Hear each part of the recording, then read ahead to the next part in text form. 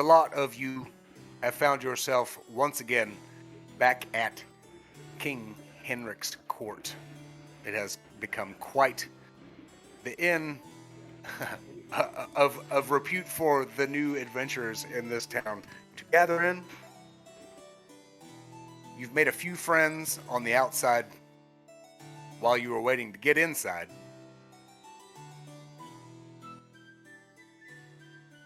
You have been sent by a high-ranking librarian of the City of Grey to retrieve an artifact for him. You are to rendezvous with Barnock, his contact that has tracked a goblin scum giblet to this tavern.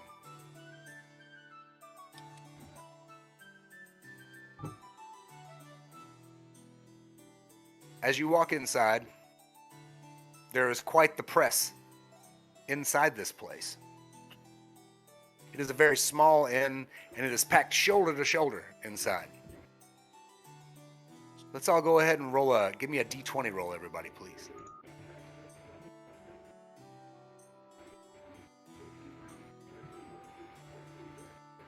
Purpose Hatchet Augmeng Telros.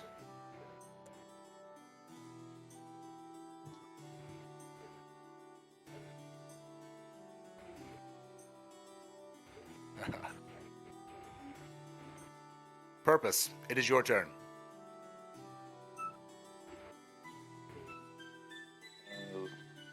I start working the room. I go around. I'm eavesdropping. I'm talking to people. I'm buying drinks.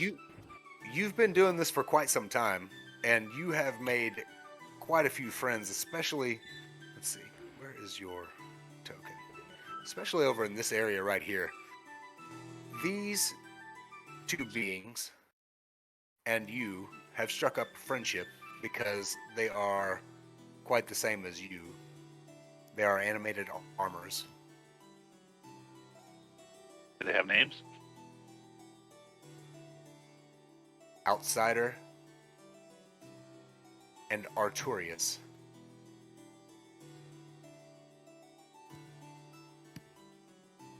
I expect them to be recurring characters. I just want you to know that.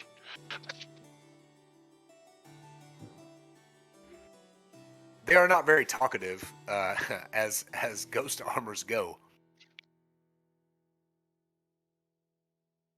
Fair enough. Have I learned anything from them?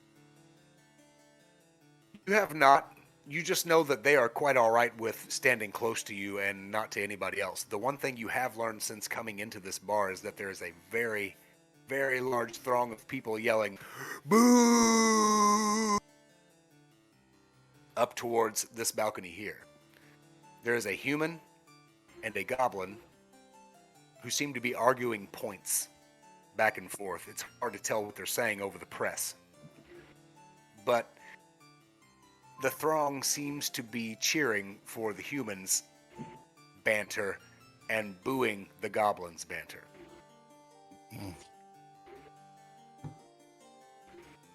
Would you like to take an action? I move closer, I guess, up to the bar. I think I can do that. And see if I can hear better what they're saying up there.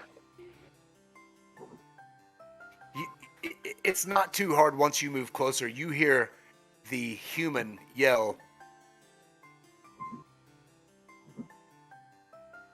"Baron Spode the Scarless, yeah!" And the crowd goes wild. And you see the goblin gesticulating, "No, no, no, no, no, no, no." Anything else?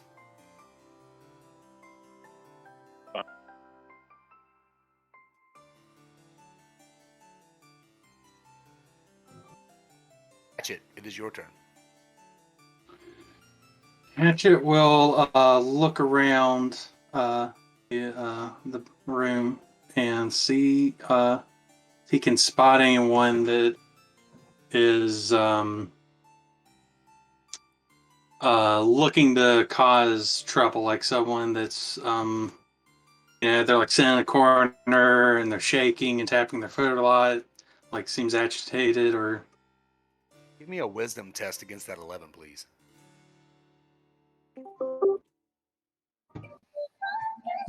That is a fail.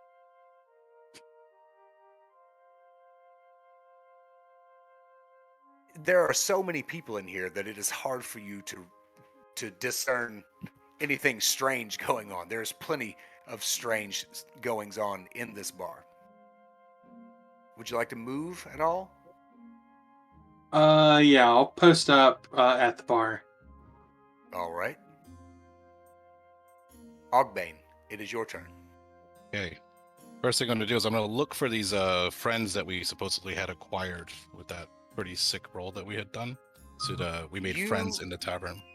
You befriended this crew of goblins over here in the corner. Okay. They actually see you come in the door and they give you the little, hey. Yeah. I'll definitely head over there and see what's up. I mean, these guys have been here the whole time. I've kind of been doing my shenanigans of creeping around, handing out free mushrooms and all that stuff. Is that a thing? You just got in the door, but I would say in line you most certainly did. That's probably what swayed these guys to your cause. Okay. Cool. Yeah. Yeah, I'll head over there. Should I move it, or are you moving it, the token? Go ahead. Yeah. So I'll hang over here. Would you like to take any action? The main thing I want to do with these guys is just kind of get their pulse on what's going on, because we obviously see a goblin up there. I'm assuming that's Barnock. What was told. Okay, so to that end, give me an intelligence test, please. A hard intelligence test. Ooh, baby. Okay. What's the target? Okay. Yep. You recognize the Black Wolf of Thusham by reputation and reputation alone. His description that you have been given more than 100 times matches to a T. And you are sure in your heart of goblin blackest hearts that this is Barnock the Black Wolf of Thusham. And the goblins that I'm with currently, what's sort of the chatter going on with them now that they're hearing this and they're sort of in the crowds? I mean, they're back here, they're not up front, so I'm wondering what's going on with that. I imagine that you asked them kind of what, you would say, what's the deal? And they fill you in that Barnock is arguing to sway the adventurers in this bar in favor of, what is it, Duke Norris. Whereas Zero, they tell you, is arguing in favor of Baron Spode the Scarless. And then as the name Baron Spode the Scarless leaves the goblin's mouth that speaks it, he spits, as though it were a curse that he was spitting out. I'm wondering. I think I'll keep befriending these guys. We'll sort of just hang out in case things maybe get a little rowdy. So I'm going to give each of them, a couple more of my little red caps and just kind of, keep the wheels greased, as you will. All right. Take 3 off your inventory. 3 out of 10. Copy that. And Telros, it is your turn. Okay, so I'm gonna go close to Hatchet, I think, here. Yes. I'm just gonna hang around, ask for some guard, and just see how this plays out so far, because I'm not sure what to do yet. Yeah, with all the people that are in this bar, they're still kind of milling around. Like it's not a focused effort of a crowd. People are sort of paying attention to the debate that is going on up here on the balcony, but they're not enthralled by it quite yet. Some people are throwing in comments from the peanut gallery here and there, but they are not quite haranguing anybody quite yet. It seems that they are much more responsive to Zero's guffaws than Barnock's, but they have not yet been whipped into a frenzy. I see. Well, I'm gonna just keep taking the temperature of the situation and keep my eye out for that Giblet character, because, well, that's who we're supposed to meet. and I haven't seen any other goblins around. So besides the ones that Ogbang is around, so I'm just gonna chill here You for are now. here. You are here to meet Barnock. Barnock. Oh yeah, right. Well, sorry, I messed up the names. Well, I'm just Absolutely, but gonna he has information. Barnock has information on where Giblet resides. yeah, I'm just gonna write this out for now, and if needed, we'll intervene. I believe. As the turn comes around to the GM's turn, I would like everyone to give me a wisdom roll against that 11, please. Finally, I succeeded. Damn. Ogbang and Telros, you notice a character standing nigh the stairs here. He has what looks to be a rictus, like a grinning skull death mask on under a cloak. The cloak is maroon, and it has some sort of golden, what do you call that? Heraldry sewn on the breast. As soon as you notice him, he blinks out of existence. It's almost as though you thought you saw him and then did a double take, and you did not. Very well. Zero says to the crowd, Baron Scarless will usher in a new era for humans. Wah! And he's going to make a charisma roll against that 11. Oof! He does not make it.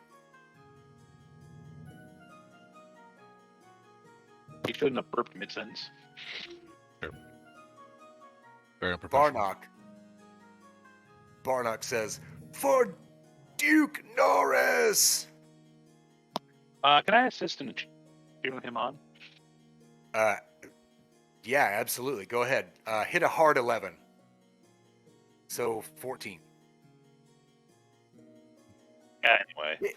It doesn't matter. As soon as you try to join in the call, but you miss the rhythm. But as soon as you are on the tail end of it, the rest of the crowd, the goblins especially, join in. Rah! And I will give you a hero coin for having done so. Purpose. And that is one sway of the crowd towards Duke Norris. So we're close enough that we would have heard Purpose do that? Am I close enough? Absolutely. All right, I see you want to play it.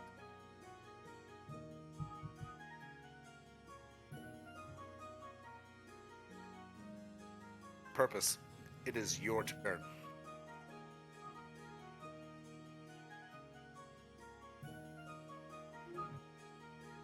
Do I even know this guy's Barnock yet? I'm sorry, can you repeat that? Do I even know the goblin is Barnock yet? I know someone recognized him, but I don't know. Let's get a hard wisdom roll from you. Yeah, okay. Anyway, I don't know it's Barnock, but I like Norris. You do not. Well, we have So I'm discussed actually gonna this go- ahead of time because we were all together. I mean, we sort of had a chat about it, right? In terms of what we thought. I knew Purpose for sure was not siding with Barnock. I just want to confirm that that's what we were discussing earlier. No, I was siding with Barnock because I'm pro Norris. We all talk That's about right. being Sorry, you're pro pro Norris. Norris. That's right. Okay. So I'm gonna go up and basically stand there as moral support and even out of rhythm cheer with him every time he plus. Excellent. Yes. Anything else? No, I don't see anybody that I have to engage with at the moment. Hatchet, it is your turn. Hatchet will see Purpose going up and follow suit and just act as sort of moral support and using his body as sort of a symbol for who he's standing for. So you're going to go upstairs and join them on the balcony as well. Yeah. And as Hatchet passes, he'll sort of quietly say, Spood is a coward, as he passes the person. Oh, as he passes 0? Yeah. Okay. All right, let's get Give this me, off. give me a charisma roll, please, and an intimidation. A 9 total. Aw. Yeah, 0 does not move. He cuts his eyes at you, and he says, "Go back to the country, boy." And then he turns back to his business. Ogbang, it is your turn. Yeah, I've seen everybody kind of going up there. I'm going to turn to my little goblin group here, my little goblin gang, and I'm going to tell them, all right, boys, it's time to shine. And we're going to just slowly start ushering our way through the crowd. Just kind of sneaking our way up there. We're going to stand near, I think, the staircase for now. I don't think we're going to go just up yet. I'm really looking for any shady characters. Potentially anybody that we see, maybe that's as these guys are talking, maybe they're getting a little rowdy, or anybody that looks like they might be in a threatening sort of posture. You know, somebody's trying to start something. We're just kind of patrolling around a little bit, ending our way maybe near the stairs, I think, and just changing our position a bit. All right. This motley crew shambles along behind you, clunking with their gear. They seem to think you their chief at this point. Nice. What are they wearing? What are they equipped with? What do we have here? Exactly what you see in those pictures. Okay. So one of them looks pretty armored, and he's and the other two are just kind of like chaff. Yeah, his name is Gus. Gus. The other two are Gerb 1 and Gerb 2. Love it. Brothers, I assume. Yes, the Gerb brothers. All right. Yeah. So me and my little posse are just gonna kind of hang out. I'll just tell them, as we're walking through, it's like just keep your eye out for any shifty stuff. We're gonna, if we need to, we'll just be ready. Just be ready, boys. Gerb 1 and Gerb 2 kind of get down on all fours and Gus gives a clunk on his shield with his spear. Nice. And as we're passing, did we see anybody maybe that we would have suspected as maybe just like a shifty character, somebody who's getting a little rowdier than everyone else? No, you did not. There is wall-to-wall knees is what you saw. Nice, perfect. Yeah, and but no one acting out of sorts really. Okay. Telroast. Okay, Telroast is really intrigued by that disappearing character there. And as he's starting to move, he enjoys the vacuum that Ogbang provides for him with his garments, and moves there and tries to see if the character was really there, if there was any trace of any spell or something like that. He's just really intrigued with the disappearing act. Give me an intelligence history type roll, please. So that's a 12. Yeah. So what your mind comes to a conclusion of it has eliminated all of this heraldry from its learning except for one sigil, and you keep telling yourself, no, that can't be. I don't even understand. But the colors and the heraldry both match up.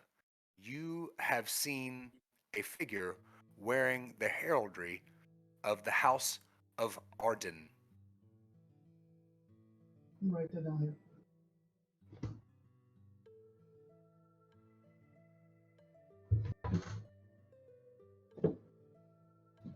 They were there at one moment, and the next moment they had vanished.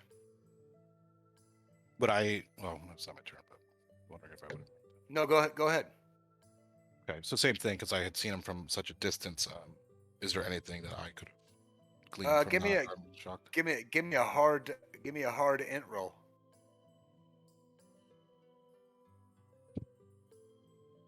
I'm gonna say that's a no. That's a big no. Yeah, no, you're not on the same page. Telroast, anything else? Check if my sword is unburdened by the cloak over it, in case, well, the people up there are enjoying the chaos too much, as Ogben, because well, they're really trying to rile up some forces around here. Such is the press in this place that it's hard to even feel your sword behind you. It's almost as though it's a rudder in choppy water. But you feel that you can get it out. It just feels like it might be a little unwieldy for such close quarters. For sure, I'm expecting that in case some sort of fight erupts, it'll clear up a bit and will be just a little bit better to get to it. But All of just you hear checking if the- no one swiped it yet.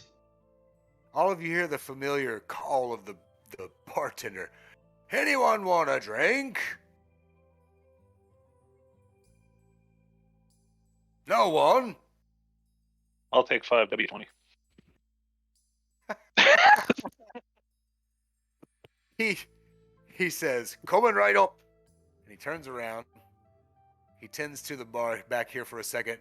And he brings you the most delicious glass of 5-weight 20 motor oil you ever had in your entire life. Now,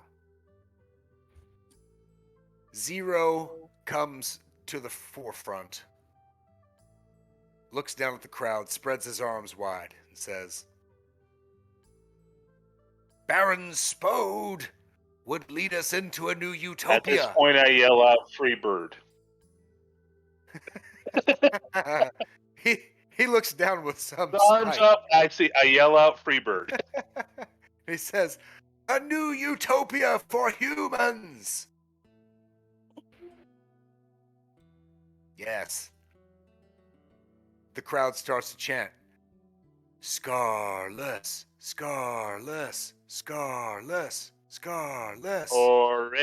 Norris, and I'm protecting, man. And the score is 1-1. Okay, fine. Do we notice if there's anybody in the crowd that is human that is not cheering or booing? Most of this crowd is human, and all of them are cheering. And when Barnock speaks, booing at this point. It is not going in his favor. Let us say that. Purpose, it is your turn.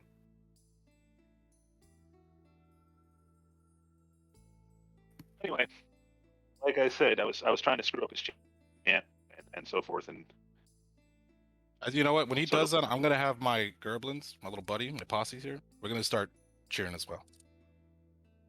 We're gonna start like you were doing. We're gonna take that lead, and we're gonna start kind of adding to that cacophony. Yeah, exactly, and just keep going, and have it right in rhythm with Scarless, so that it, just when they're saying Scarless, we're saying Norris right on top of it. Yeah, Norris. To try to just drown it out and start getting the drunks to switch over. Barnock joins in. Let me see a D20 roll from Ogbang and Purpose.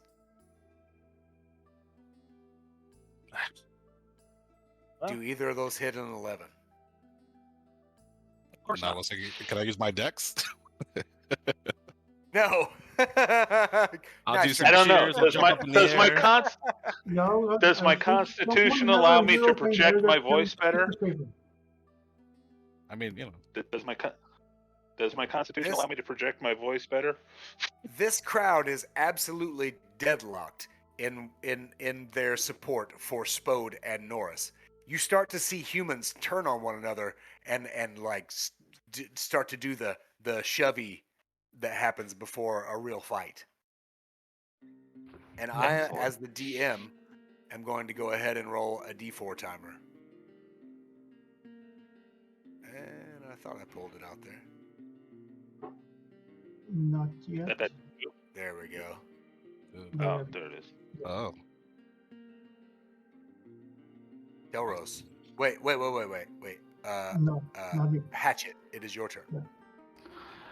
Hatchet will move up next to Zero and sort of cut the commotion by slamming his battle axe into the rail, and then speak as everyone sort of looks towards him, hopefully Barnock has survived the blasted wasteland of Ironheart, championed by the Black Cabal, and he chooses Norris.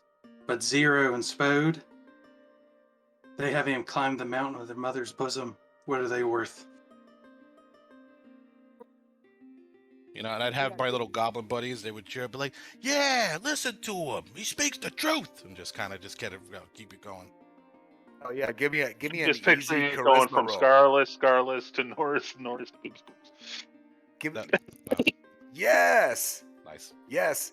The crowd is all 75% of them are chanting Norris, Norris, Norris, and the score is now Norris 2, Spode 1. I'm gonna send one of my little goblin buddies out there to kind of start handing out little free mushrooms to people. Hero just keep coin saying, to "Vote, hatchet. vote." Oh, cool. I'm gonna Hatchet tell my take little. a hero coin. Sorry.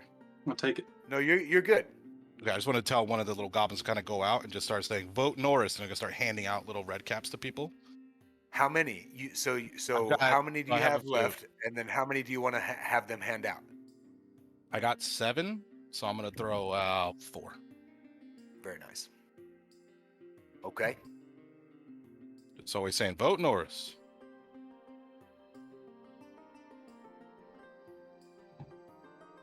Let's see. Ogbang, would you like to take a movement? I don't know. Do I see? So my other compatriots, these guys that are up there. No, I mean we're seeing this the crowd kind of swaying a little bit, so. And it's pretty obvious if we go on top of the stairs and we start walking around, like they're gonna see like a group of little goblins kind of going up there, right? I'm just I trying would not think to. so. Yeah, I'm trying not to. it's a pretty exposed room. I think we'll kind of just keep being diligent for now and just sort of checking it out. But I'll just tell them, in case things get rowdy, boys, just get ready. Very good. Very good. Anything else? You know what? I Tell think Rose. I'm. It is your turn. Okay, so I want us to talk to Barnock. Just want this to be over. What do we know about the Zero character? Who are you talking to right now? I'm just asking in general, what do we as adventurers know about this Zero character? The one chanting for Spode. Ooh, okay. So you don't even have to roll for that. So with the King Henrik's court being such a gathering place for all these new adventurers in Grey, you would know that Zero is a bad to the bone gunslinging fool. He's a human, he's got a pistol, and he is real quick with it. Okay. But is he That's quicker what- than me? Would we have seen him twirling it around and kind of doing some gun tricks and stuff, or? You know you have. Okay. I'm wondering if do I know if I'm faster than this guy on the pole? You do not. Okay. No. All right. Okay.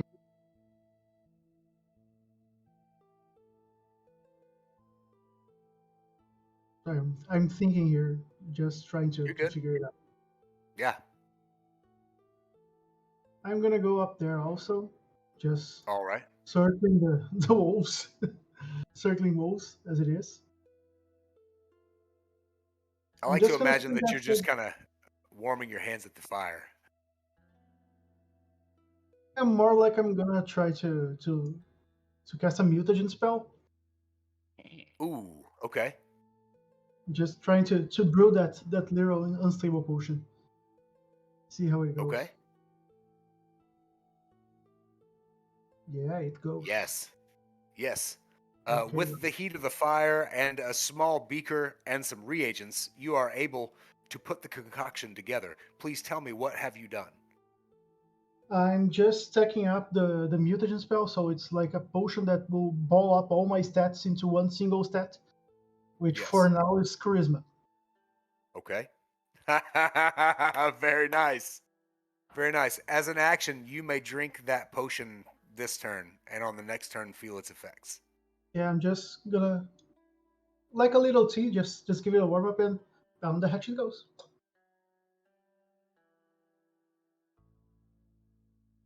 Strangely, everyone on this balcony makes note of your action, and they all kind of go, and they'll kind of look at each other, friend and foe alike. Anything else for you, Telros? No, I'm good. I've moved, I've acted. I'm okay. Zero looks down to the crowd, and he says, "Do you see this shoddy rabble? We would have none of this. Only a perfect regime of heroes." Charisma roll. He hits it.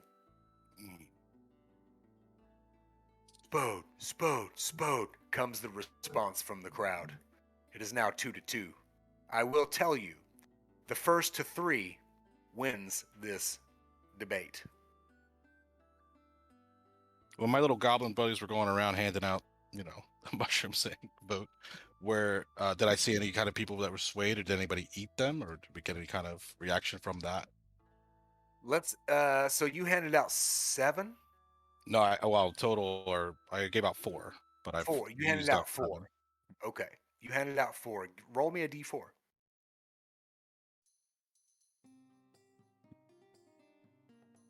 One person has consumed their mushroom. Nice. They have been swayed to your side. I think we'll go over to that person. Sorry, is it my turn? Skip it again. You're good. You're good at this point. Yeah, I would go over to that person, and I would personally, whoever that is, I would just kind of say, like, you see what they're doing here? This ain't right, guys. And hopefully he's sort of on our side and stuff. And I'm gonna egg him on and be like, you tell your buddies, it's not gonna end well if it goes the other way. We want Norris. He shakes hands with you and he says, "Name's Roger Sampson's son. I'm tripping balls." So am I, Roger. So am I. And he says nothing else. He just looks at you very strangely. I wanted to say, do you know any of your other friends that want to trip some balls, bro? Let's get it. Purpose, it is your turn. Okay, so I spent an hour or 2 in this room and spreading coin and so forth. So I've laid some groundwork. So I'm going to entice the good-looking servers that are slinging ale and so forth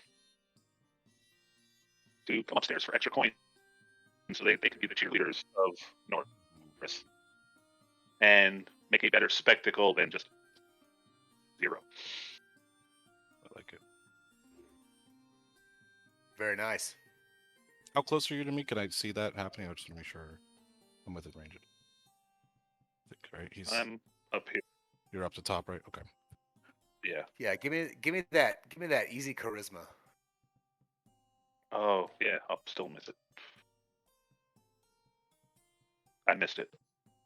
You can party. Something you should know is you can gift hero coins. Well, I with have a a hero hero coin. coin- What does that do again? With a hero coin, you can either re-roll any roll, or you can add a d12 to any roll. I'll just add a d12 because that'll definitely get me into making it. There you go. There you go. Yeah, so that's an 11. Okay, so please describe for me what happens. So I whistle up the various cuties. Get a group of them up there. I don't know how many are in this bar, but I'm figuring I can get at least 3 up there. Hopefully, something like 5. And it's like, all right, girls, show them what you got, and cheer for Norris, and basically just have that Playboy Bunny moment. They're doing the can kicking. It works for me. Yeah, it's very nice. But they're kicking in time to Norris. Yeah, absolutely. You bring the house down. The entire place, humans especially, are cheering, Mhm. Norris, Norris, Norris. Zero shakes his head in classic 80s ski movie villain style. Ugh, and runs down the stairs. No. And he runs outside. Oh, can I try to trip him on the way out with one of my goblin boys? He runs down the stairs. Easy Yeah. dex. Let's go. Easy dex? Okay, here's Easy +7. dex. +7 to that. Yeah, we're good. Okay. He falls. And he falls just at the door here at the welcome mat. And he's scrabbling for the handle, opens the door, looks around, says, "You'll all be sorry," and then throws the door shut. And then we'll just go, "What a drama queen." The crowd that has beers says, "Huzzah! Duke Norris, huzzah!" And Barnock strides down the stairs victoriously.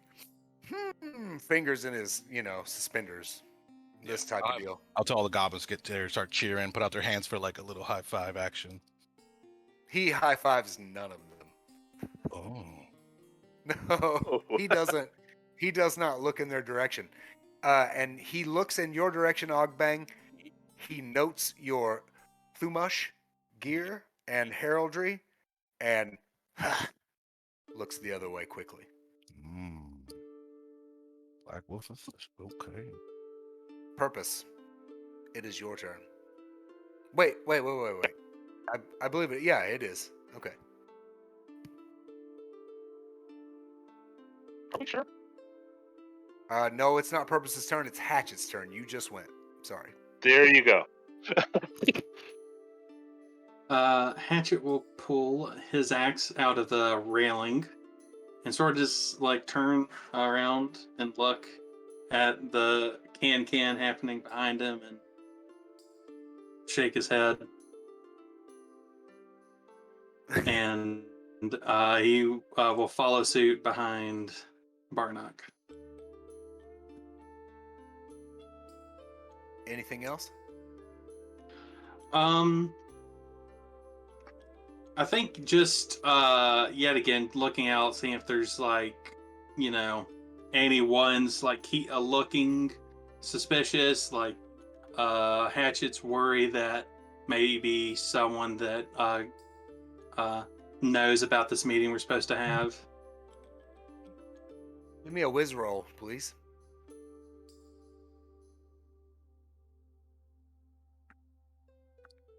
From the corner of your eye, you feel like you see a skull-masked figure in a crimson robe, but it was only your imagination.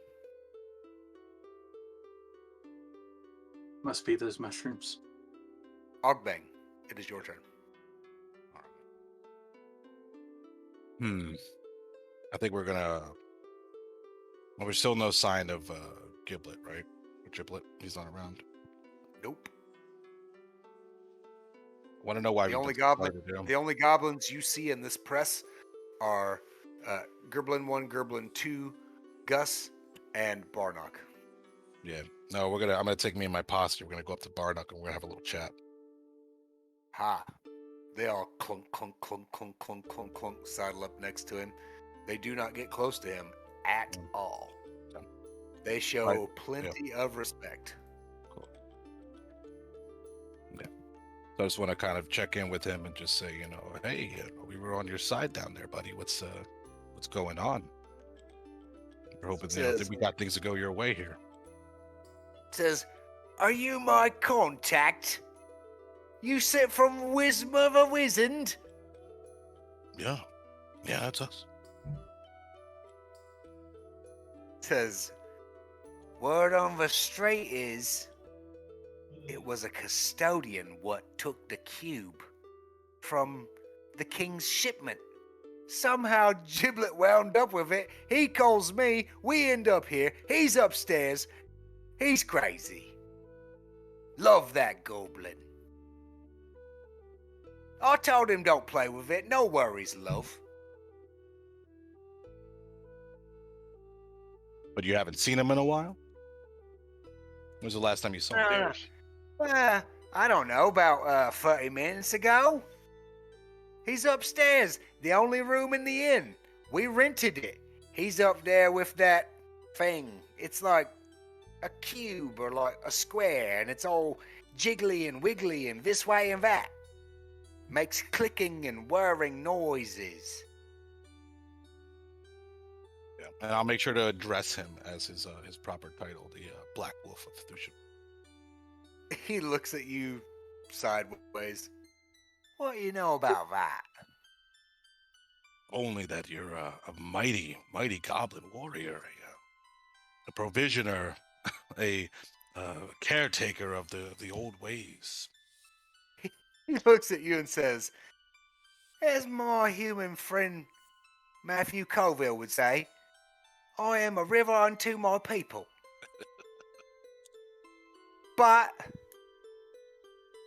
since you are Thumash, if it weren't for my patron, you would be but so much sinew on a signpost, friend. And I would say, But I you're know good. Oh, go ahead. You're good. You're good. And he slaps you on the back. And I would say, thank you. I know I didn't survive the death pits, the ghost moon of Ironheart, but, one can only aspire to be as amazing as you are. Would you like to take any other movement or action? I think we'll just start posturing up. We'll say, maybe if you don't mind, we like take our leave. Maybe we'll go and we'll check out Giblet, make sure he's okay. Yeah, he's upstairs, mate. He's sleeping. He's had quite a night. Yeah, I was like, okay, well, thanks for your time, and most honored one. Yeah, I think we'll just start upstairs. Telros, it is your turn. Okay, could I hear what Ogbane was discussing with Barnock? Absolutely. You heard the whole thing. Okay, then I'm just rushing on up. I'm signal purpose, in case he hasn't heard it, because he was a little bit further away. That I'm. What are you moving saying? What are you signaling him to? Oh, you're headed to the only Yeah, room in the inn. straight to business. I don't like conducting business in such a crowded place. It's not really my style. Okay. But hey, You we gotta are do it, so let's do it quick. You are 100% able to get to the door. Nothing hampers you. There are not that many people up here. You are easily able to make your way to the threshold of Giblet's room. What would you like to do when you get there? Let's see. I'm just trying to fake my voice, say, "Your foot's here." Since I've got +9 to charisma in the moment, I You're might going to be as the well enjoy it. fake room service? Yep. Okay. Housekeeping. Housekeeping. Exactly. Okay. So we're going to Tommy Boy this moment right now? Yeah. Okay. Do I have enough movement left that I could go with him? I'd like to accompany him. If I see him going, I want to go. Absolutely. Cool. Yeah, you're with him. I'm taking my gang. Yeah, they'll come with. They clunk all the way up. Clunk, clunk, clunk, clunk, clunk, clunk, clunk, clunk. It sounds like 3-3-year-olds carrying their pots and pans drums up the stairs. That's what it sounds like. I assume I'm over there since he more or less tagged me as he went by. And you are pots and pansing it too, Purpose. I mean, he is. Am I rolling just to check? No, you just need to tell me what you do when you get to the door. Like I said, I'm just going to go and go. Yeah, your foot's here, sir. Try to fake my way in. Oh, okay. So give me a charisma deception roll, please. Okay. So that'll be 17. I'm still in the effects of mutagen. I've got +9 charisma at the moment. Yeah, you let out such a convincing refrain that everyone around you shakes their head and looks at you and says to themselves, "This is an otherworldly being. but absolutely nothing comes from the door. Can we see anything And underneath? Is there a light in the room or anything? There is mist starting to issue forth from beneath the door, and green and blue lights with shadows behind doing this number behind. As though Woohoo, there were disco. figures, as though there were people walking back and forth or running back and forth. I immediately tell my try to- little dudes, I'm like, get in there, boys. Get by that door. Yeah, is the door unlocked? Yeah, I want one of my goblins to check it first. I'll tell the Right. little ones, the thing one and thing two or whatever, to touch it. But before any of that can happen, it is the GM's turn. Ooby. And if it's okay, may we take a 1 minute bathroom break, because we're an hour into our play. All right, I will be back in 1 minute.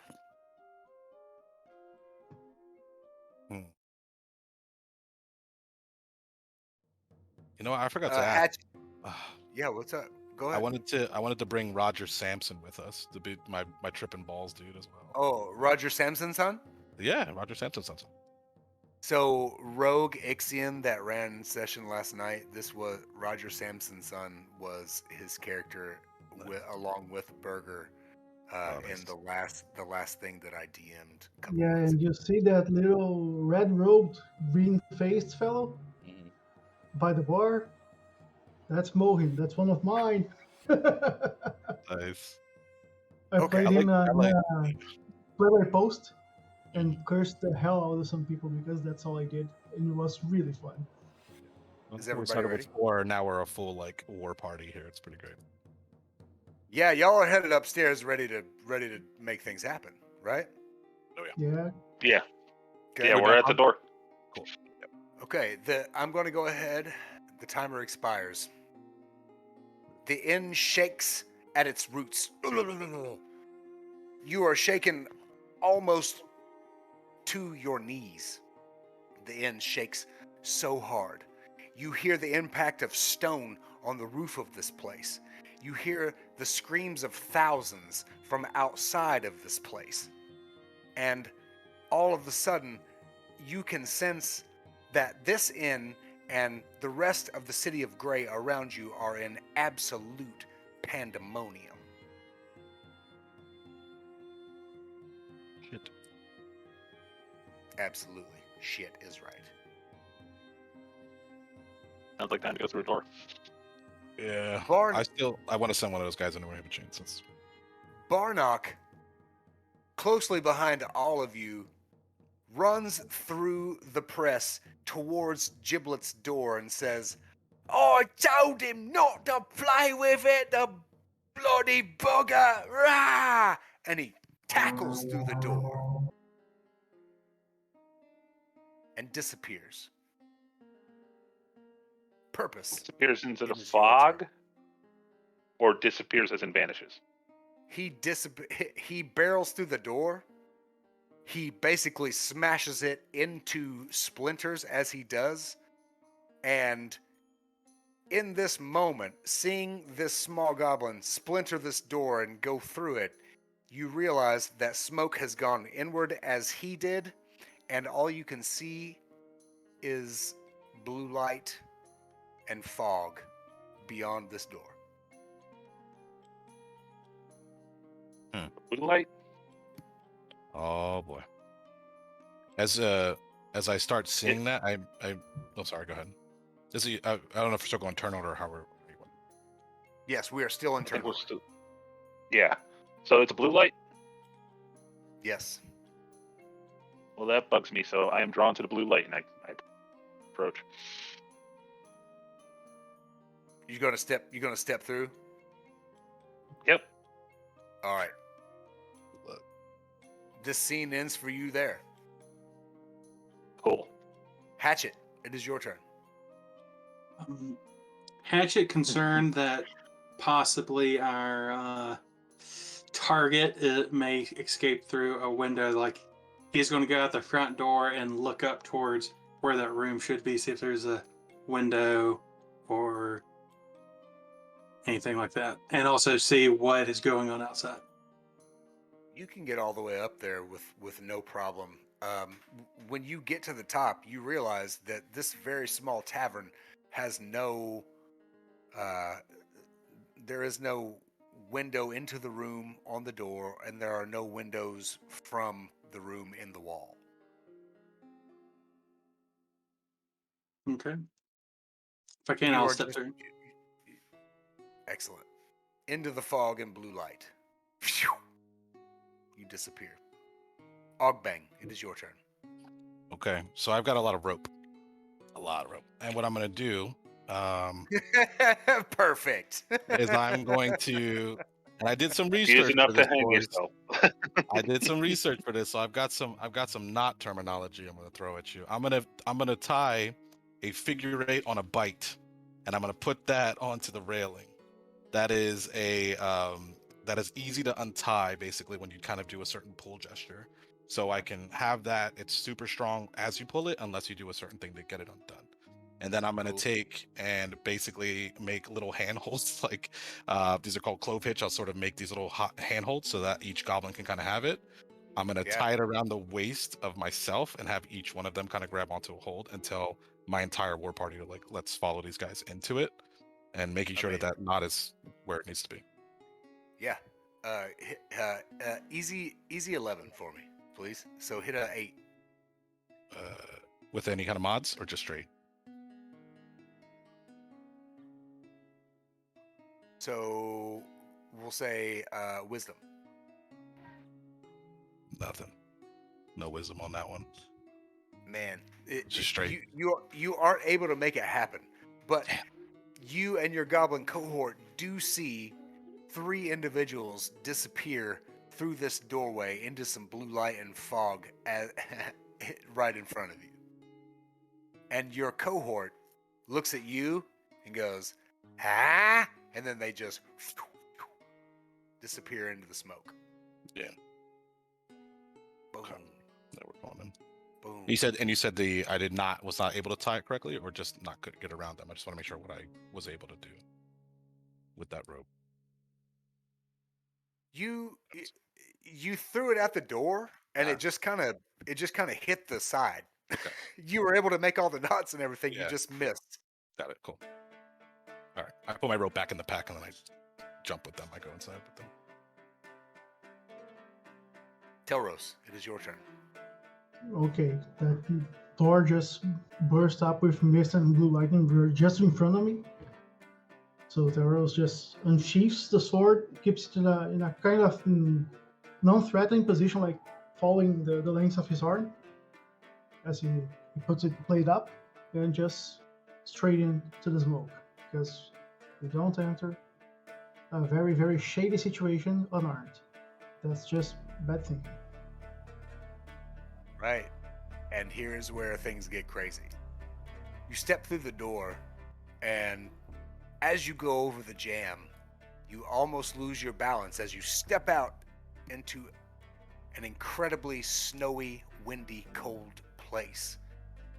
Your senses are immediately assailed by cold and wind and the swirl of snow.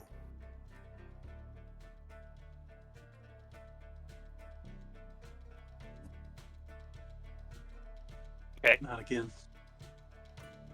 And was you good. will have to zoom in on this bottom left-hand corner of the map. Yeah. You all stand around a large stone fire pit burning with greenish blue balefire. There is a treasure chest in the midst of you. If you look up the stairs that run immediately to your north, you can see a floating red Yogg crystal and a blue portal full of smoky blue ether to the north. Furtive shadows flit in and out and about inside of the greenish blue portalway. Let's go ahead and get a fresh D20 roll and reset the order.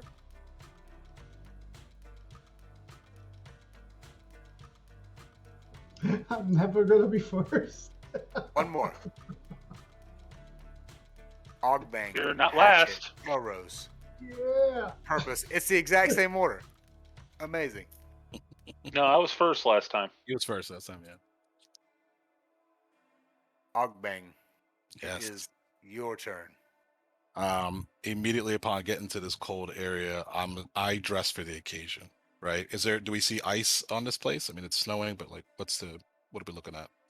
It's like this morning in northern Arkansas, southern Missouri. It is so wet outside and so cold that if you move swiftly, frost will form on your extremities. Okay. Love The it. wind blows so fiercely that you feel that it might blow you over the precipice were you not stout of heart. Okay. Yeah, so with that, I'm definitely going to put on some boot crampons because that's part of my climbing gear. So I've Very got nice. my little spikes on my shoes in case I need them. And then, so the Yogg crystal, this is common knowledge, right? In terms of like, Yes. Okay. Let's see. And this map feels very familiar to me. A lot of Diablo. I feel like this is one of those maps. I am gonna basically. I mean, do we see any immediate threats, or just sort of the haze and the fog of the snow, or is there something like? Because up here on the map, I can see like two figures, but can we see those actually, or they're not in sight? When you look out over the distance, you can see the Grand Blizzard to the north of you. You can see all sorts of flame,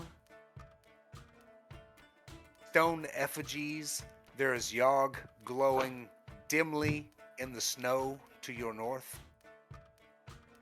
The only thing of worry to you at this point is this doorway here. Why is it worrisome? It is not worrisome. It is just really the only portal that you can see that is clearly defined. Yeah, so I'll just tell the guys we're gonna, I'm heading up there. I'm taking my little crew with me. No. Oh, keep in mind there is an ornately carven chest in your midst. Oh, it's right in front of us. I'm sorry. That's what that is. Okay. Yeah. Oh, and and none of those goblin boys came through. Not a one. No, they're all here with you. Okay, just on my character. I just That's haven't dragged the tokens in yet. interesting. That's wild. I think I would see if, yeah, I would try to get one of them. I mean, is it locked? What have we seen? Those dudes would be all over this. They would course, have yeah. been rubbing it for the last 5 minutes. All right. So hopefully their hands are dexterous enough that they could have figured out maybe there's like a lock, a trap. Like, what are we looking at here? So I want to see if they could open it before I Okay. get my hands on it. Okay. I'm gonna make a +1 d20 roll. Nope, Ugh. they cannot. Okay.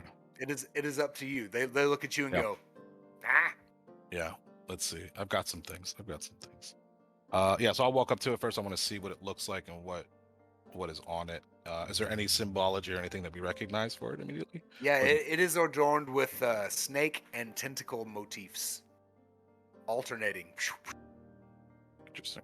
like very hardcore tessellation style. Yeah, I think I'll definitely walk up to it. I'll see if I can get any purchase on it, or involve like, how does it open? Is it locked at all, or is it just sealed somehow magically? Like, what do we got? Let's see. For all that, just roll me a d20 and beat that target. Cool. Gotta zoom out. What's your target at? What was it? 12. 12. I've got dexterous little fingers. Yeah. What's your dex with that? It's +7. Yeah, you get open. Roll me a d100, please. Oh. Can we do that in the chat? How do we do that here? You hit the d10 twice. Double click the d10. Oh, I'm sorry. Yeah. Cool. Come through. There it is. 45. 45. Okay. So. Oh my. You Uh-oh. open this you open this strangely carven ebony strong box, and inside is a crown. Mm. Gold.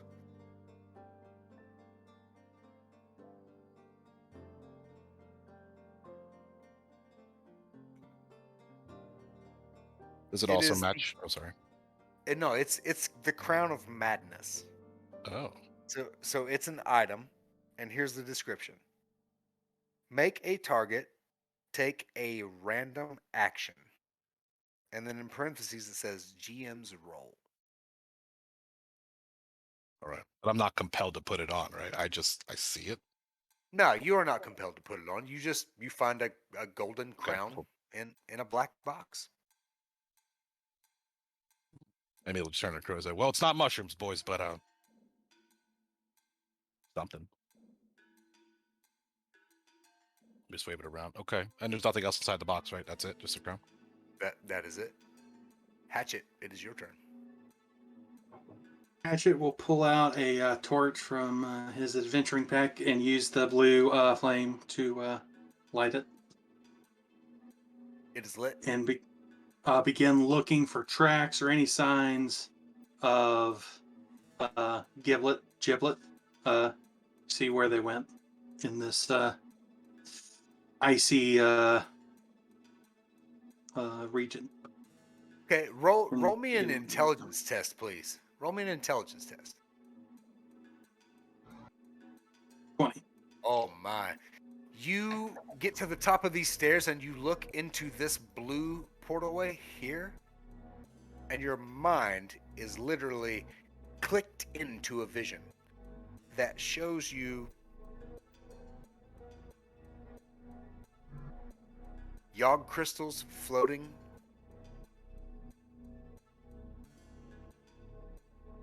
It shows you Ardenmore of old. As you look out over the vast expanse around you, you see a city skyline. And you realize that the city skyline that you were looking at is gray. You can pick out the 20 towers here and there.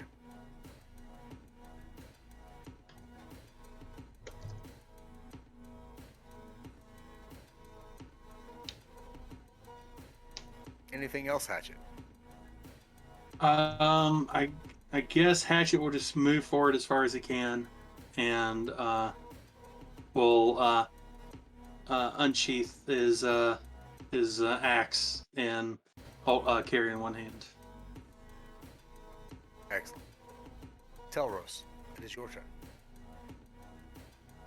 Okay, so I see a big ass Yogg crystal. Do we know what Yogg crystals mean to us? Are they a symbol, basically a power source?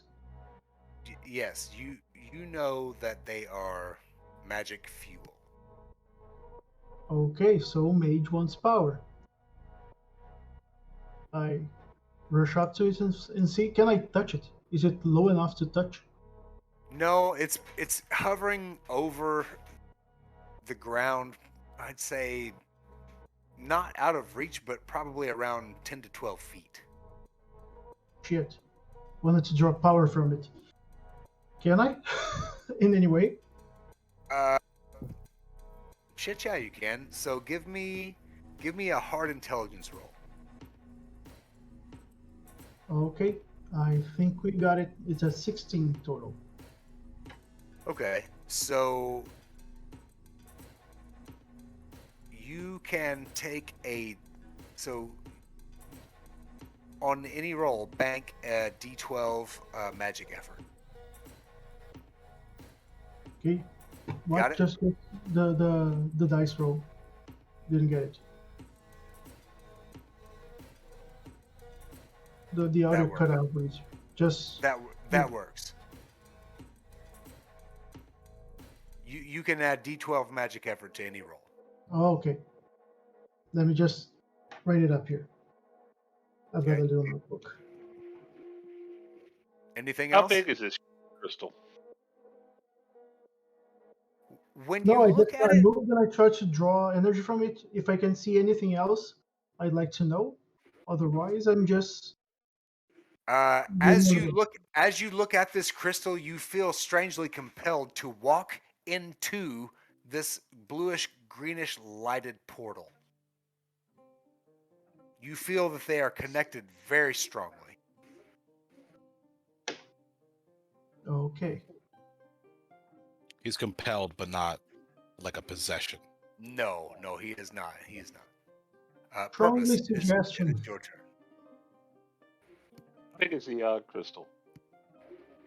How big is it? Yeah. You feel, as you look up at it, you feel that it is significantly larger than you. In Okay, I comparison. ignore it. So it's I go- it's maybe two of you, in mass. All right, so bigger than what I wanted. That's fine. I go through the door. Which door?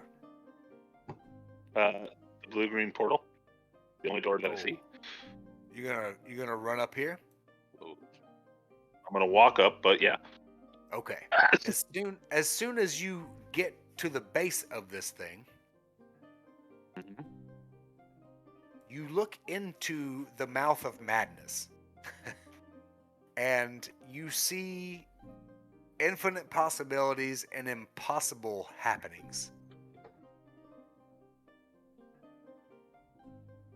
A creature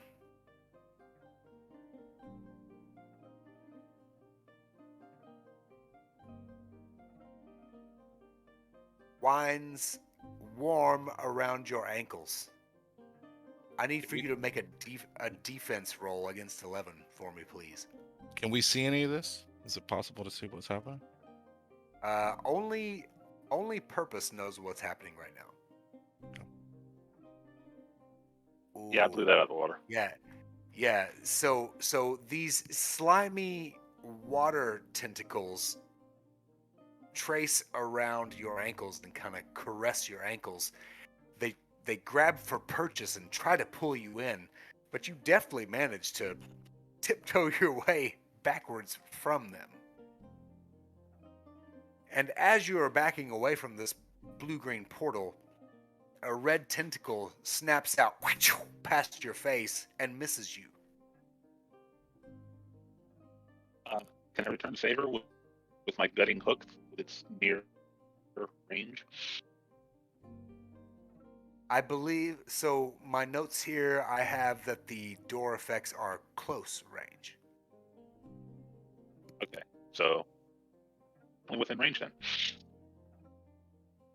So you are fine so long as you don't just walk straight up to it. Of course. I really hate die rollers. 9, 10, 11. That's it. Use my hero coin For what? to add d12 to the roll. To what roll? Purposes roll. What I just did to attack back. Oh. Roll it. Who's rolling the d12, me or the one who's spending the hero coin? You get the bonus. You Purpose. Okay. Yeah. Just making sure. I don't want to jump on toes. No, you're good. All right. So now we're at a 19. Nice. You lash out with a spear. And you hit this All right. water slime for 4. For 7. For 7. It recoils back into the void.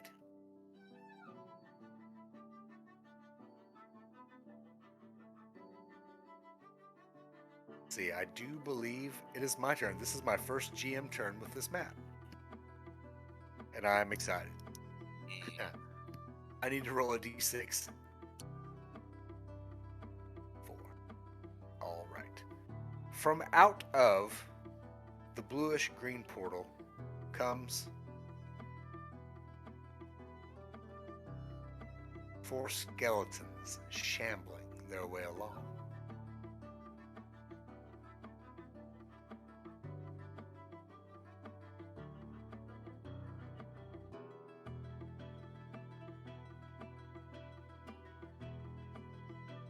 They see you, they form a small phalanx, and they make ready to attack you.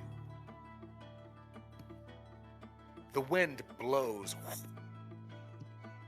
We'll roll a d4 1 for north,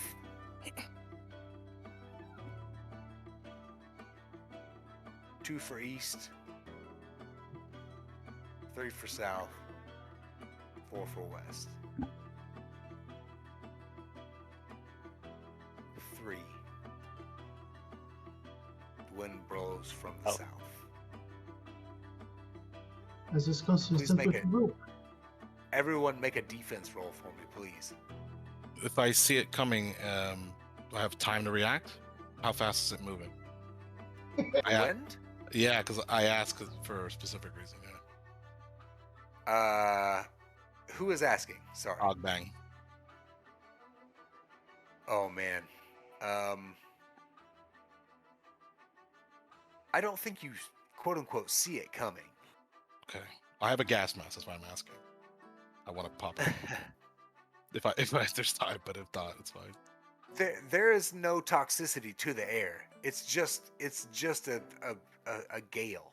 That's Okay. blowing I thought it was something coming out of that horrible door that was some kind of No, absolutely. chaos wind.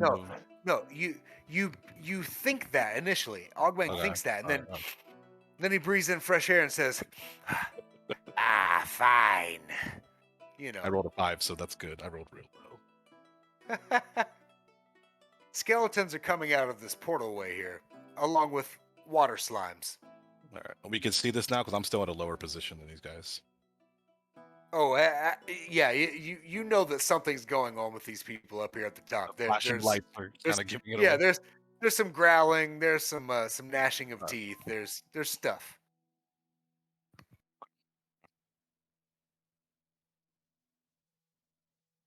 Ogbang, it is your turn. How close of all these skeletons in terms of can I see the engagement, or would I have to get up close to start fussing with these guys? No, you can see them. Okay. So do I see anybody currently engaged in close quarter combat, or the skeletons just kind of getting close? That has not happened yet. Everything is starting to, as we speak. Cool. Yeah. So I'm gonna load my trap launcher. Yeah. I'm gonna load that sucker, and I'm a trap expert. So I'm gonna set a trap by flinging a trap. I've got 2 kinds. I'm gonna put out. I guess we never really discussed actually what my second trap was. I have one that I got from a loot thing, but what was the other trap that you wanted me to have with the launcher? Because it doesn't say in the book. I think that the whole thing should just be like if they get snared, it's a hard dex to get out of it. Okay. So then I'm going to use the other trap, I think. So, okay. The other one I have is basically a bear trap. And normally it only hits one target, but because I'm a track expert, if it's tripped, it could hit everybody. So I'm going to fling a trap right in front of the door. Right. And it's basically preloaded. But I think, you know what I'll do, is also before that, I'm going to pour some tar trap on it. Ooh. So it basically now is flammable. And I'm going to launch this sucker up there. Get it. All right. So this is it. I use my dex for that. So 14 plus 7. Oh, well, that would be 21. I think I just got it. Dirty 21. Looks good. As right. soon as you do that, the snow stops. Mm. And you have a clear view of the rest of the field. Yikes. Hold on, let me zoom out. Oh. That's a big O. That's a lot of, I had to keep zooming out to see what is the atrocity in the left-hand corner. What is going on? Is that a... You would not know. I mean, well, yeah, but I mean, we see, is that a planetoid thing? Oh, that is Ironheart. Oh, shit. Yes. That is the ghost moon itself smiling down. All right. Okay. Nice. Love it. Yeah, so I'm gonna hang out there, and I'm gonna start sending up the rest of my little goblin cohort and Mr. Roger Sampson's son, who's tripping balls, to go up the stairs and start helping the boys out. Okay. There were. It was Oh, How those go? I'll take 4. I had 2 and One 2 and a has big boy. one has joined the fray. Hell yeah. What about the armored lad? It was the big guy. Gus. Gus. It's Gus and Gerb 1 and 2. He's one of these. They're all one and the same. Okay, cool. Yeah. Oh, did we see it? Hatchet. I'm sorry, Barnock. Is he doing anything down there? He's just hanging out. He's on. He will act on the GM's turn. Okay, but in all that interaction, do we see him? What's his response to all this stuff? Is he cool with it? He's like, "Yes," or is he like? He is actually looking off in the distance to the north, just kind of seeking. Yeah. Well, he's familiar with the Ghostman, right? Yes. We know that. Okay. Interesting. Okay. Yeah, that's I yield my turn. Hatchet, it is your turn. Hatchet will sort of lost in the vision for a moment, shake his head, and look to the rest of his group and say, we don't have time for these. We need to find Giblet. And then he will move on past this and go up the stairs. Ooh. So Smart. you can get to here. Yeah, to the inscription there. Where you go up the stairs and you come to a landing with an ornate carven stone floor. And the longer that you look at it, the more you think, this looks like some sort of writing. Would you like to take any action? If I can, to try to figure out what the writing is. Yeah, give me an intelligence test, please. I need to hit an 11. And I got a 3. You stare at it for several seconds, and it makes absolutely no sense to you. Hatchet will just shake his head and look on it. Would you say that text is religious in nature? The glyphs on the floor? Glyphs, yeah. I do not think so. Because I basically everybody in the party, I think, except for one, has had some of the shrooms, which kind of bring you a little closer to religion. So I'm wondering that might have helped them out with some of the visions. Tell Roast, it is your turn. I'm with Hatchet in the we gotta find Giblet Mogus. So I'm just gonna rush on up. I'm just gonna ignore those skeletons if I can. Just keep on going. That's my idea as well. All right. But I'm Anything else? looking like ahead in the path. I'm just trying to see what's going to be on our way, so I can warn the rest that are staying behind for now. You are assailed by a vision of Giblet lying asleep on his bed. He wakes up. He gets in a leather bag and he pulls out a small cube. And as he looks at it, it clicks and whirs and hums and vents steam here and there. And parts pop out of it, go back in, and every once in a while a shadowy tentacle licks out. Goddamn Looks Hellraiser, I at knew it. He puts it back in the bag.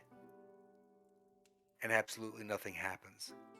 And seconds later, you are awake in the vision.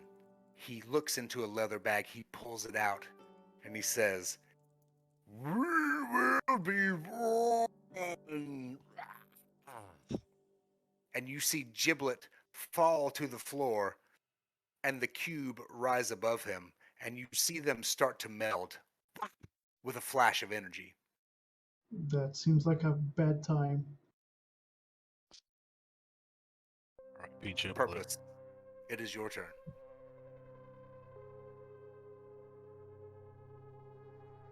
Okie dokie.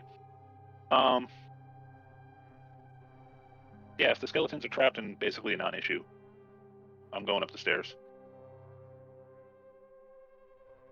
And I just realized I have a battle standard. Yes, you do. So,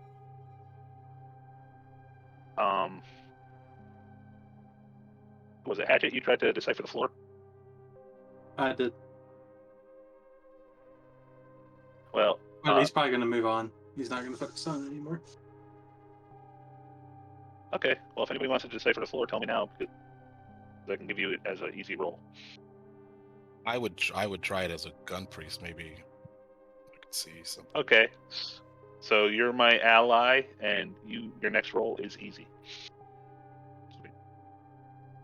So if something else comes up, it's your next roll. It's not just specifically to figure out the writing. Dope, dope.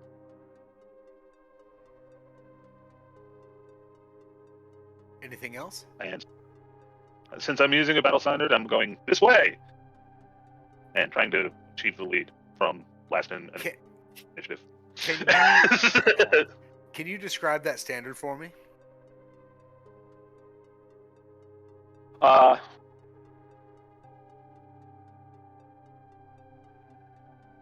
Sure. It's actually is red and gold in a gyron pattern of a spiral, and the edges are nebulae. I'll draw you a picture later.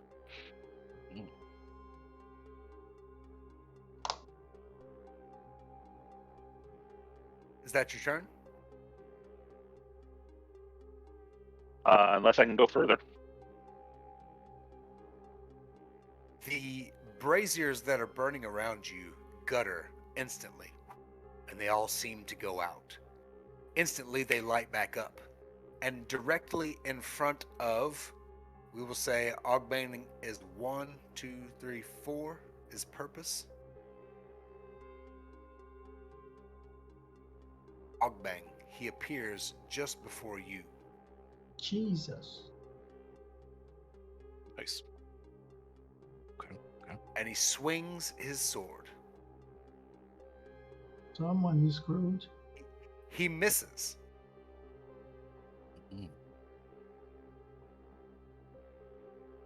These skeletons shamble forward. Oh, right in front of my trap. Yes, they do. Perfect. And then they need to. Do they need to save? Nope. Or how does it work? It says they are immobilized and they take 1 damage, all of them. They are all done. They They're all done. explode. They Yes. explode into bone marrow. Hell yeah. Cool. I'm going to get rid of them, and then I'm going to roll another d6. Oh no. 6. Ugh. So, from out of the bluish green portal erupts another 6 shambling skeletons. Cool.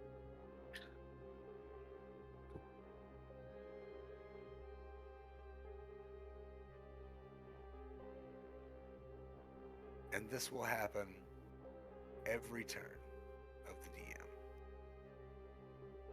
And it is a portal with, it's not a door with hinges, correct? It is like. It is not a door with hinges. It is just, to you, it looks like a single arcade that is spewing forth greenish blue light and weird shadows. Like it's literally that simple. Mhm. But for some reason, it is letting undead issue forth from it. Wonder what would happen. I wonder what would happen Yeah. if you could shove the obstacle in it. I'm good.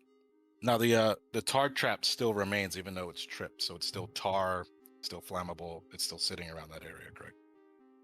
Absolutely. And Ogbang, it is your turn. Let's see. That guy failed pretty miserably. I'm gonna leg it the hell out of here if possible. How do you? Is it like attack opportunities in here? You're not none of that stuff. Nope. Okay, just, There are none of that. oh, we're gone. So I'm gonna tell my boys to kind of clear a path, lads, and just sort of let me through if possible to push some of the skeletons back. Okay, you can double move up to where Hatchet's at. Yeah, I'd love to. Yeah, that's what was up here, right? Okay, your boys will come with you. They will stand in between you and the skelly horde. Okay. For now. And then I am going to I have a let's see, I have flint. So I'm gonna crack some of that flint and see if I can light something nearby that's flammable and throw it on that trap. Ooh. There are 2 braziers very near that you can just light it on. Oh, You don't even let's have do to that. crack Yeah, it. perfect. Okay, Yeah. cool. It's cluttered with skeletons now. It's like, yeah, I'll do that. Okay. And I'll just throw it on the trap. Roll me a d6, please. Cool. 4. You obliterate 4 of the skeletons with your effort. Nice. Take a hero coin if you don't already have one. Yeah, do that.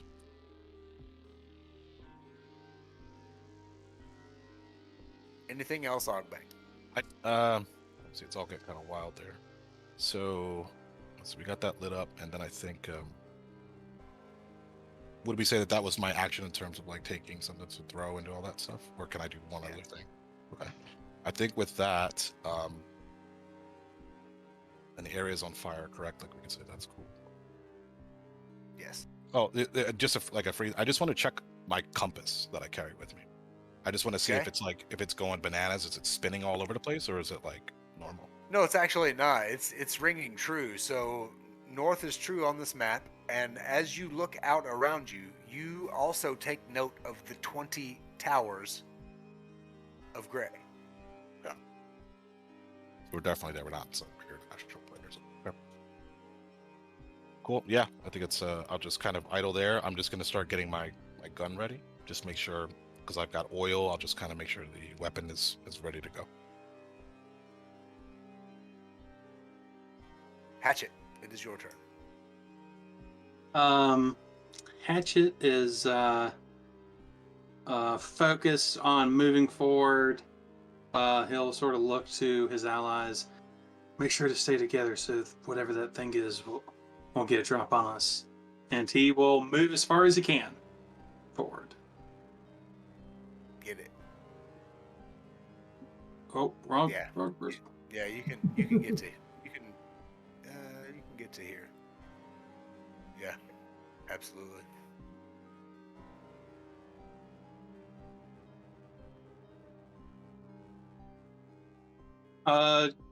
Does Hatchet see whatever that abominable beast is? As you arrive toward the top of the stairs, you see an orangish glow emanating forth from the center of this courtyard. There are tentacles whipping around it, and your sanity is assailed for but a moment. Ogbang, it is your turn. Right? Are the skeletons that remain, are they still in the fire? Is it burning? Like what's the status with the fire there? They're kind of crawling their way out of it towards you. Okay.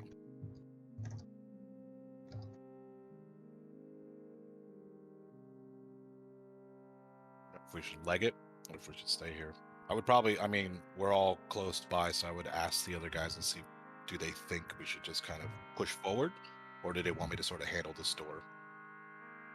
Because I got ideas.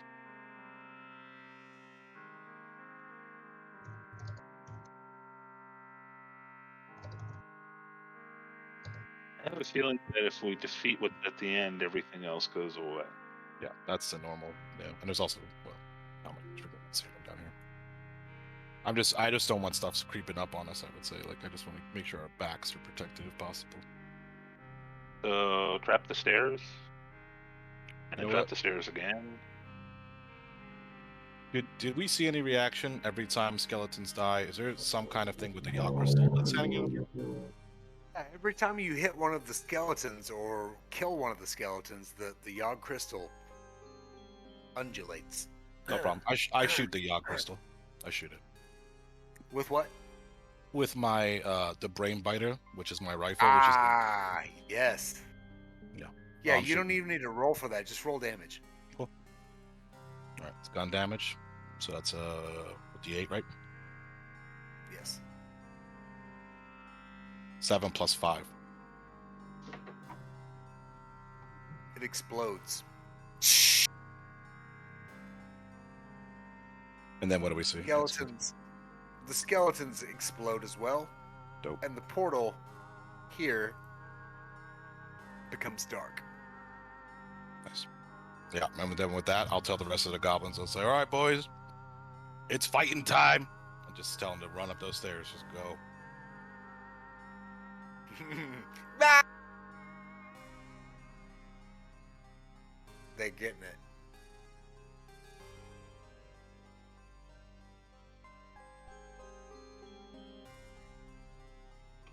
Hatchet.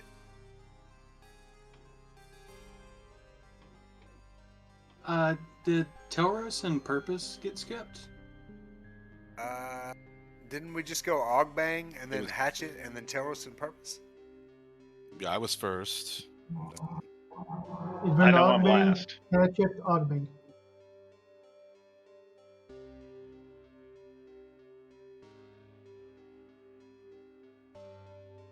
Ah. Oh, Ah.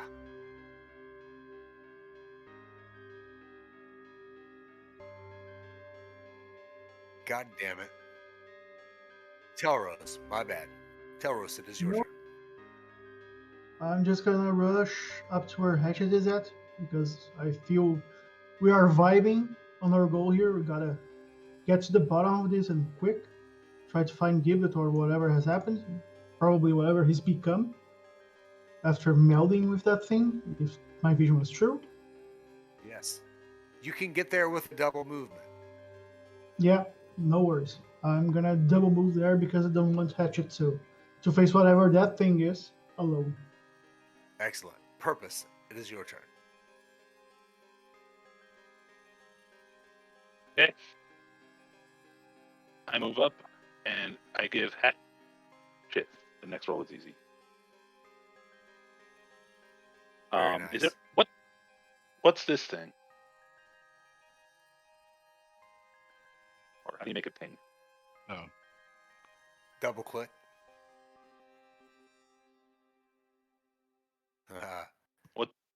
What's that? I don't know that you know that.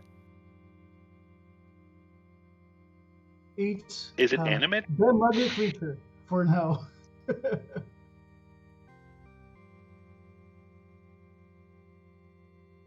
Yes, moving it around, is so I'm assuming definitely it's animate. It's going crazy. Yes. It is definitely animate. Anything else, Purpose? I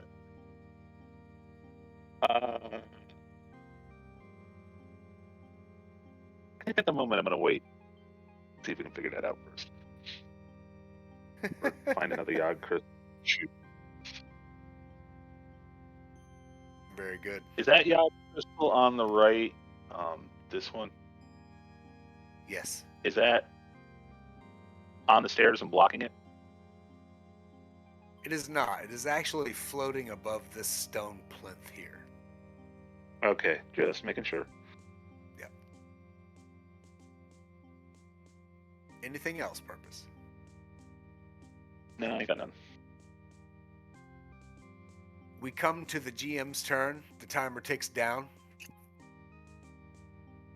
You are all assailed by a vision of a goblin magician with a strange flaming skull head reaching to the sky and pulling down lightning.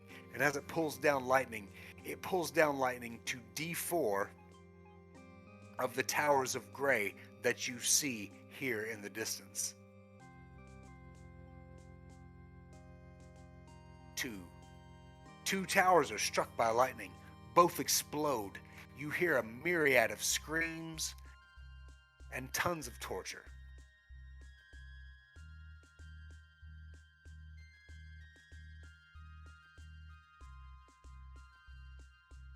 Ogbang, it is your turn.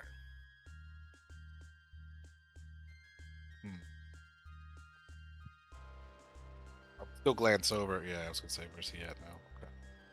Yeah, so I'm gonna definitely run up there, join the boys. Top. I'm looking over here. Let's just double click, right? So, what is this figure here? Sorry. That's what's his name, right? There is a Yogg crystal floating above a floating stone platform. Mm-hmm. And the figure in front of it? Ooh, give me a Let's see. Give me a wisdom test, please.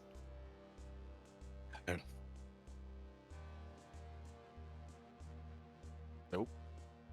Yeah, you see a humanoid figure, shadowy in the distance, backlit barely. Okay. Would my scope on my rifle have helped? As you look through your scope, you see a scarecrow, toothy, and canvas.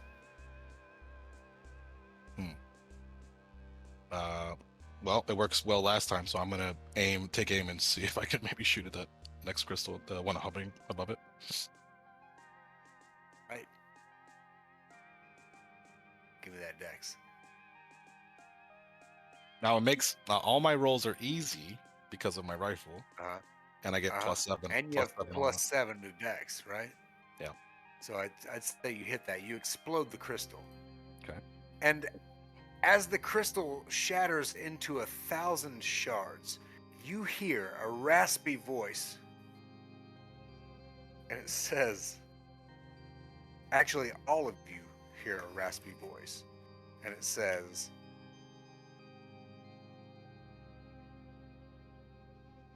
"Goblins forgot we should be fighting and winning. So I'll show 'em how it's done and become the new boss." Love it. And I need for all of you to make a defense roll. 24. 14. 12. Okay. I'll get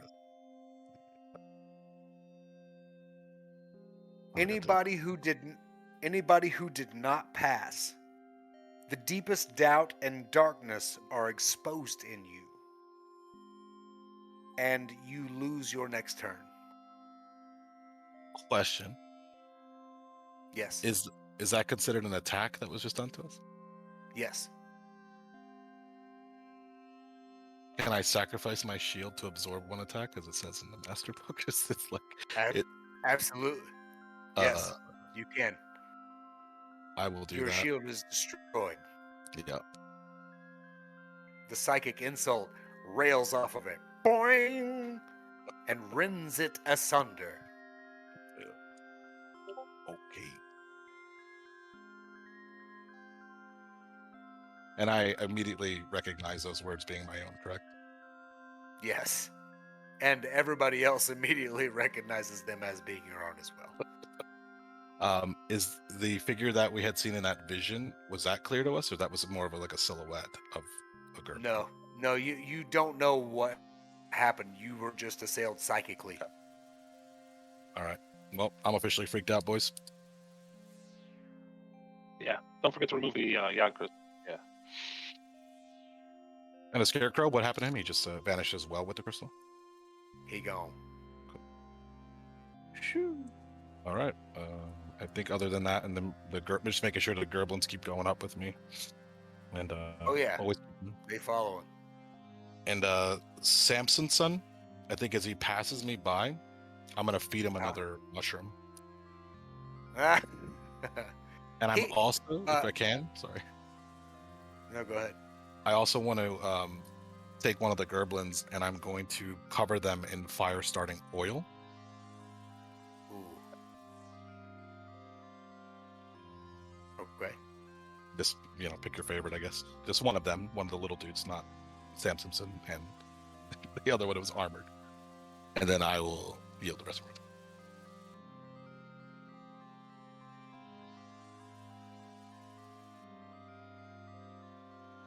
Say this fellow here in the forefront is covered in flammable oil. Yeah. And I'll also maybe give him a little pep talk too, and I'll say, "This is the will of Gork and Mork."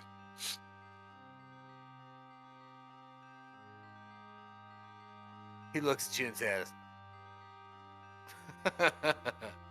he's ready to go. Nice. Hatchet, it is your turn.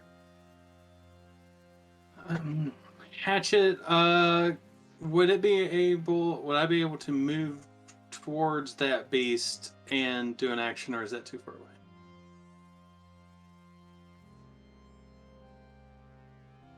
This beast.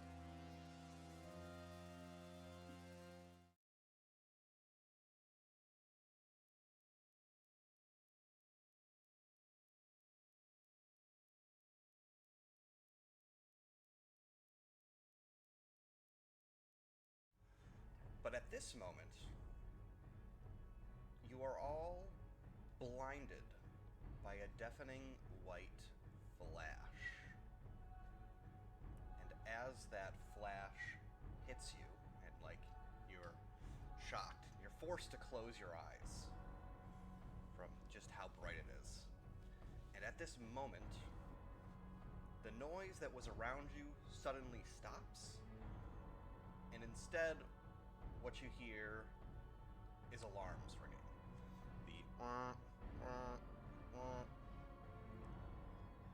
You also hear speaking in some language that is unfamiliar to you, coming over a loudspeaker. And as you come to, or open your eyes, I guess I should say, after the light finishes blinding you, you arrive here. And those sounds that we heard, that klaxon was a... Is that something we would have known from being in the keep, or is this totally foreign? Very different sound. The voices or the alarm? No, the alarm. Yeah. No, the alarm is also totally foreign to you.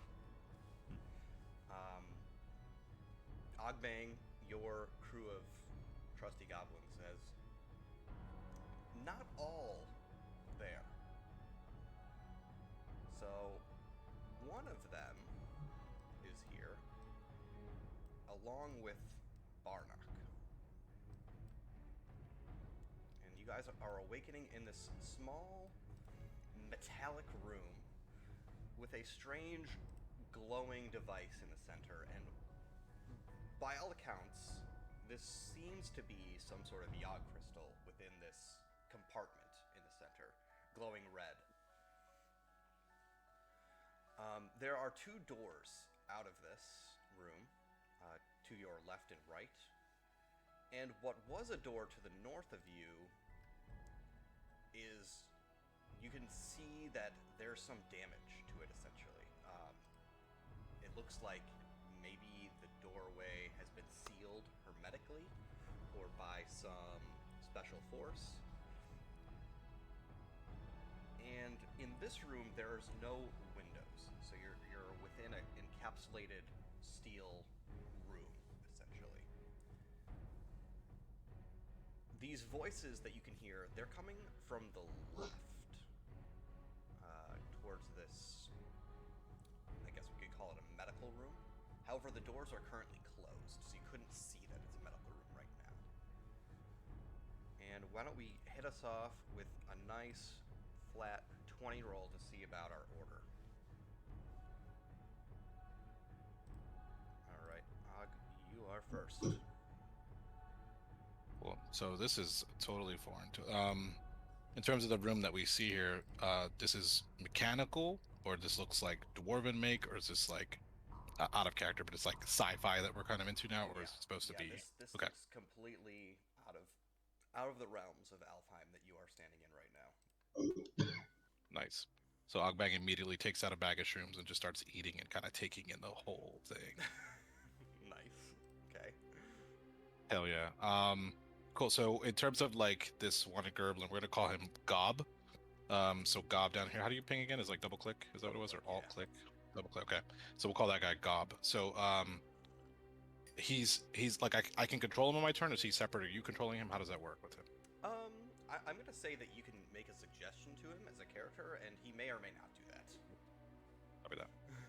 All right. Yeah. So okay. And this thing in the middle here, can we inspect? What is this? You said it's maybe a yog crystal in the center? Yeah. So it's this glowing device that appears to be a yog crystal encapsulated in some sort of like glass tube or chamber, and it's glowing. Absolutely. Okay. And we have a locked door to the left. Or is it the right? It's just closed as far as you know. Maybe open. Okay.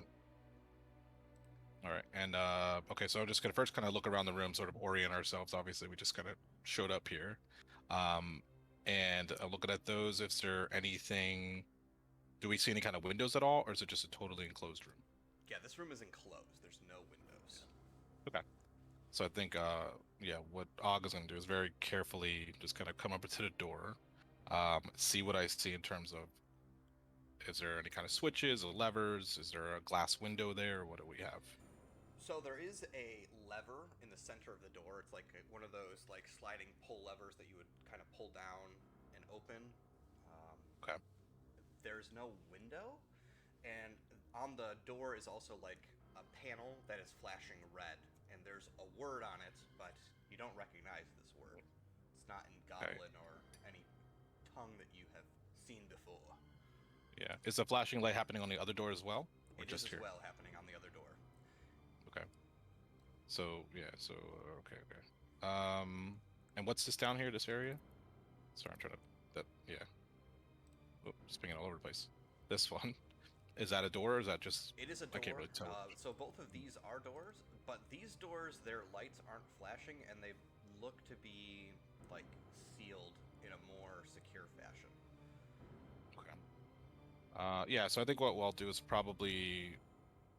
I mean, red lights probably aren't good, so maybe we just come down here and say. I just want to kind of see what I can see or hear near that door.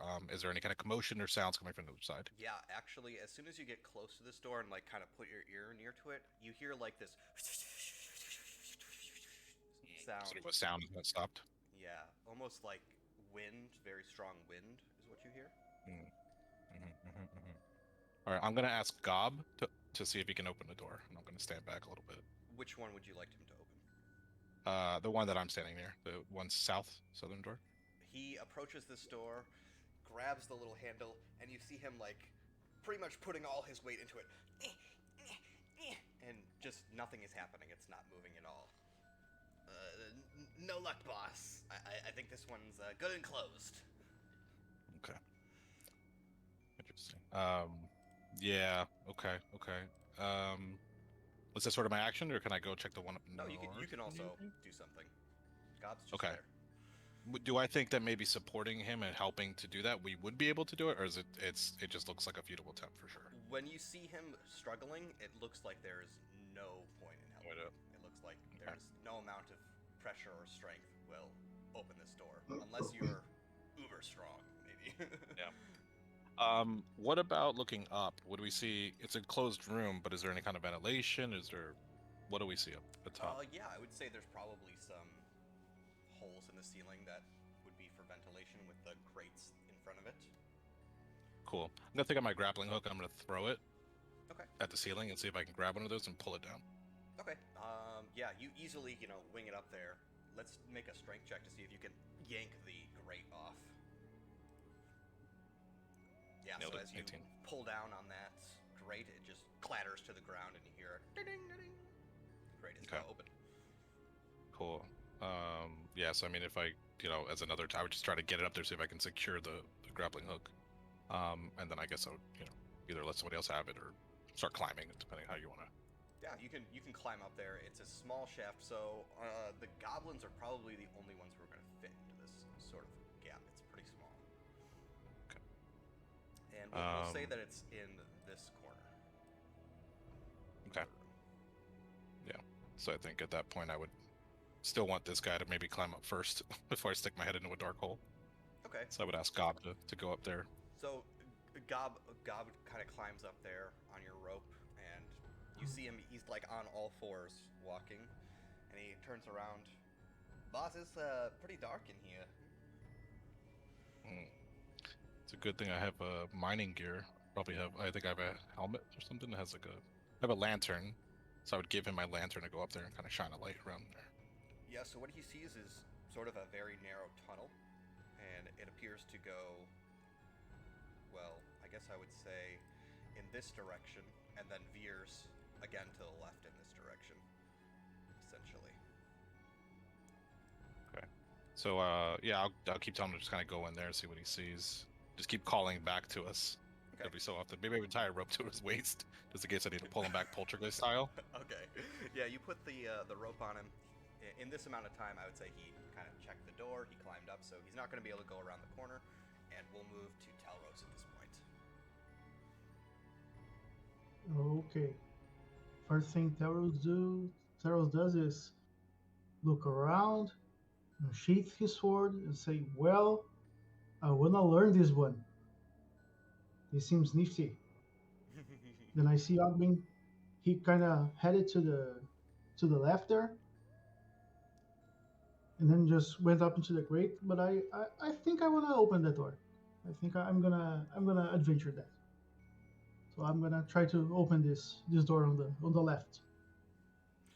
Okay, so as you walk up to this door on the left, as you like put your hand on the lever, you can see that this thing it's going to open right up. There's no resistance, so you just push the lever down, and the door opens inward.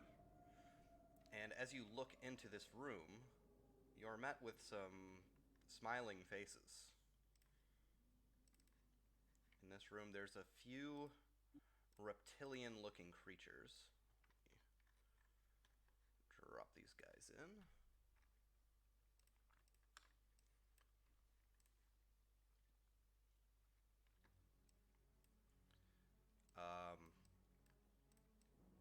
And they appear to be having some kind of medical thing done to them. So this guy's kind of in this bed here. He's getting some kind of wound sewn up on his gut, while a couple others, scramble around the room. One of them is, taking care of him. Others seem to be, looking into this panel on the left side. And as the door opens, they turn, look at you, and shout something.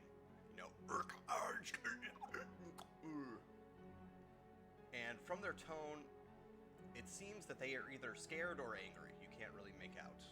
But they're pointing at you, and they look nervous.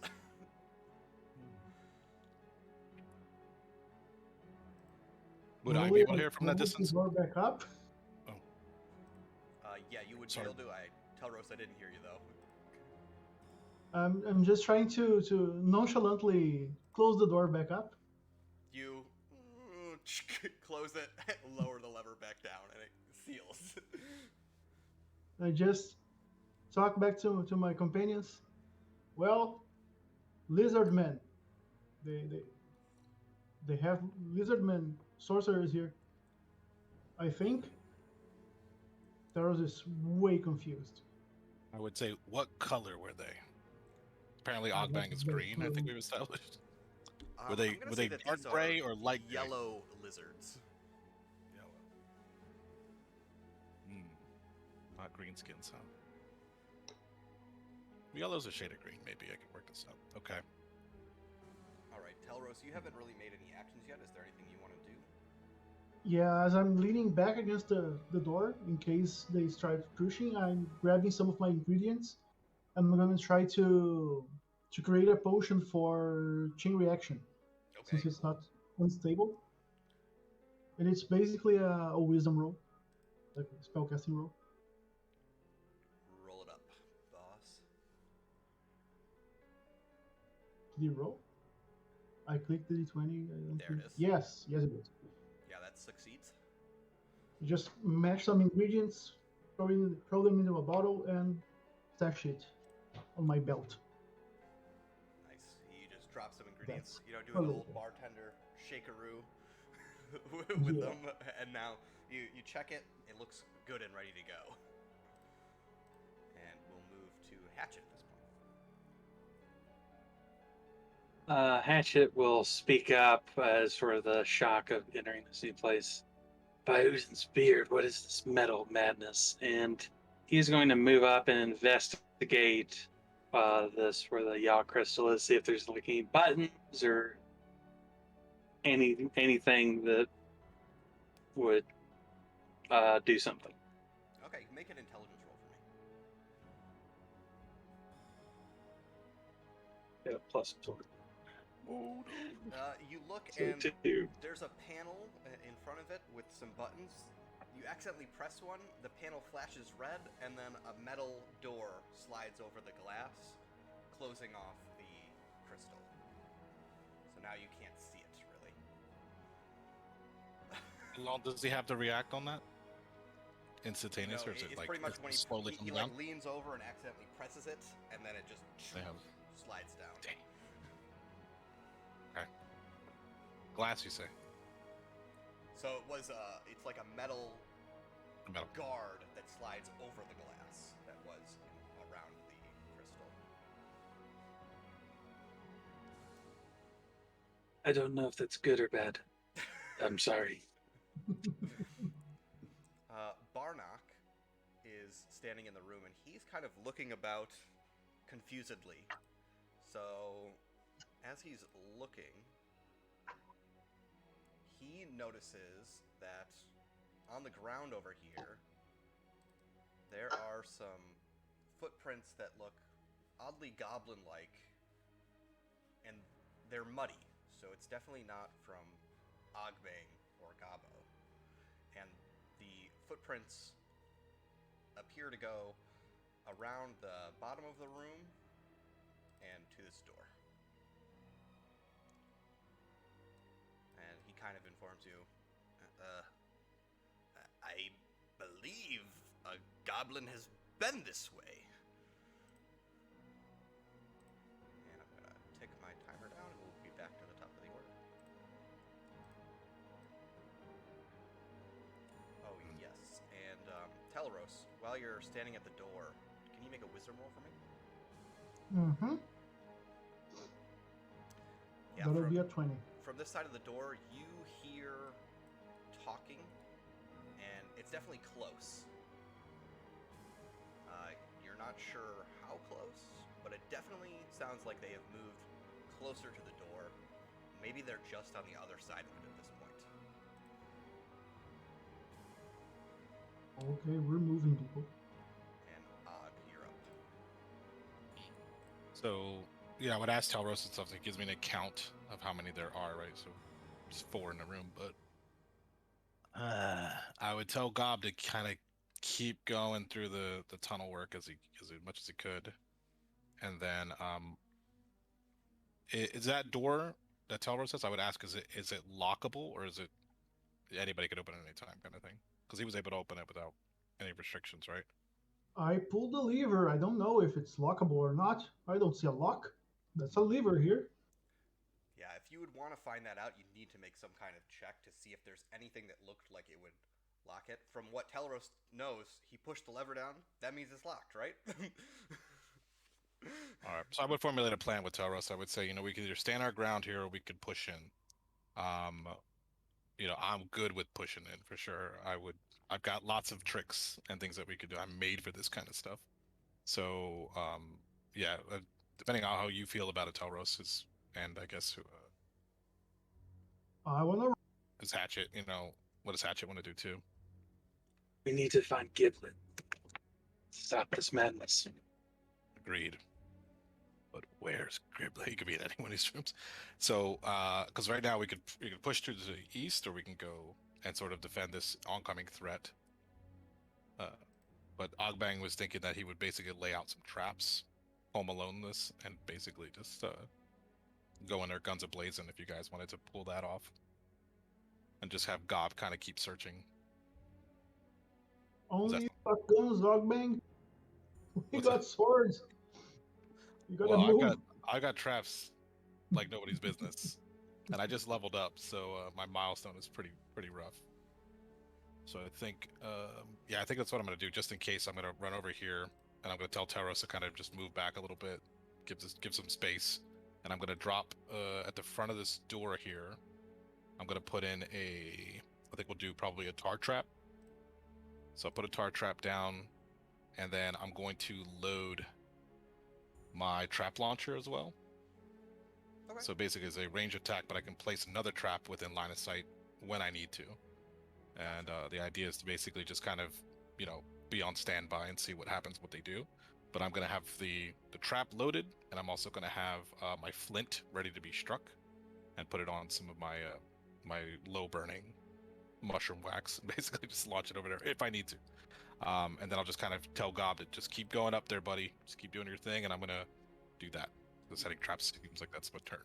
You put it in front of the door with where Telros was, right? Yeah, Okay. Just right there. So basically, if somebody comes in, hopefully they won't be able to see it. Maybe I'll kind of cover it up with something, whatever we have. I'll sprinkle some shrooms on it, maybe to entice them. That's what I'll do. Okay. Who doesn't like red caps? Come on. True. I'm just gonna mark it here so I don't forget. Telros. Okay, I'm gonna straight up move to this door that Barnock pointed out, and since I got the hang of opening them, I'm gonna try opening this one too. So you lower the lever, but after it's lowered, it goes and it does not swing open. Okay, I'm gonna try to fiddle with the door. If anything is movable in the door, on the door, I'm gonna try to move it. Yeah, there's kind of like this same sort of panel thing going on here. You can make an intelligence check to interact with it. Damn, we're really high today. 18?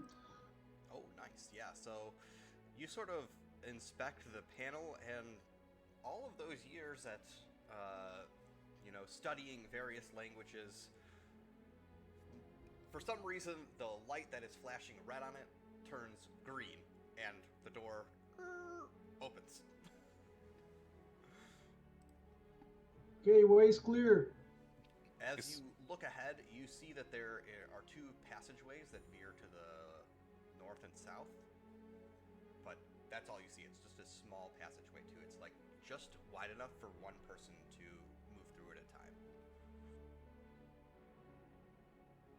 Is there anything below it, or is it basically just like you plummet to your fate, basically if you fall off, or is it just like a walkway, catwalk, or what are we? It's not a walkway. It's more like a tunnel, just a small one-way or a passageway wide enough for one person.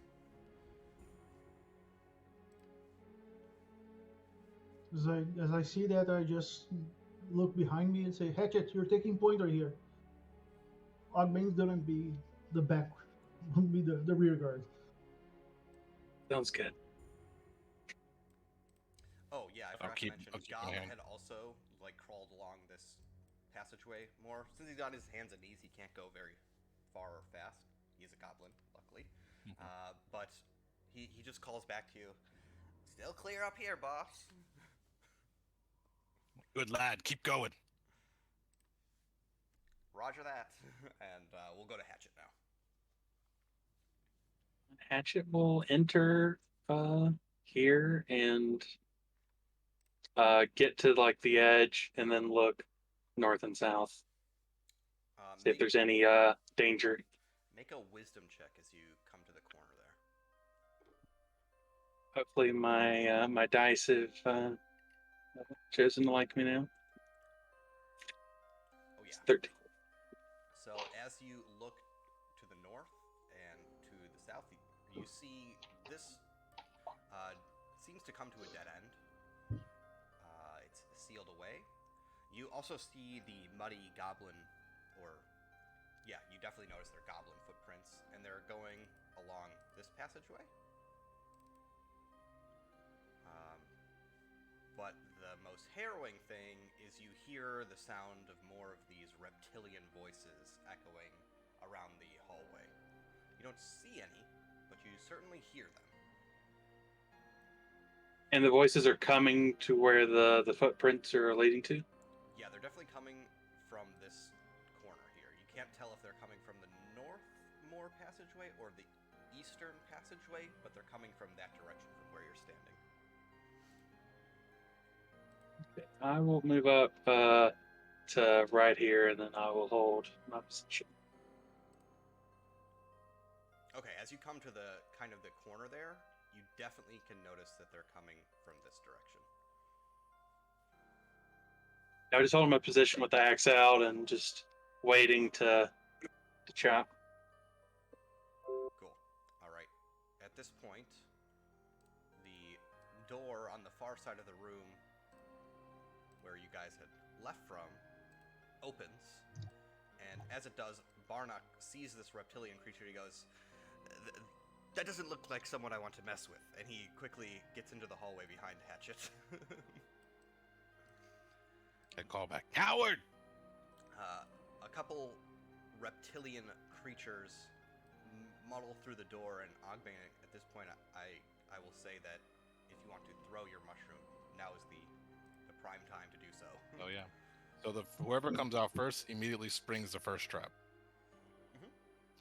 So that trap, because I'm a trap expert, damages all foes near the trap when it's tripped. So both of them. Yeah, and it was a immobilizing burning trap. So when it springs, it ignites. Ooh, okay. So immediately we'll get basically both of those guys in that adjacent Go area. ahead and roll basic effort. We'll do that for fire. Oh, basic. Oops. Oh, Oh, Jesus. I rolled that 20. I wasted that, I guess. Basic should be what, the D4. Yeah. Okay, so Yeah, there it goes. 20 and 1. Nice. Yeah, they each take 1 damage, and then Okay. Are you? So it already starts them on fire, though, right? You said you were preparing a flaming Yeah. mushroom. Was that just a throw? Yeah, in addition? that's for my. Yeah, so it's a different trap. Yeah, so I've got 2 different kinds with me. Okay, so yeah, with so that that- 20, then we'll consider that your throw of the mushroom. So what happens yeah. with the other trap at that point? Yes. So the idea was to launch that past them into the next room, to basically cause it like where the other 2, just kind of flinging it into the room to cause as much chaos as possible. Oh, okay, like behind them, essentially? Yeah, yeah. So they get stepped in there, they trigger, it explodes, then right between them, as they're sort of dealing with Okay. whatever the fire, and then it would explode. And this one, because it has it's another trap expert, so it will explode. But this one is not immobilizing. Well, it will because I put the stuff on it. But this is an immobilizing that immediately does 1 damage. It's a hunting snare. Okay, so pretty much I'm going to say all of them take another 1 damage. Yeah, it would be hunting snare and then burn if you were counting those for 2. But however, you And want for to the just- 20, take a hero point, just to have it on deck for Oh, yeah. later. Good need it. Yeah. And now that they've stepped into this trap, they're like, "Right, and they point at you, clearly upset, and they're gonna try and break out. So we'll have both of them roll here. And yeah, the stickiness, they sort of like, they have, it looks like a metal pipe essentially, and they just whack the thing off, and they start running. They're gonna get right up to you, actually. Okay, whoever's closest, I'm going to use a Crown of Madness on whoever's closer. You can do that on your turn, but since this is like, Yeah, I wasn't sure if it's an action or if it's like a thing. Okay. Yeah, it doesn't say, it's just like a loot item that you carry, and it says yeah. that's what it was. Yeah, that's fine. So they're both just gonna kind of swing with these metal pipes on you, and we'll see what happens here. Bring it. Bring it. Oh, God. Plus 1 to That's each, gonna hurt. so 15 and 13. 15 and 13. Yikes. Yeah, they're gonna crush my def. What about dexterity? Because they're kind of slow. Can I do anything to get out of the way? They're not exactly slow. Once they're broken free of that trap, they rush up to you. Okay, so they're not hindered at all. Dang. Yikes. Yeah, I don't think I have anything for that. I got nothing. Yeah, they're able to do that.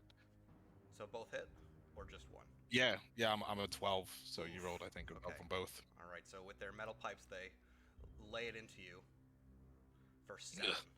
One clobbers you. It hits you right in the square in the head. The other one, it kind of bashes off your arm or your leg. It doesn't seem to hurt as bad. Yeah, with the swollen, I'll just say, Gorka Borka provides.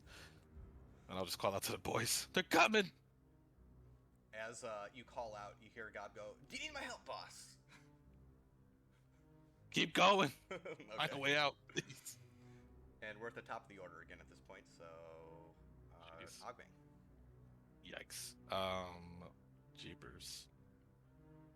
Well, I think, yeah, I'm gonna leg it as far and as fast as I can, I think. I don't really have much here. Yeah, I think that's what I'm gonna do. I mean, that's too risky to run away. I was gonna say, because it isn't, my whole action would be using the crown.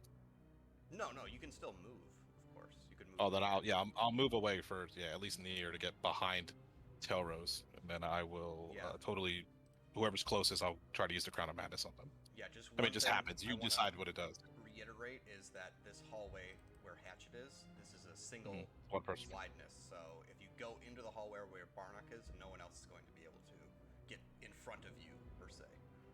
Let's see. Even though I'm a little gerblin? Even though you're a little gerblin. It's Dang. a pretty narrow hallway. Okay. So I'm gonna, maybe instead of that, I will try to start climbing the rope and see if I can get up to the top of the rafters. Okay, yeah, you can, you grab the rope and climb, shimmy yourself up, and then throw the crown on your head, and which one are you looking at? The top or the bottom? Whoever's the top one, probably because it's closest to Telros. Sure. I'm just trying to give him some time to do something. So it just does an action, right? Randomly? Or do you have to roll or anything? Yeah. I choose a target, and then they have to take a random action. You decide, so it says GM's roll. So you would basically decide what they would do, and then we just roll randomly and see what happens. Okay, so, yeah, this guy, as you, point at him using the Crown of Madness, he immediately just starts walking back out of the room. Yeah, Confused. I'll tell Telros, I bought you some time! He kind of looks Fly, over you his fool. shoulder confusedly as he starts walking away, like, why am I doing this? But he does. He just starts walking in the other direction. Nice. Hell yeah. And Gob, at this point, he's gotten to a point and he goes, boss, I've hit a dead end. I got some grates up here. And he says there's a grate to his left and to his right. And the one to his left...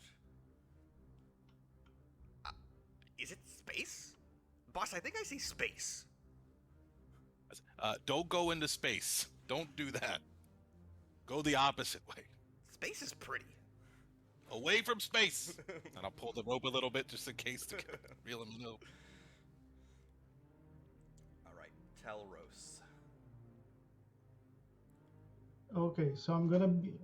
Taurus is gonna move steadily towards the tunnels there, but he's also gonna try to help Ogbank, so he's going to use his only non-combo spell and try to blood mist from the reptile towards Ogbank.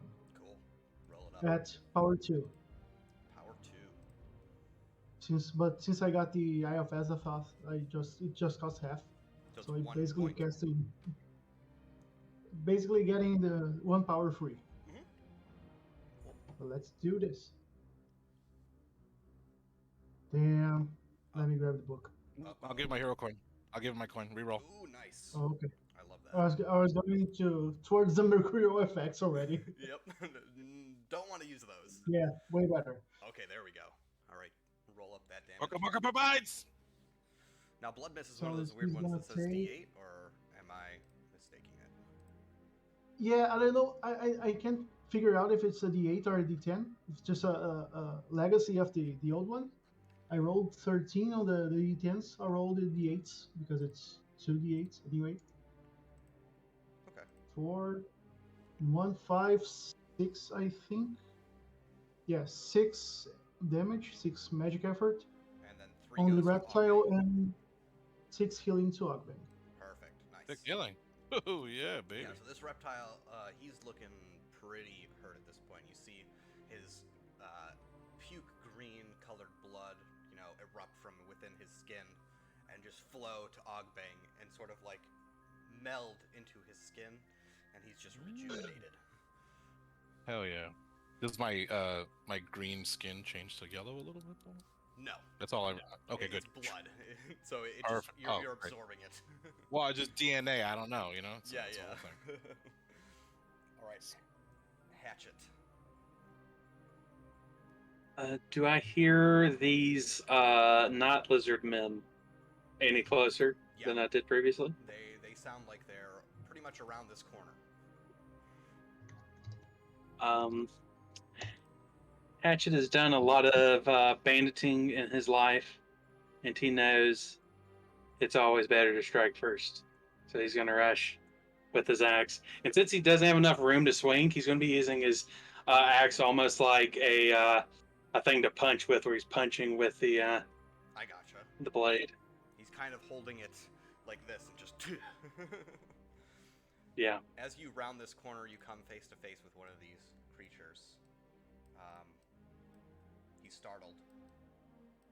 and I imagine you just swing, right? Yeah. Roll that up. 6 total.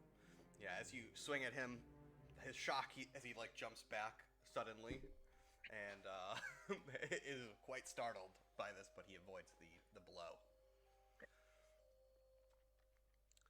All right, and at this point, as you guys are, getting your feet wet, you could say, you feel a sudden, violent shaking, and I need all of you to make a dex check.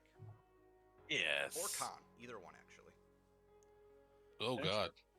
I would choose The con. target. That's 7 plus 2. Ah! Your overconfidence got you. It's plus 7 dex. I mean, it barely fails me, but yeah. Got me. I felt by 1. Damn. Me as well, right? Dex or con, yeah, Telros, and Barnock, and Gabo. Con then? You want me to roll for? Oh, sorry. Oh, you're rolling for him. Yeah, I got Gabo. Oh, it's an 11.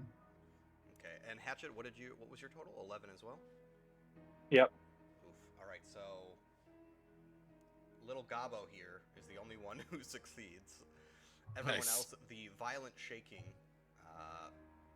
knocks you around, and you guys also see the reptoids in this room, and in front of you, Hatchet. They're also, like, kind of shattered by it, but their boots seem to, like, keep them grounded, while your guys just kind of slip, either bashing into the wall, or hitting your knee onto the ground, and you all take 1 damage.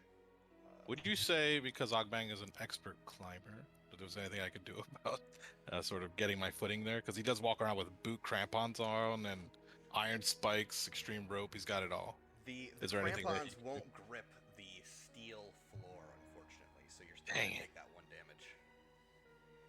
Well, I'm at 9 now, yeah. Oh, that's okay. Forgot I wasn't at 3 anymore. Barnock quickly follows Hatchet, pointing at the goblin footprints on the ground still. That goblin definitely went this way. This reptoid who got blood misted, he has no idea where it's from. He's not very familiar with magic. So for some reason, he saw Ogbang point at his friend, and he assumes that you're the one who hurt me. So he just like slowly looks up at the vent, at this small green creature, hiding in this vent. Looks at his pipe and just chucks it at him. And I'll let you make a dex roll to get out of the way. Yes. Plenty. Yeah. That's like 26. The pipe clatters on the outside of the vent, and it obviously misses you. Nice. And then I catch it. The guy in front of you, he's also a little bit surprised. He doesn't have a weapon, so he just, swipes at you with his reptilian claws. Oh no. Oh no. This is dice. Oh god. Oh, God. Why must you be so cruel, dice? Ooh. One of those nights, huh? Yeah, as he reaches forward with his claw, he digs into your armor piece, and as his claws meet, you feel blood. As you look down, you suddenly just collapse.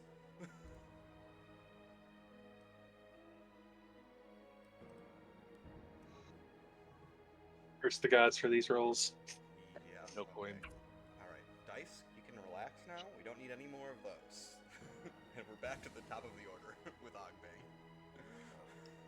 So I would have no idea what's going on in that room. I just probably hear screaming and commotion.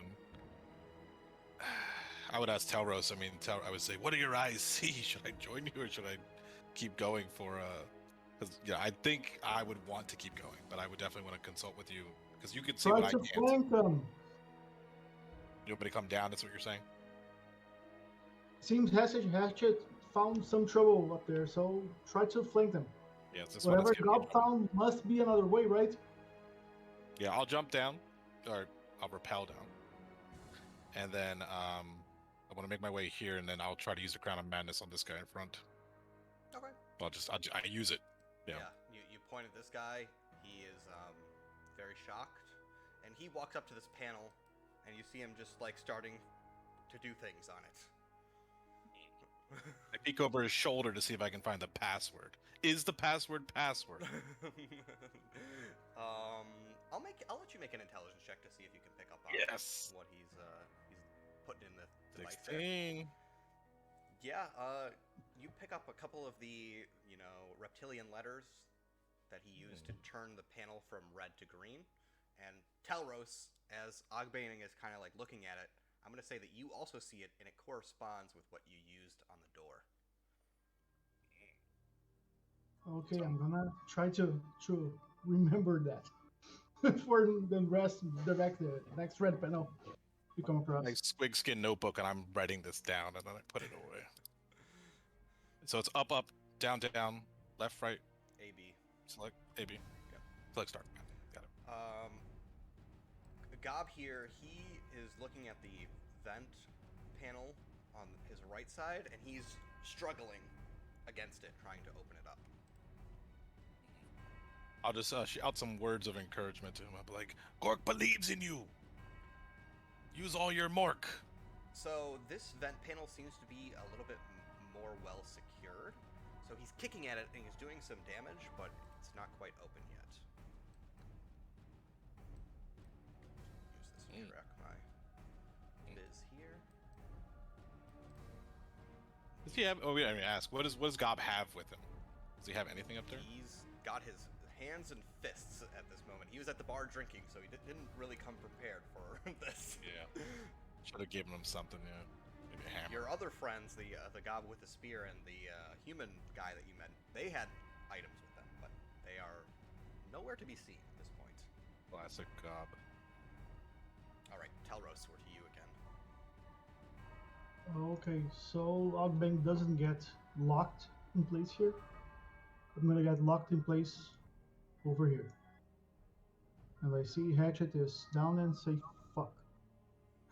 Yeah. Yeah, you see like a reptilian thing looking around the corner at you and Barnock now. How tall would you say Telros is? Meh. Let me try to put it in foot and inches. No, It's not the usual system here. Hey, quick conversion. Yeah, let's go to Google. 5'8", 5'9". So yeah, okay. Like So he's close to 6 feet. 67 or something like that. So as he's kind of pulling away from me, I think Ogman is about like 4 foot tall. Can I kind of jump on his back and Yoda and just like let him like backpack Yoda me through this thing? Yeah, Telros allows it. Telros, take me with you. Sure. Woo! Oh, yeah. I only have a cloak on my back anyways. Yeah. Okay, so I'm gonna try something a little bit more extreme, but I think it will work out somewhat well. I'm gonna try to blood mist myself to heal Hatchet. Whoa. Spicy. However, Spicy. damn, Does it- blood mist doesn't want to work with me. Oh no. Does it work like what is the mechanic of it? Does it work like if could I help him with that somehow? Oh, could I shit. bloodlet myself and then Being a Move some of that spell around. there's nothing you can do. dang. I rolled on the Mercurial Mishaps table, Yep, do it. Go and ahead. I got roll the that. spell bug, so I'm gonna roll a d4. Just don't blow up because I'm on your back. 2 turns without spellcasting. Oof, okay. We're running anyway. Rough. All right, Hatchet. Time to roll that dying timer, and let's see if you got 20. Dying timer is a D6, right? Or is it D4? D4. D4. Always mix them up. Go on. Go high. Yes. You can go ahead and drag that die in as well, just to keep track for yourself.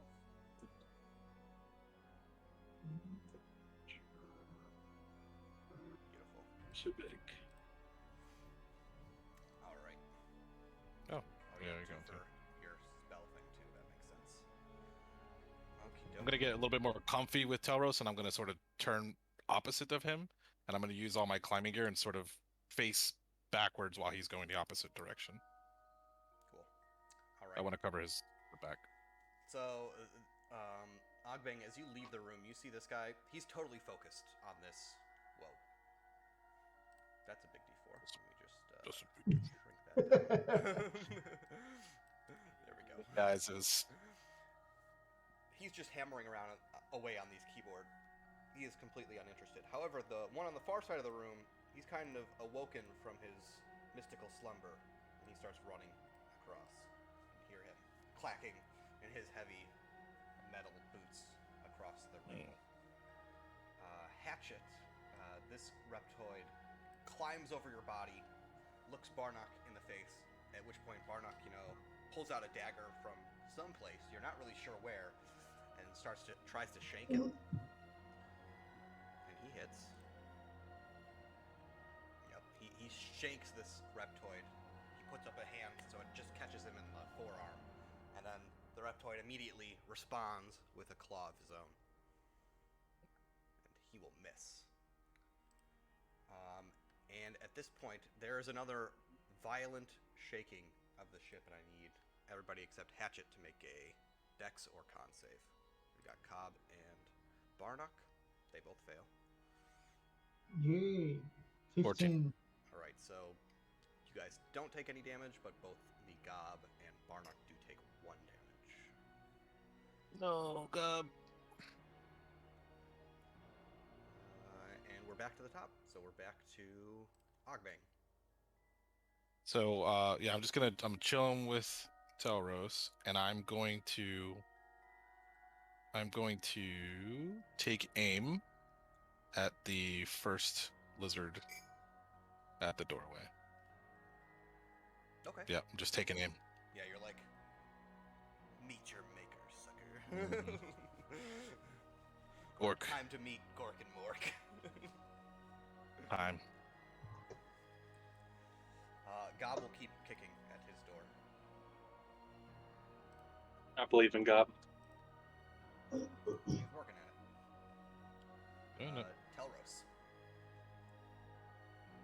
Okay, I haven't got much to do without spellcasting, and kind of stuck here. So, yeah, I can't do much. So I'm just gonna chill. Do you want to recover? Just gonna be here. I don't know if I've taken any damage. I think I've taken 1 only. Okay. Yeah, you only took 1, I think. Yeah, 1 from the shaking. I think that's it as well. Yeah, I'm good so far. I don't think I'll try to do that. All right. Hatchet. 20 roll. No, All right. Barnock at this point, he goes for another shank on this reptoid in front of him. Nice. Hell yeah. Let's go. living up to his legend. Oh. Come on now, Barnock. We need some damage. He shanks him again, but it's a weak stab. Ogbeng, you can make, or no, that's not a ready shot. Taking aim is an action. So he comes around the corner, and now that he has, he still has his pipe. So he, lays one into you with his metal pipe, or tries. That'll be a 9, so I'm assuming that misses. Nah. And then the other one on Barnock will also miss. And that's it for GM turn, so we're back to Ogbeng. It's moving quick. Yeah, the one in front of me, I immediately drop his HP to 0. Yep. I hit him with the lethal aim. You clock your brain biter right up to his skull and just he's missed it. I say, ha! Gork's gotcha! And then I'll take my thumbnail and I'll carve another notch into the many that are on the barrel. Alright, Gob will keep kicking. Fortunately, he's getting a little tired up there. Hey, Gob. You can do it, Gob. Telros. Let me ask you this, Telros, do you want to switch orders with Hatchet so you go after him? I guess it doesn't really matter since you're kind of stuck in either way. Yeah, I'm just gonna die out my timer here. Okay. Oh, you know what? And tell Bardock to hurry up killing this beast so we Why can not- get to Hatchet. why don't you do this? Make an intelligence check, and if you succeed, I'll kind of allow you to have your spellcasting back now, since you didn't do Okay. anything last round. Okay. Yeah, no dice. All right. Hatchet. Actually, bad dice, but Oh my! Oh Nice. yeah, All it's right. back. So I'm gonna kind Welcome, of put welcome. you in mastery, right? and mastery. Yeah, make sure you mark That's that. our mastery. Oh, I got a mastery too. Dang it.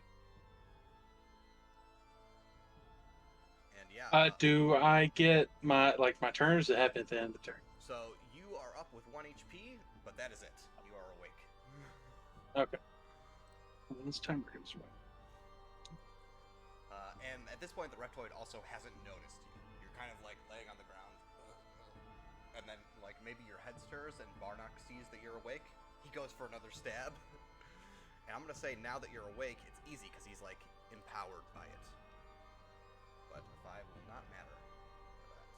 And Reptilian's turn. He's going to claw Barnock again. And as he claws, one of his claws gets actually stuck into the metal wall.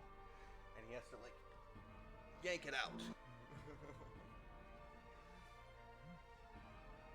This guy suddenly sort of awakens from his strange state of, operating this device.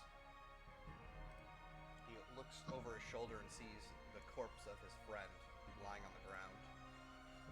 He immediately rushes over, sees Ogmang, and he's gonna go for the claw as well. He doesn't slip on the blood, huh? I was hoping he would. He does not slip on the blood. He reaches forward with his claws, and he will dig into you. Yeah, it's meet it or beat the. Yeah. Question. Can I take that damage? Like rolling thrones of Hogmane? He Since is our thing is on on your my back? back. If you want to, I'll allow you to kind of switch positions. Yep. Yeah, sure, go for it. You take 2, and take a hero point for protecting Nice. your friends. Well, that way puts his hands up. Whee! He's just kind of spinning around with Terry. Point me at him, boss. This needs to go down on the timer, and then we're back to Ogmang. Hell yeah. Alright, so now we're the opposite direction, so I gotta figure out what I'm gonna do with this guy. Okay. Let's see what I have here. So we're close to... Would I be within near of the one on the east? Near of you. His hand is currently stuck in the wall? Yeah, he's kind of Was like it a close? struggling with his hand. He'll get it Okay. out by his turn. But... Okay. Yeah. I have the plain sword called Oath. It's of elvish make, and it was sort of mysteriously an item that so I don't really quite know exactly everything it does. I've never used it before, but I will hold it, and I will say that yeah, I basically swore an oath of enmity to anybody who had wronged the person who had fallen to, who wielded the sword and who had perished. And I will say, I will fulfill the oath! And I'll come down and I'll try to chop the hand that's stuck. Okay, it's going to be hard because you have to swing over your friend. I'll do it. Do it. Can I use Dex? For a sword attack, I don't think so. Let's go with strength. Oh god. It's so low. It's 7. You Nope, go, but I tried. In the minimal room, the sword kind of gets caught on the ceiling, and as you swing it, Nice. it's a little short. I tried. I'll try to fulfill the oath next time. Gabo will keep on kicking. Gob, gob, gob. No dice. Thank you. Telros. Okay, since I'm face to face with that reptile, I'm gonna try to swing at it with my sword, my wizard's blade. Ooh, nice. May the dice help me because they've been sucky. Yep, They no are dice. A cruel mistress this evening. Oh, coin! Who said that? Not me. I don't have one. Yeah, I missed. Okay. To Hatchet then. Hatchet is going to, from his down position is going to grab his axe once more and start like punching and doing these very like shallow cuts on the reptoid's legs as he like is standing up on one knee. Oh yeah, this is an easy one for you. You're totally surprising him. Please, dice. Oh yeah. That is 14. And I get +2 weapon effort, and I have +1 for 4. So this guy's looking pretty hurt. He's not all the way down yet, but he is certainly wounded. Barnock will see this opportunity of you stabbing him to join in on the stab fest. Stab. Nice. Okay, so Barnock finishes him off. You know, as he looks over his shoulder at the sudden axing of his legs, Barnock goes for the throat, and a gurgling sound is let out as he collapses to the ground. Goes, haha, nailed it. Never doubted you. Okie dokie. Hatchet, you can move if you'd like as well, now that he's down. I will move up to this corner to give people space to move. Cool. Barnock will follow you, hearing the sounds of fighting from behind. Okay, so now we've got Reptoid and Telros. He sees you swing with your blade. You know, he nimbly gets out of the way and then goes for another claw with a slight grin on his face. 13. Nope. Okay. As he reaches forward, you sort of deflect his blow with your blade. Ching! A clash. And timer went down. That is it for me. Back to Og. When I look at this lizard guy, I mean, how does he look? Does he look like he's got some good wounding on him, or is he fresh? He's pretty hurt. This is the guy who got blood misted, so he's pretty hurt. Pretty rough, right? Okay. I think what I'm going to do is take out. I'm going to take out my hunting snare. I'm going to tie my rope to it, and then I'm going to prime it. And I'm pretty much within near, right? So hopefully he's still distracted enough with Telros that I can take my trap and essentially throw it directly at his face. Okay. It's a bear trap, essentially. I will say you can do it, but it's hard. I guess Can I use Dex? Dex or Wisdom, I would say. Oh, Dex maybe, yeah. And that's be 15 then? Yep, gotta be 15. Oh yeah. You slide, or yeah, you chuck the trap. You say, "Telros, duck!" And the trap just comes flying at this guy's head, crunches on it, and that does 1 damage, right? 1 damage, and it immobilizes him. Okay, so yeah, he's got this trap lashed to his face. He's struggling. And I'm holding the rope, yeah, so I want to kind of direct him around. You've got essentially, you know, like Michonne from Walking Dead's rope around the neck of his arm. And I'm gonna say, Telros, he's coming to you, buddy. And I'm gonna say, put out your sword. And I'm gonna pull the rope as hard as I can, right directly in line with Telros' sword. Okay. He will try to resist, but I very much doubt he'll be able to. He is able to. He even beats hard, which is what I had him set to. So he stands his ground. He doesn't pull towards Telros. All right, Telros, you're on your own. Go for it. All right, Get in there. Well, it's easy if I do it again, right? Oh yeah. So I'm doing it again. It's definitely easy. He has a metal trap on his face. Are you kidding me? Come on. Take the hero coin. Hero coin. I'm just gonna add a d12 to this. I think it's the safest bet. Yeah. Okay. Come on, don't. The Yep. 9, yeah. Is that enough? Or... That'll get me over. So now let's do that d6.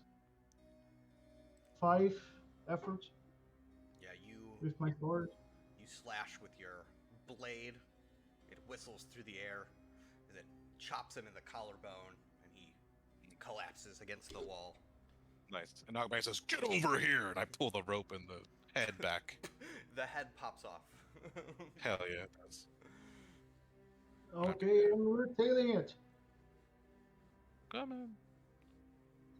All right, Hatchet. I'm gonna stick the head in my backpack, by the way. Lovely. Hatchet is going to recover first.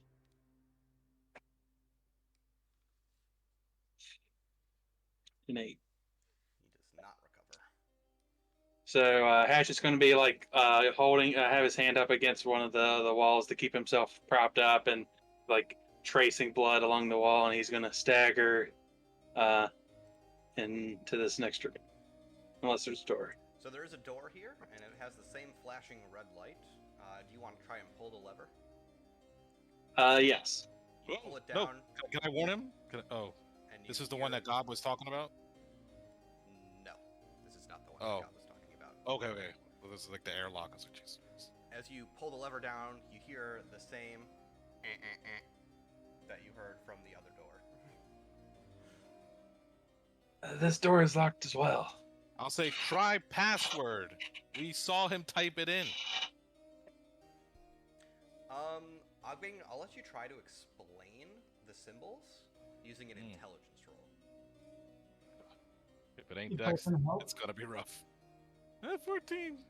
You're Alright. like, it's the squiggly one with the dash, and then the Yeah. two X's with a T Yeah. over it, and, beep, beep, Yeah. beep, beep, and the door, beep, beep, beep, opens up. And Hatchet, Hell what you yeah. see is a long hallway, and at the end of it is another one of these doors with the same type of lever system, Mm-hmm. and it also has a red light on it. This passageway is wide enough for 2. Well, if I can, I will take a step out and That's- still be hugging the wall. And Exactly what I was thinking. Perfect.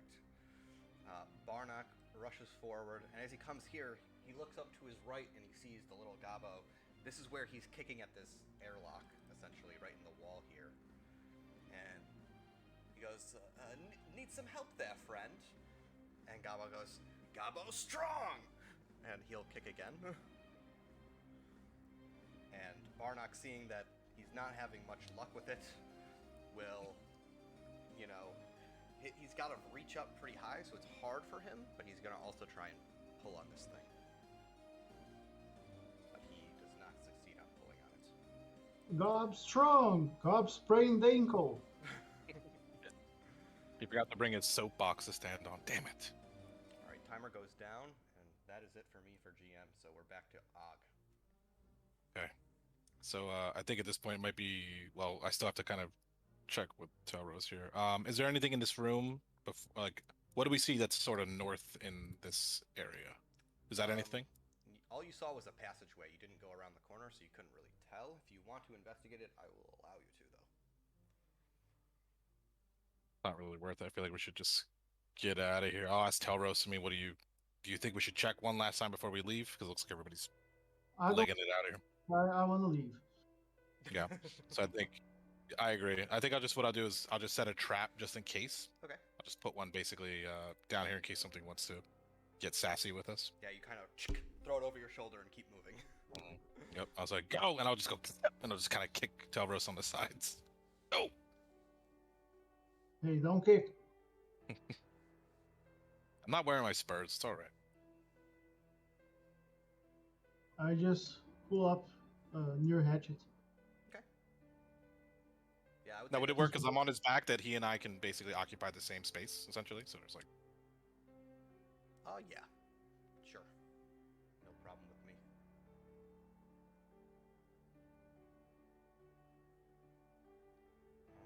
And that I would consider a near move, Telros. If you want to move further and dash, you can. Or if you want to interact with anything or do anything, you can also make an action. I'll let Telros know as well that I have a pry bar. And I'll say, this makes opening doors real easy. I go up to Barnock, just so we can help Gob, maybe. With the pry bar, does that count as a door? This sort of... Yeah, it's a door, for sure. So I'm gonna hand him my pry bar and say, see what you can do with this. But I want it back. Okay. So he's He's not going to be able to do anything on this turn because it's a far move, but, you know... Yeah, I just want to pass it over to him so he has it. You hand it to him and he's ready, looking at it. Yeah, well, he's damn near 7 feet tall or whatever we said, right? So, figure our sort of 4 foot tall, we need to be 3 high in order to do anything. So. And Hatchet, we're to you now. Hatchet is going to try to recover again. Hatchet, what's your life? It is 1. Oh, jeez. Can I throw him a mushroom on the way? Just... You can drop one into his hand as you walk by. I'll drop one in his hand for sure, yeah. That is a success on the recovery, though. Yeah. Yeah, so I will gain 4. And then the mushrooms are up to each GM how they want to play I'm it. just going to do it with 1 HP. He'll pop a mushroom. Okay, make a con check. Hell yeah. Dude, you're killing it. Instead of 1 HP, roll a d12. Woo. Nice. You get that much. Say that was a juicy one. Exactly. Another say that like little moths kind of flow out of it. There's mold on it. All right. He'll sort of like cough some dust out, and then he'll like keep staggering. Yeah. Moving Dust, up. mushroom spores. Who's counting? Yeah, you can maneuver through here pretty easily. Yeah, you can get almost to the door, not quite there on a near move. And all right, at this point, we have the same violent shaking. I need everybody to make those Dex or Con checks. 14. Okay, and then I gotta Hatchet, do no. Gob and Barnock. So Barnock takes damage. And this one is a little worse. It does 3 damage. And as you are standing in this hallway, suddenly a hole forms in the wall. There's kind of a small explosion. Great. Make sure I'm grabbing the right thing here. And it like blasts metal and flames into the room. And How's the air pressure? Air begins to leak out. No. No. It also is very hard to keep your ground now. You're like, have to really struggle to keep your footing. And you can all see from where you are that this hole is expanding in size slowly from the pressure escaping. This just stays at a 1, and we're back to the top. Og. Would you say that you said stuff blasted out, right? So we've got like just debris. Yeah, there's metal bits and stuff in the middle of the floorway here. I have tar. Could I use possibly tar to somehow gum the works? Yeah. I think so. Make an intelligence check to seal it up. Oh god. Let's see. No bonus. Og It's straight. starts picking up random bits of metal, slapping some tar on it, and putting it on the wall. And as it does, you can just see his face like being pulled by the the air being pulled out. Slapping. And you all see that no change is occurring. There's nothing happening there. Can we see what do we see outside the hole? I mean, I'm assuming this is the exterior Space. lining of it's just all space. There's nothing out there. There's stars, or is there another ship? Is there? There is stars for sure, and with your intelligence check, you don't notice another ship. I will say, but there's definitely stars and there's space out there. All right, Telrose, we're to you now. Okay, I'm going to try to free Gob. Hashtag free Gob. We got that pry bar, so it's easy. Easy. Yeah. What is your dice? 3 all night? What is happening? I'm the king of threes. Refresh your browser, man. It's your browser. It's bugged. All right. Try to clear the cache. Yeah. As you're prying, Barnock is gonna put a hand on the pry bar too and push down with you. So let's see if he can make anything happen here. He does no better. I mean, together we kind of come close. Yeah. And Gob kicks. Oh my Oh God. And Gob stubs his toe. You hear him yell out in pain. Ah!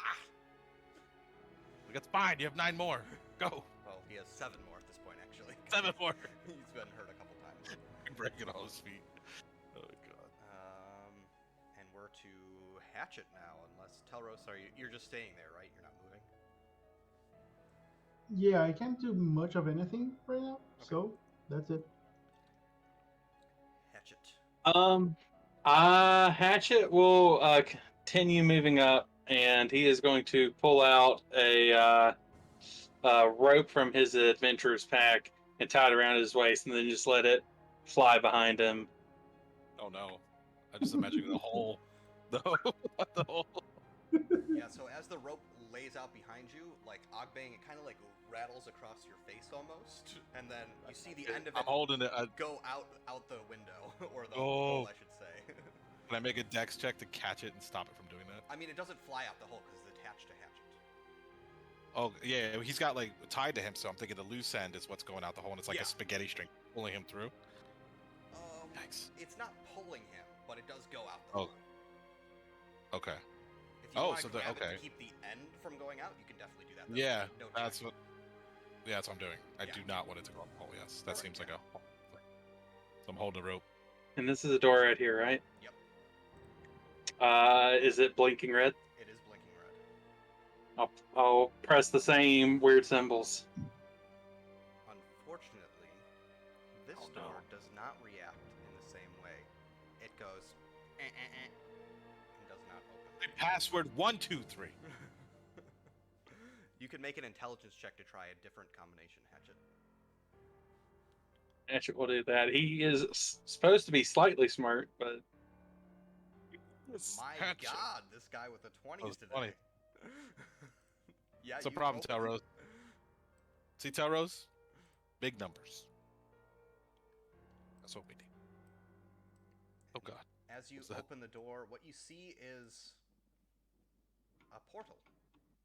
You can't see what's on the other side, but it is green in nature, and from looking at the ground, the Gabo's feet appear to go towards the portal. I found a portal. It should lead to Giblet. We need to hurry. Otherwise, this room is empty, by the way. Dang it. And This door isn't like, it's not one that like slides into the like wall and then will nope, like okay. it's one of those. It opens. Actually, it opens into the room. I will just keep a hold on to like the lever of the door in case the suction gets more extreme. Oh, that was a good thinking because the suction gets more extreme. I need everyone to make a con check to hold their ground. Yes. That's a No. 9. A 9 If it's will be easy enough. for me. 9 will be enough for you if Yes. you're holding on. Barnock, though. Barnock slides towards No. the thing, and you see him like he's holding on, but he's barely holding on. He is I'm reaching out for a Barnock.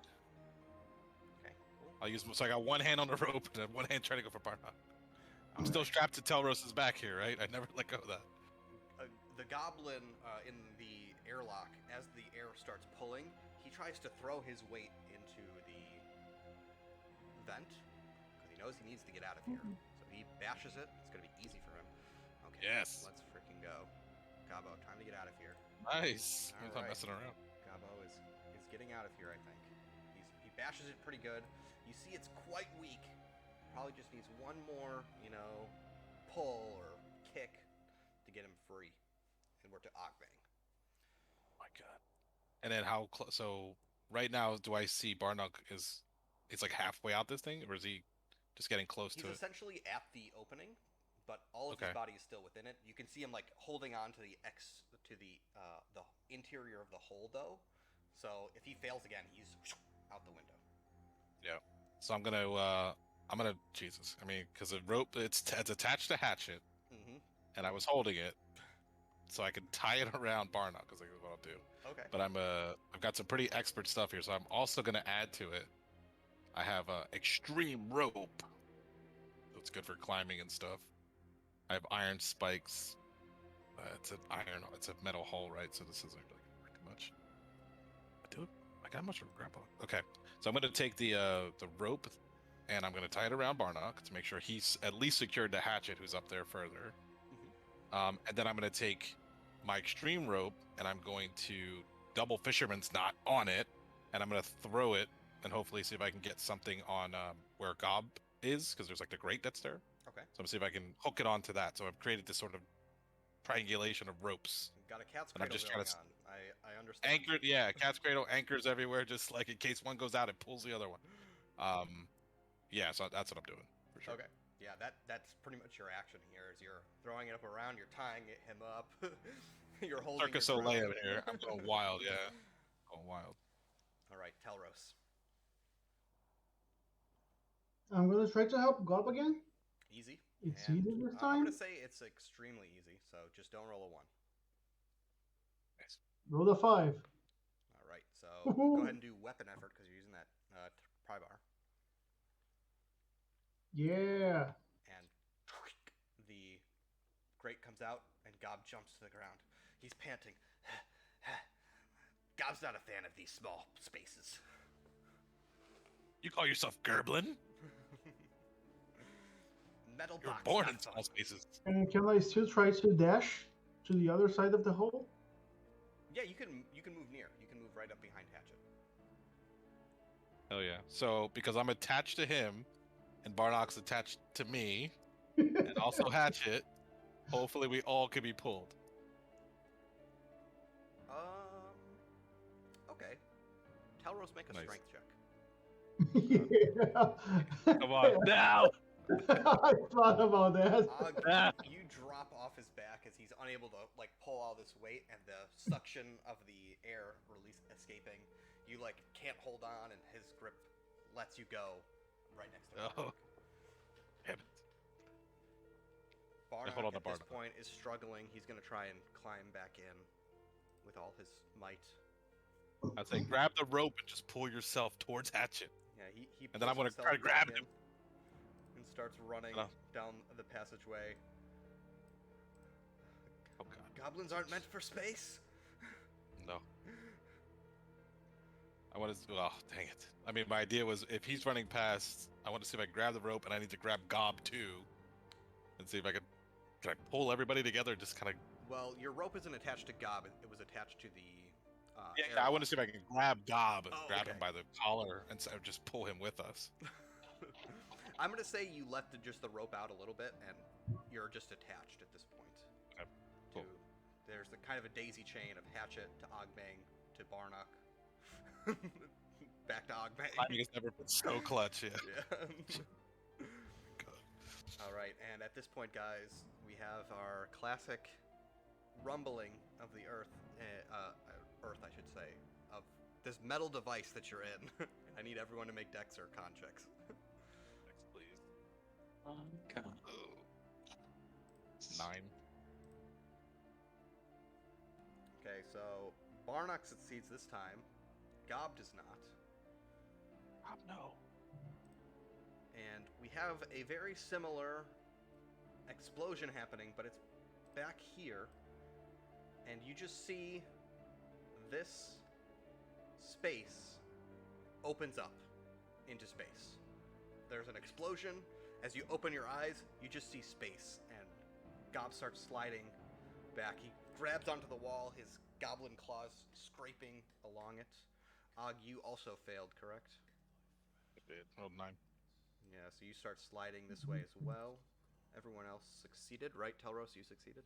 Nope, I failed. Oh, then you also start sliding in this direction. And you Failed all by take 1. 3 damage from the explosion, the flames that lick down the hallway. Because it kind of explodes into this narrow hallway. And you're now, essentially, you're tumbling. Gravity is no longer a thing.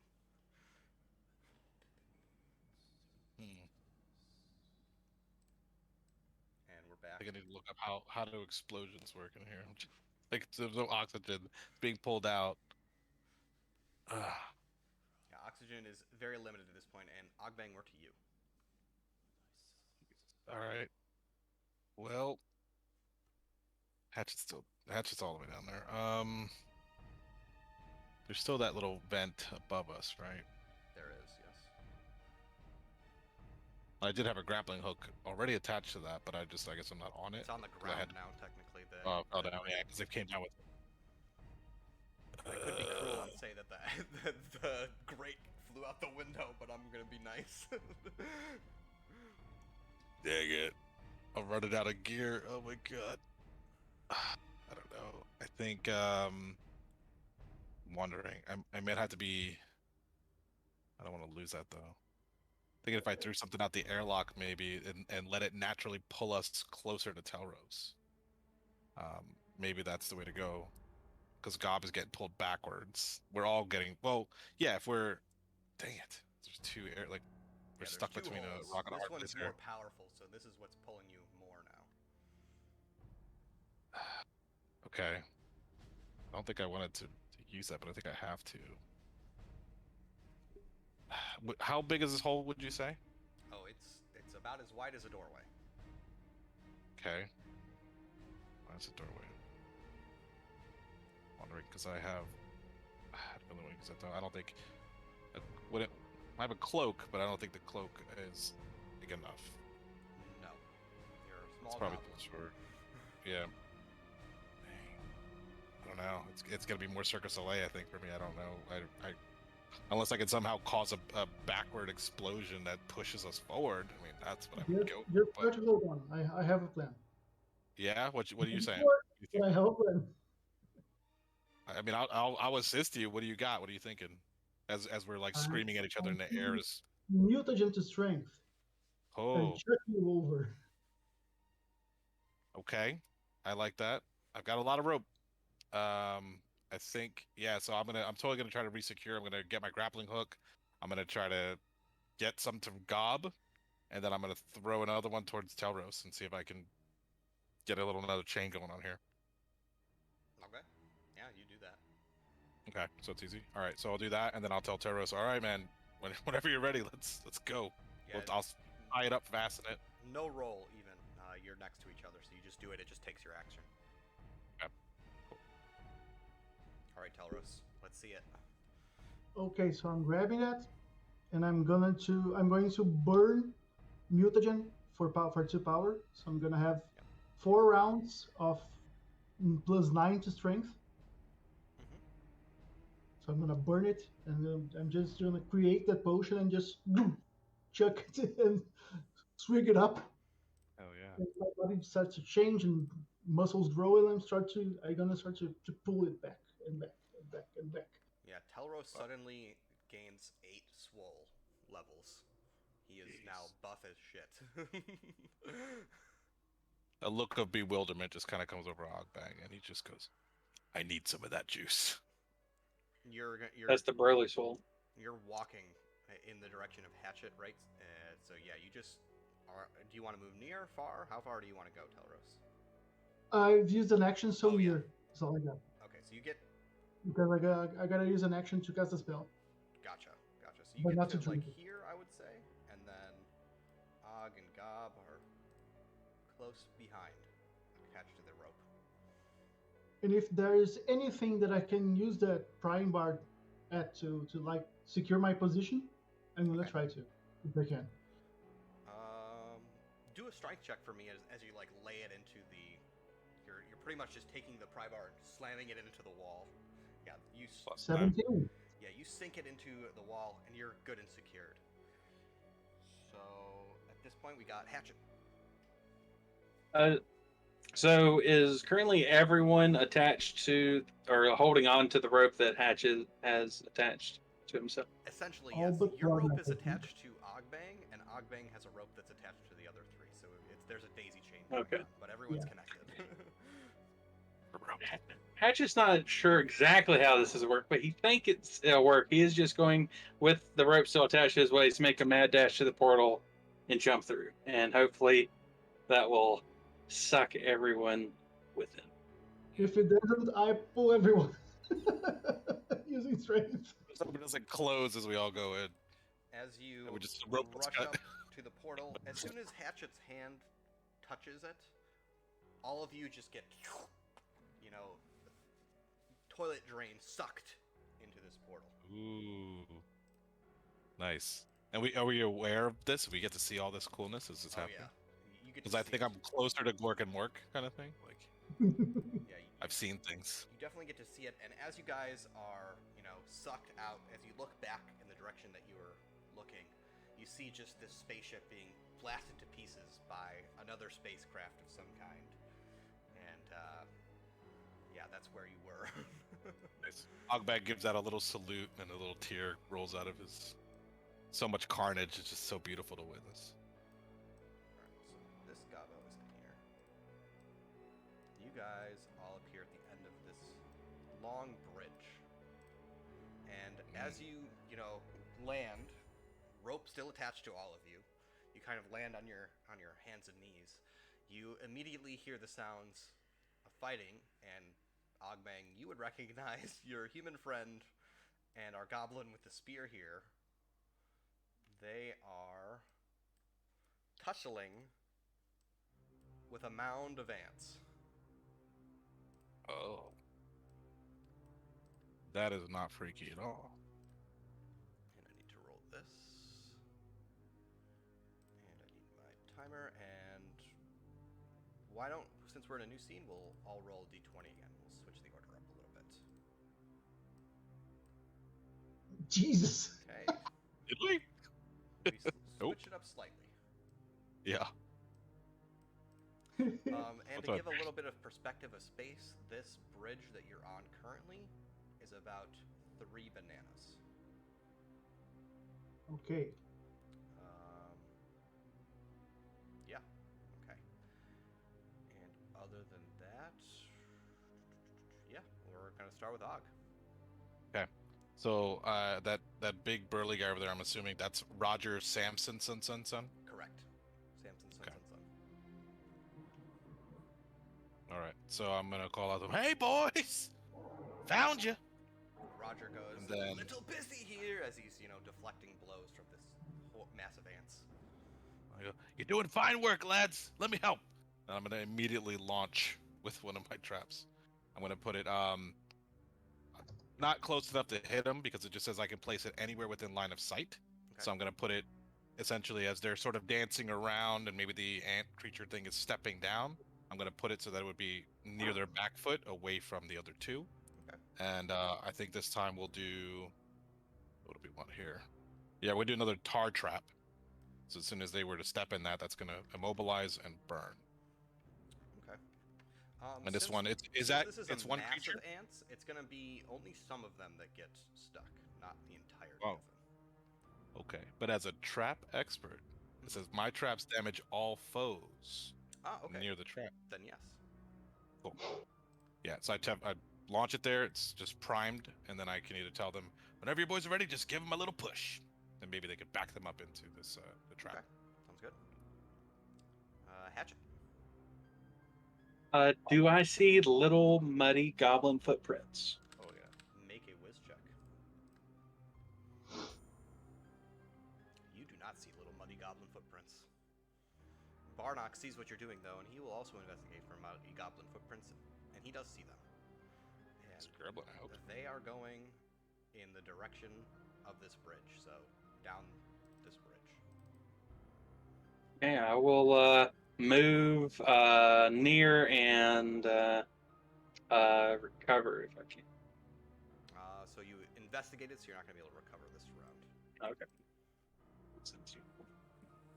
Okay. Hellros. Barnock will join you though.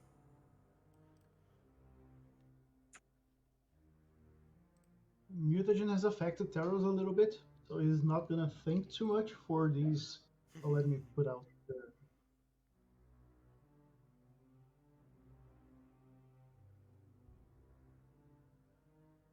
Just pull back the 3 rounds. I'm just gonna move far. We. Perfect. So, Oh, sorry. I want to make sure that I actually arm gob this time. A little bit less, but yes. Okay, what are you giving him? I have. I think I'm going to give him I give him a hammer Okay. because I have two kinds of hammers. I have a hammer that's a pick hammer and then a normal. So he gets a normal hammer. Bashing And I'll skulls say, is you what I'm did good good back at. there, bro. Like, yeah, I believe in you. Gork believes in you. Get in there. And I give him a little slap. Get in there.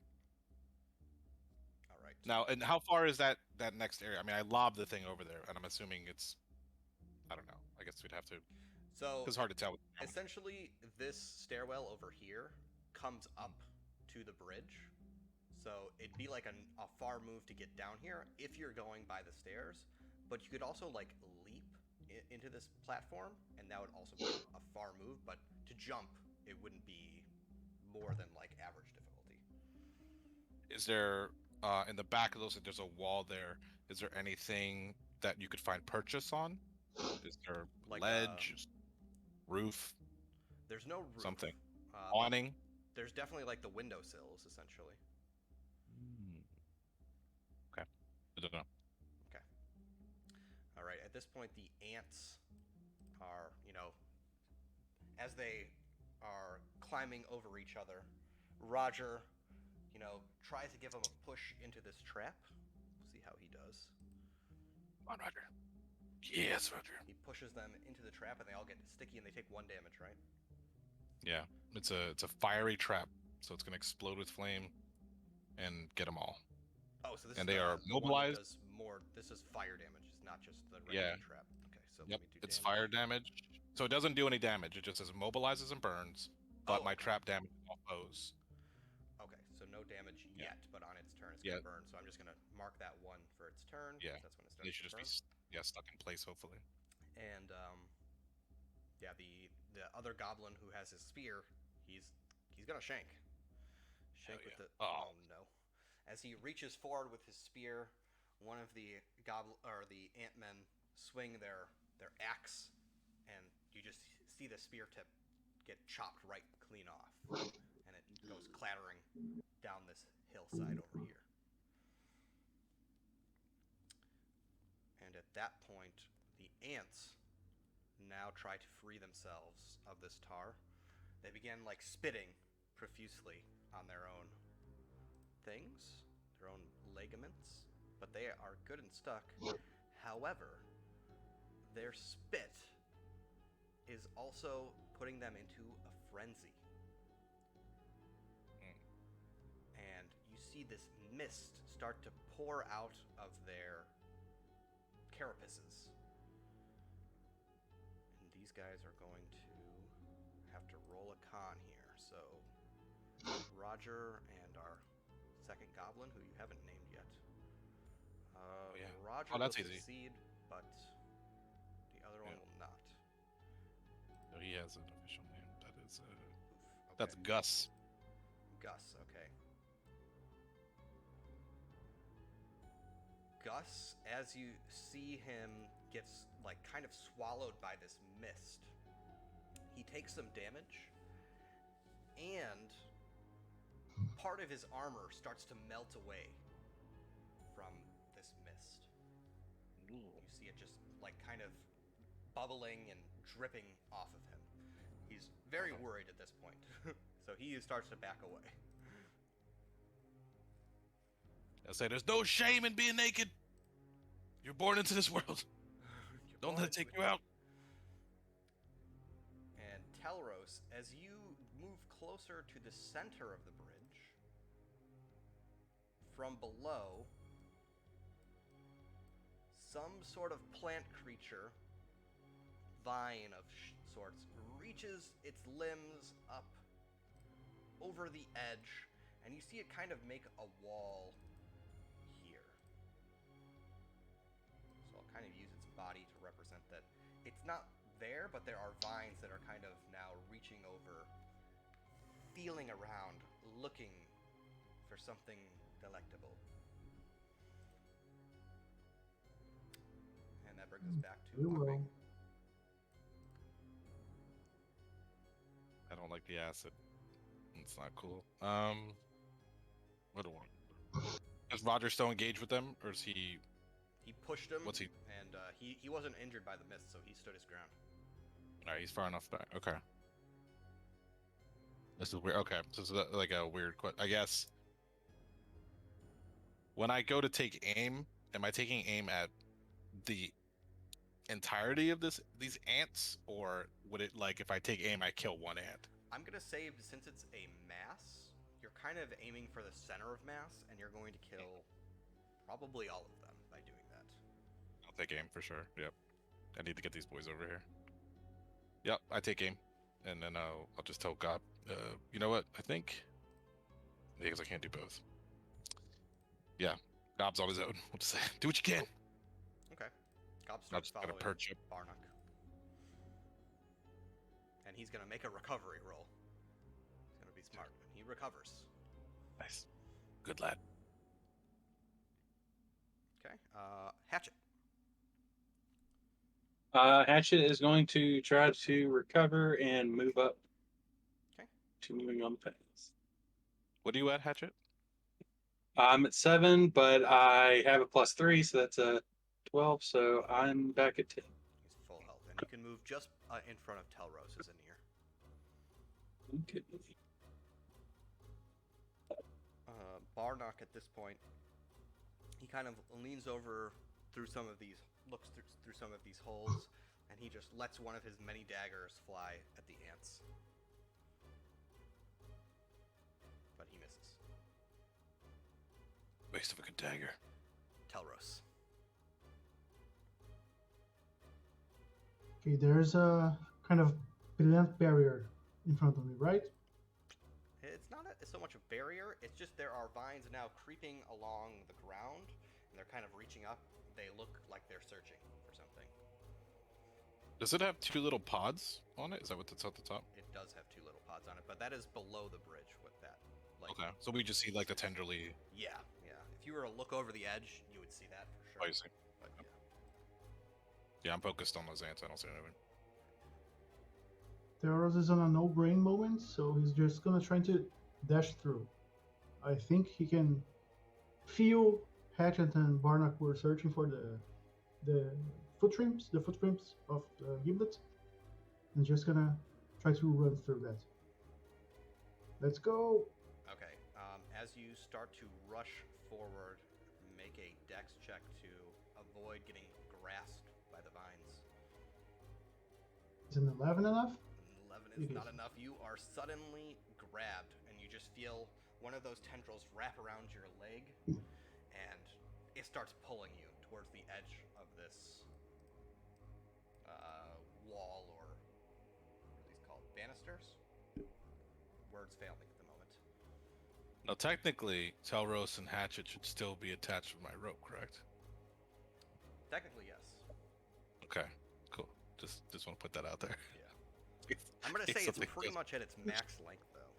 Because it's double far at this point from you. Yeah, extreme rope is, it's a lot of rope, but it's probably about 2.5 bananas, yeah. All right. Ants at this point, or no, we got to do Roger first. He's going to swipe with his, axe thing. Yep, he's going to land. Nice one, Roger. Roger's killing it. Roger, does pretty good. Gus picks up a rock from the ground.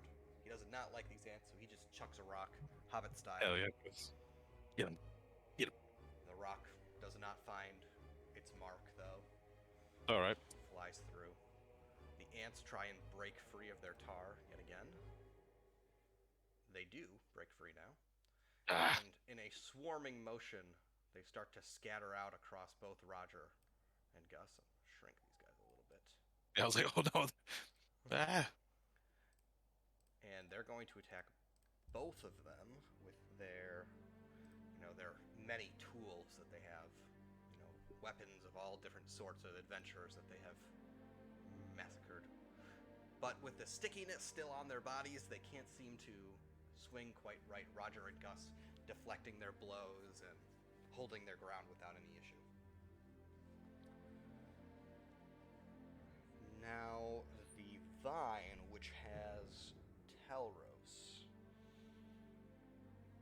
This now begins to squeeze on his leg, and as it squeezes, you notice that there are some thorns or stinging points that are extending out of it and sinking into your leg. And you take 5 damage. Oh shoot! No. That's too much. That would kill me.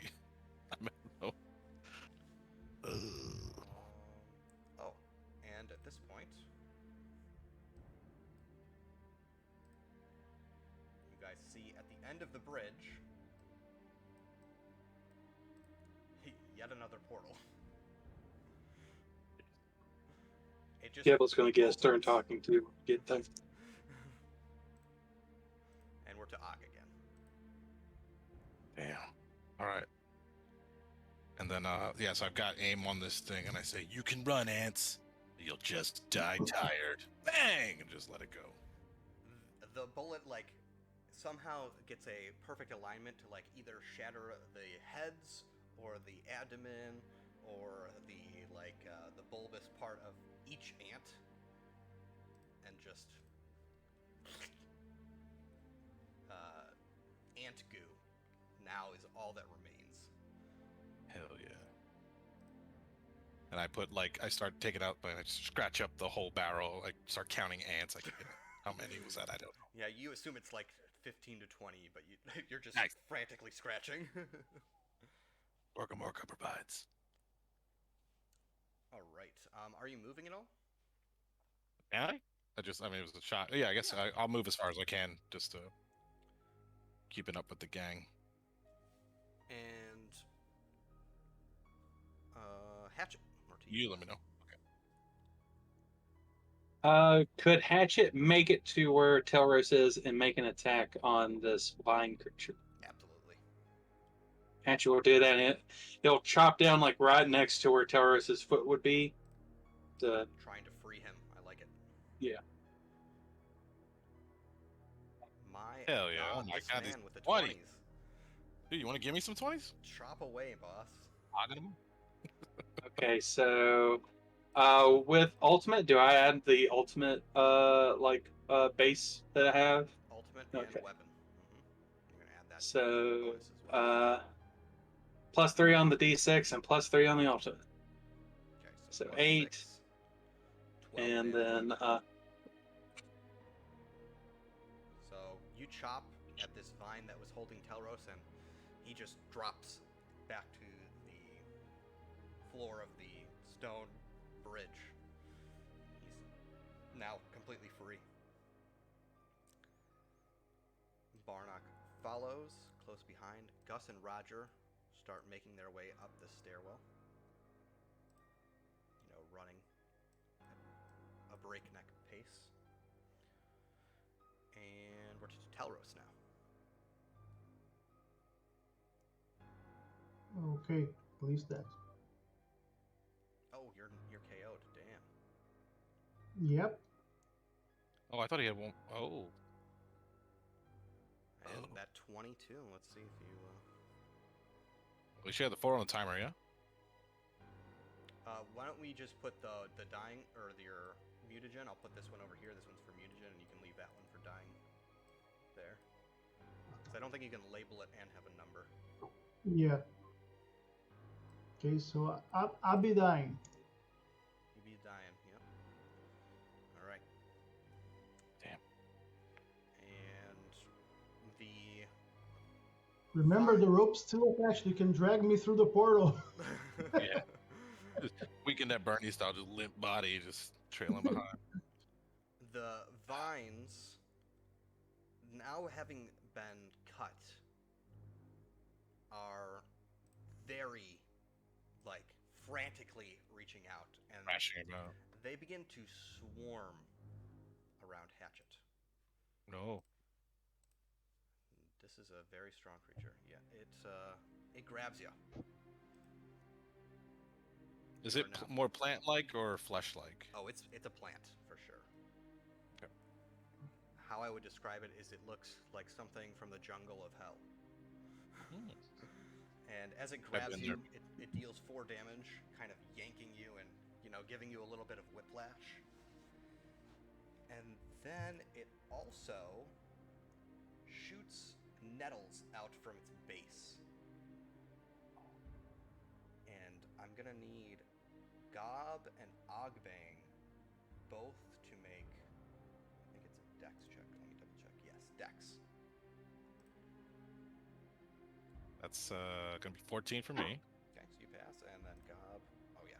He gets it. Mine is- Oh, I rolled. Oh, sorry. Okay. I'll go with my roll since a 12 will save him from getting damaged.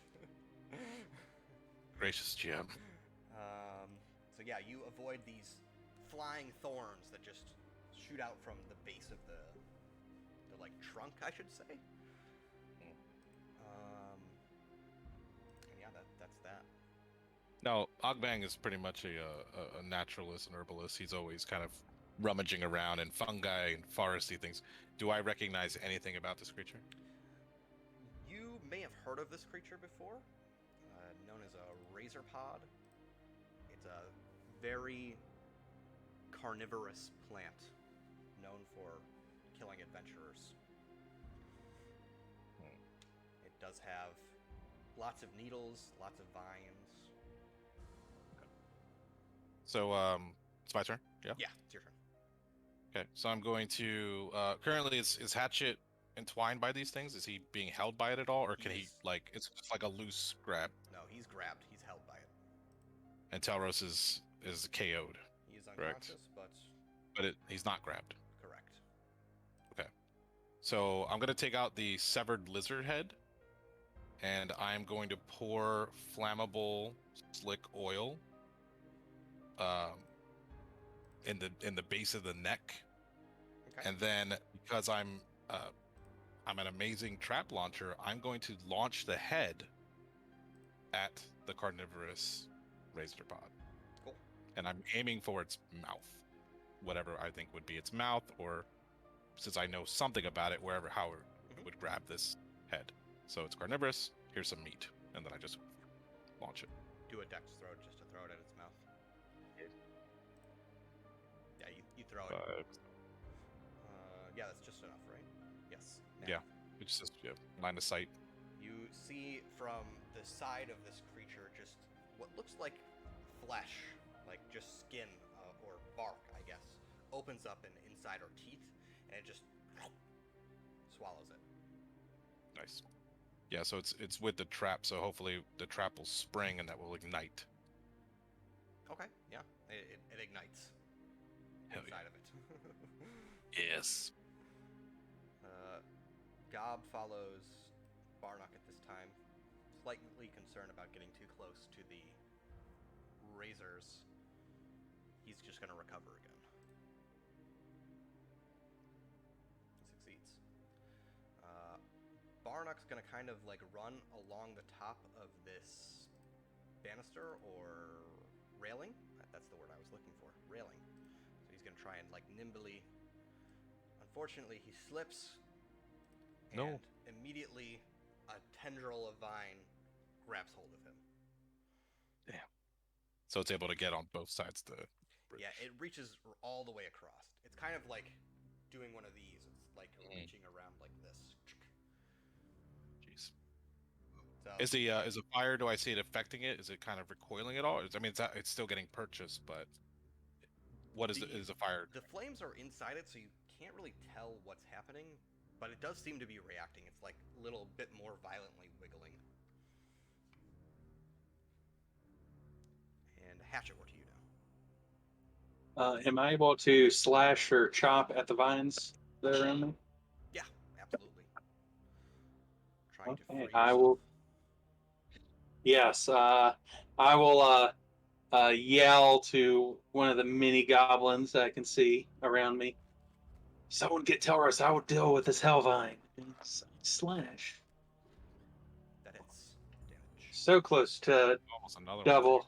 I have the Slayer ability, so when I attack a creature I've already attacked, I deal ultimate. Okay, so you're going to roll ult instead of weapon. Yep, and this is a +5. 15. +5, damn, okay, nice. Alright, you slash at this creature. You're freed again, And the vines that are up are reducing in number, but this thing's still kicking. It's pretty upset. I'll move up just a little bit to make sure that the vines will go for me over Tilris. Okay, you're kind of standing over his body. Take a hero coin for that. Pull me out! Pull me out! Telros, you're up now. Let's see the 20.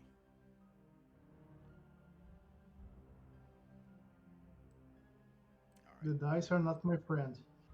Gus and Roger make their way up to the bridge at this point. Barnock is grabbed by the vines, unfortunately, so he's going to take some damage here. Okay, good. Only one. He's looking hurt at this point, Barnock, by the way.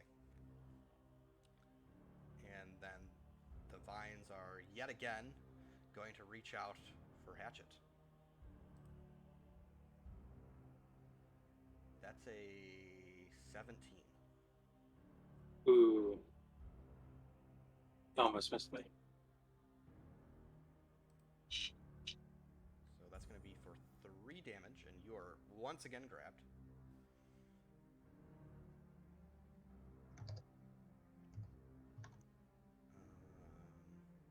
And you see, Ogbang, since you're kind of looking over the edge at this point after throwing the head, you see one of these pods towards the top of it starting to wiggle.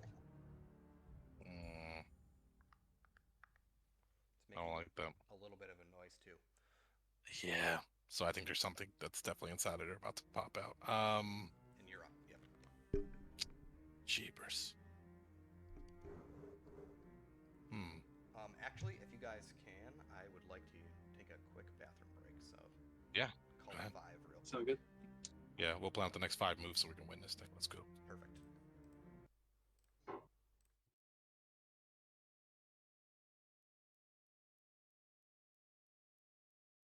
It's intelligence like. These things are pretty smart. They are predatory creatures, so they know what's Okay. going on. Cool. But everybody's currently entangled. That's my problem, right? Correct. Everybody, but Hatchet. Did you get free? You got free, kind of. But then I get entangled again. Entangling. Goddamn. All right. So its belly's burning, about to pop. Elros is down. Jeepers. Yeah. So I'm. Yeah. I mean, that's all I can do. I think I'll. Yeah. So let me know when you're ready, and then we'll. Yeah, I'm ready. I'll go Whenever. for it. Go right ahead. Yeah. So I think. Yeah, I'm definitely gonna try to aim for the same spot that I saw the mouth or whatever and swallow it. Cool. I'm just gonna go for my lethal aim on it again, Nice. and I'm gonna tell Gob to just. I'm gonna give Gob a bunch of mushrooms. And I'm just gonna be like, here, get over there, and just send him over to Telros and just say, just book it. Even if he's knocked out, just pour the mushrooms in and work the jaw. God damn it, and just massage the throat. All right. Yeah, you take aim. Gob rushes forward with his mushrooms, and we'll go to Hatchet now, who is being dangled. Hatchet is going to do something a little dangerous. He's going to let the vines like pull him in a little closer. He's like right at the railing, and he's going to swing down with his axe to try to hit a more juicier part of this hell tree. Nice. Dice gods, please favor me. That is a 12 exactly. That'll hit. So this is ultimate again. For that is an 11, and if I can, I'll spend my hero coin to add another d12 on the damage. Do it. So 22. So as you slice at the top of this thing, the 2 pods positioned at the top suddenly rattle, and from them they drop and spring out 2 more of it. Of these? Yep. However, they are much smaller, Little babies. and they've kind of So the like big one's gone. attached themselves to to the wall, and yeah, as this happens, you just see the big one kind of timber. Does any on the reaction side. with the tar that was there? Does it, and the explosive? Does any nothing?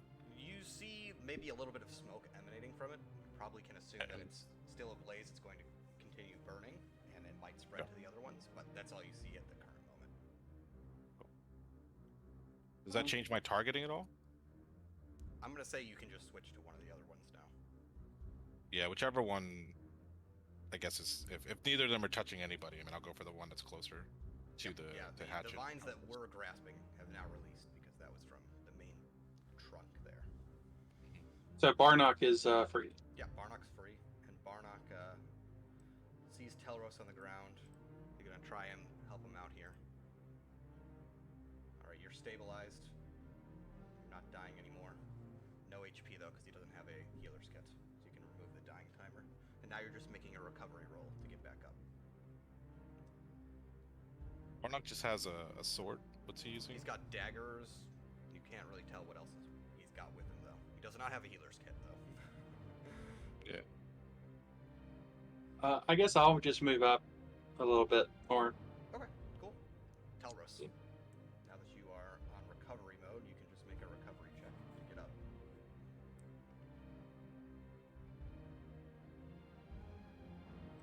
I ain't getting up.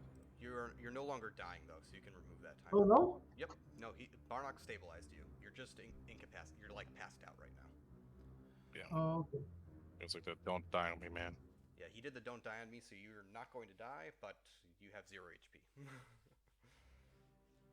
Yeah. Well, did the Yeah, there was a roll and I didn't get anywhere, basically. Yeah. Yeah, but we can get rid of this, because you're not going to die unless something else attacks you. Was Gob able to help him at all with other shrooms? Gob could run up there as all this turn. And speaking of running, both Gus and Roger start running. Hell yeah. Cowboys arrived, boys. Barnock is staying next to Telros, other Gob, and now our viney creatures. This one immediately reaches back out, its tendrils reaching around, and I'm gonna do a random one. Skull is gonna be Hatchet, blank is gonna be Barnock for the one on the right. Okay, Barnock, or Hatchet, let's see if he hits you. He's not. And the other one's gonna be between Gob and Barnock. So we're gonna do Skull for Gob, blank for Barnock. Gob, no. Gob is No. grabbed by the other one for 3 damage. And that is all they do this turn. So we are back to the top of the order with Og. My shot goes off. I'm gonna So assume hopefully you're I'm- aiming at the one that's holding Gob. Yeah, totally. It is vaporized by your brain biter. Hell yeah. Oh, just another scratch on the muzzle. Gork provides. Any movement? Yeah, if I can keep going there for sure. So I'm gonna run up there. Telros is good, you said, right? He's Yep. he's stable. Well, he just had 0 HP. Yeah, a little bit less far than there Okay, yeah, for near. And at this Yeah, I'll point, just. oh, yeah. go ahead. Oh no, I just want to make sure I'm checking out that. I mean, we haven't really looked sort of down there. Just want to make sure there's nothing that's we got to worry about there. Or so far it's just this bridge, correct? Correct. Though now that you look down there, you do see another portal. Wait a minute. Oh, there's 2. And there's a wait. We went through red last time. We went through green last time. We're Gob, at going this this point, way, following the starts footsteps. feeding Telros some mushrooms, and Telros, you can gain 1 HP, so you're conscious again. Okay. Or how many mushrooms do you have left at this point, Og? 'Cause this So I had 10. I gave away 2 so far. well, you gave away a I bunch of assume them that between each- didn't you? Are we? So I don't know. Are we assuming that I can kind of replenish that, or are they finite? Because I said originally that I was in the cellar, and I've basically been kind of working that like my little workshop herbalist area, so then I could have like my stuff laid out there. But it's up to you. You say I use that, then I'm basically that's it. I have no more. I'm going to say you had 10 at the beginning of Obis' session, and I imagine you've probably gone through the majority. Yeah, I mean, I literally at one time I just put a bag on the table and I've given out bags to people. So Yeah, some I of think, them are like not healing though, is what I would say. Some of them are just yeah, they're just like treats for you. It's a snack. Yeah. Yeah, if you want to say I'm out, then I'm out. You're out of the healing ones, we'll say. But Okay. Gabe gave the last one to Telro, so he's got an HP. My negotiating shrooms is like. Yeah, the negotiation shrooms. Hatchet, we're to you now. Is Telros is attached to Ogbane's rope, which, and then no one is currently attached to my rope. Yeah, he should be. Telros should still be attached to you. Barnock is attached to you, and Barnock is attached to Ogbane. The daisy chain goes Hatchet, Barnock, Ogbane, and then Ogbane, Barnock, Telros. Okay, but there's currently none of the razor binds are currently grabbing on you. No. Okay, I will dash as far as I can and hopefully get sucked into the portal. I want to warn him about that portal, though. I would say, I don't know. I mean, maybe we assume that one can go to the other one, or is one a totally different place than the other thing, right? Like now it's, I don't know, conspicuous. Footprints lead through this portal. Oh, that's right. Yeah, the footprints on that one. Damn. Yeah, Hatchet knows the footprints, so he rushes forward, and at this point you can dash to the portal. So you reach out your hand, you touch it, and the four of you are sucked through. Can I let out a little bit more rope, or am I out of rope? Because I mean, I looked up. I have the miner's thing. I have the rope, the belt. You can let out a little more rope. Yeah, I would try to get Gus and Roger to do something here too. I just don't want to leave it. If we can possibly not leave anybody behind us. Let's see what happens. Let's see if everyone can grab on. I'm gonna do just a flat check. If they roll more than 10, the three of them will grab on. If not, they are behind. They grab on. Ooh. So let's grab everybody here. Orc provides. Orc provides. And it's a squig gut rope. Hatchet, the best rope. Since you touched the portal, can you roll me binary dice? All right. This is a god. Okay. Shoo. Like I remember this adventure. Necrons. Hell yeah. You can't say that. IP. It's space robots. Space zombie robots. Space zombie skeleton robots. And space mummies.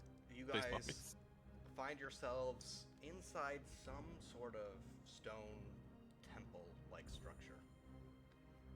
And within this temple-like structure,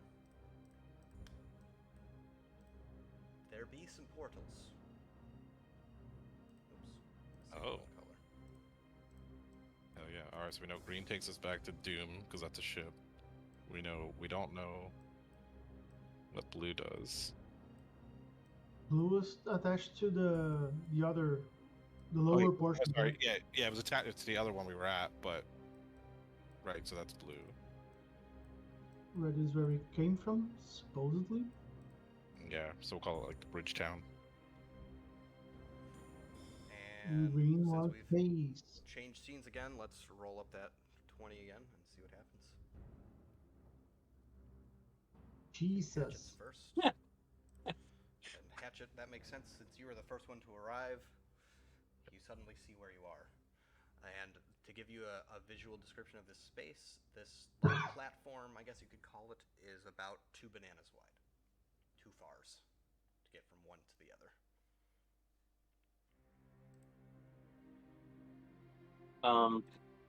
Hatchet will just move up a little bit while speaking and like looking at all the wounds and that he's endured on this journey. By Odin's beard, what is this madness Giblets led us through? And he's going to like put his hand on his chest and take a deep breath and try to recover. Cool.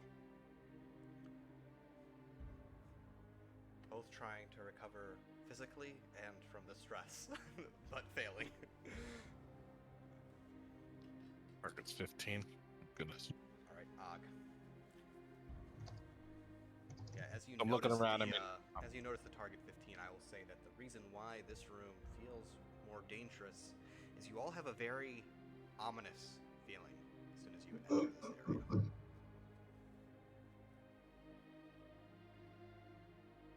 Now, somebody who often dabbles in traps, I like to learn a lot about traps. Do I sense anything here? Are there pressure plates? Is there? You can make a what do- wisdom or intelligence check if you'd like to look. Nope. We lost him. Hello, I'm back. Okay. I think. Maybe I don't know what that was. It just reset. Turn on camera. And hello. Cool. Yeah, I don't know what that was about. So, I think what I was trying to do was I was seeing if I could get to maybe the pressure plates, or if there's something that, would I detect anything? And you said to roll for it, right? But I couldn't hear what the roll was. Check. Oh God. Well, if it ain't Dex. Oh, I can't see what that was. 6? Oh God, nope. I know nothing. Don't see anything that would resemble a trap. Oh God. Okay. So, not knowing shite, I think. Do I see anything? I mean, we're on this little platform. I look down and around. Is there anything that we would notice immediately before I start kind of hucking it? What's the other goblin's name? So we got Gob, and there's Bo. Yeah, you see Bo. He looks injured on the far wall. Yes, I'm afraid to go out there, Be but here too. yeah. So I think I'll. Let's see what I got here. I feel like ropes have been sort of the hero thing for They us this really whole time. have. MVP rope. MVP rope. Oh man, I don't know. I want to go out there, but I'm spooked. What is this? There's a little this glowing thing. What's up with that? It appears to be some sort of glowing stone. Okay, it's just a rock though. It's not. Yeah. Okay. All right. I mean, part of me wants to shoot at it, but I feel like that's probably a bad idea. And these are sconces. These are magical flame, or what are we detecting here? These are sconces, and they are in this green light, as the other stuff is as well. It's like low light is what I would describe this room being filled with. Yeah. So I think I will probably move up a bit. I'm not gonna go out there full bore, and I will throw rope at Bo, and see, just see if I can maybe either get him to grab on, or what I'll do? I think I'll do this instead. Oh God, he's probably really hurt. I want to. All right, so I'm not going to attach a grappling hook. Instead, what I'll do is I'll put a. What else do I have here? Something that's not pointy. Yeah, I think I'll put.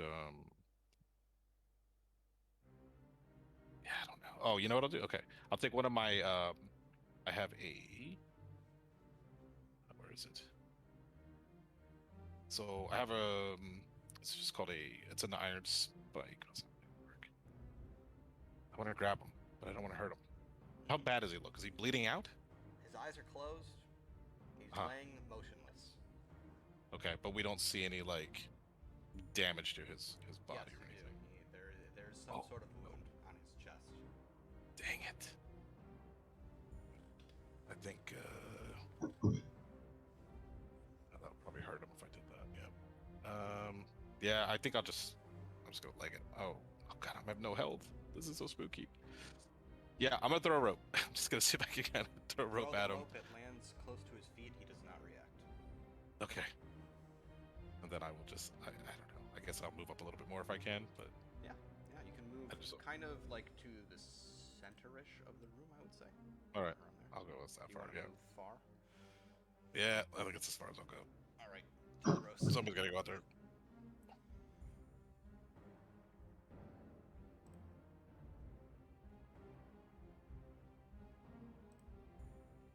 Telros, you're up. Oh, we can you hear us, Towers? Yep. Back to your usual I'm self. just trying to figure out what the hell I'm gonna do. I don't like ominous. Because I'm like at 1 HP. So. You got one? Yeah? Yeah, you just got up. Yeah, shoot. Nobody has a pack, med kit or anything. I'm gonna try I've to only got recover. armor and weapons. Yeah, you can recover.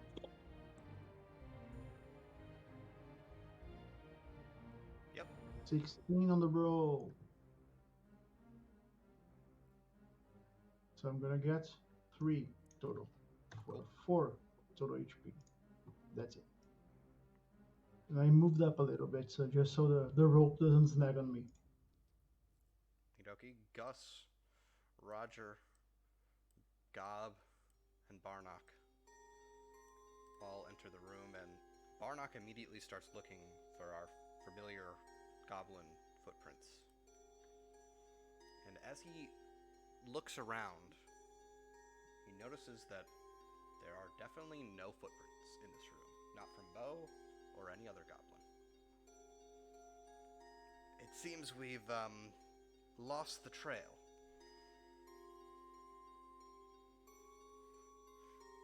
And we're back to Hatchet now. I think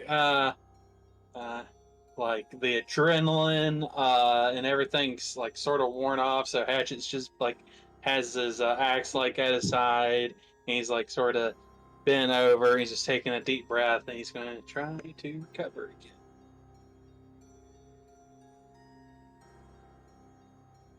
My God, this man with the 20s today. 3 mastery just today. You're like a fourth of the way there. From the last session, I had 2, so I'm at 6 now. Jesus. Meanwhile, Telros is rolling 3s and 4s. Can I get mastery on 3s? So I'm up to 7 now. Cool. Are you moving at all, or just staying put? He will move a little bit after he's like finally is able to catch his breath and not be in a state of panic. Sure. Og, what are you doing?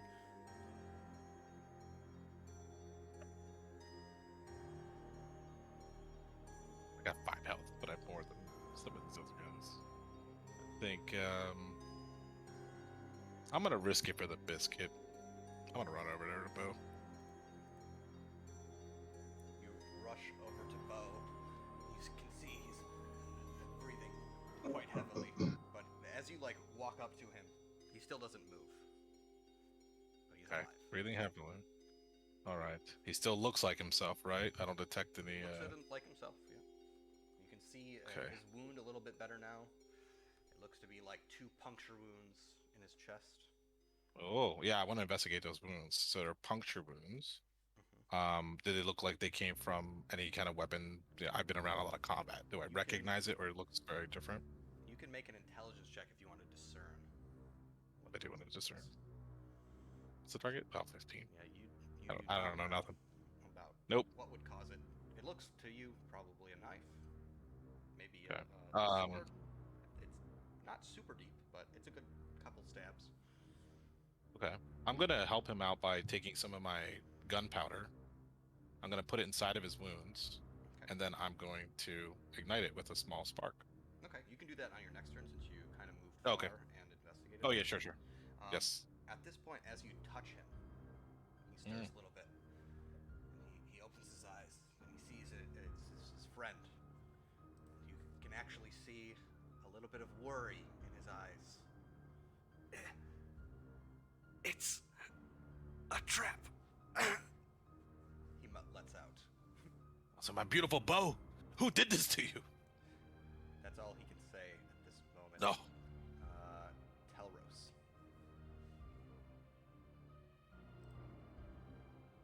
Okay.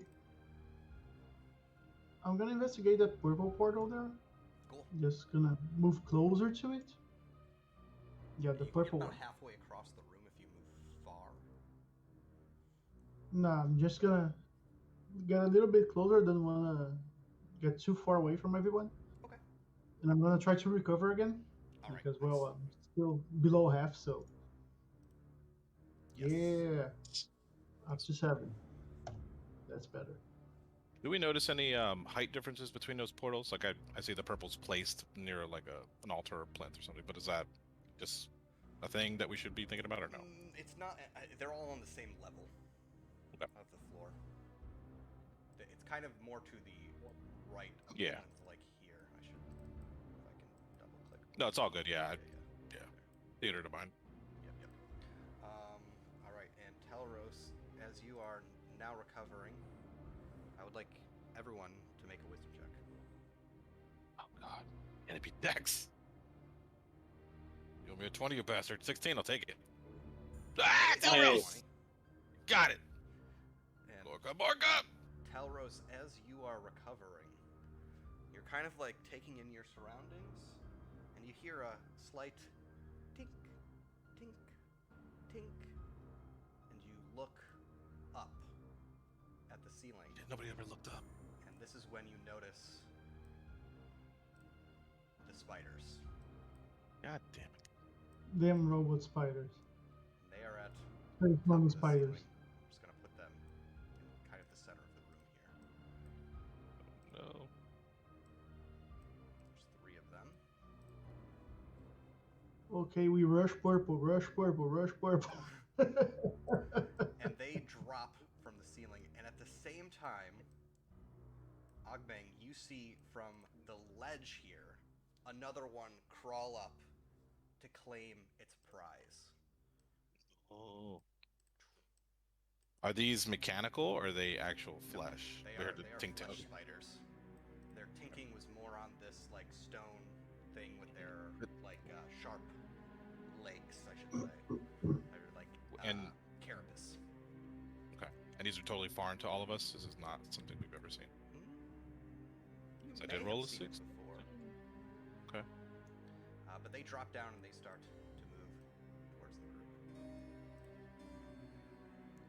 And a 16 is what allowed me to see this one coming To up see here. that one coming up, correct. Before and Telros' snap me up. 20 also kind of heard it from his Yeah. side hearing. The group of your compatriots at this point starts to form a makeshift battle line. Readying for combat, Gus has no weapon, unfortunately, at this point, so he's got his fists out. Roger's got No. his sword. Gob got his little This is- hammer. Ah.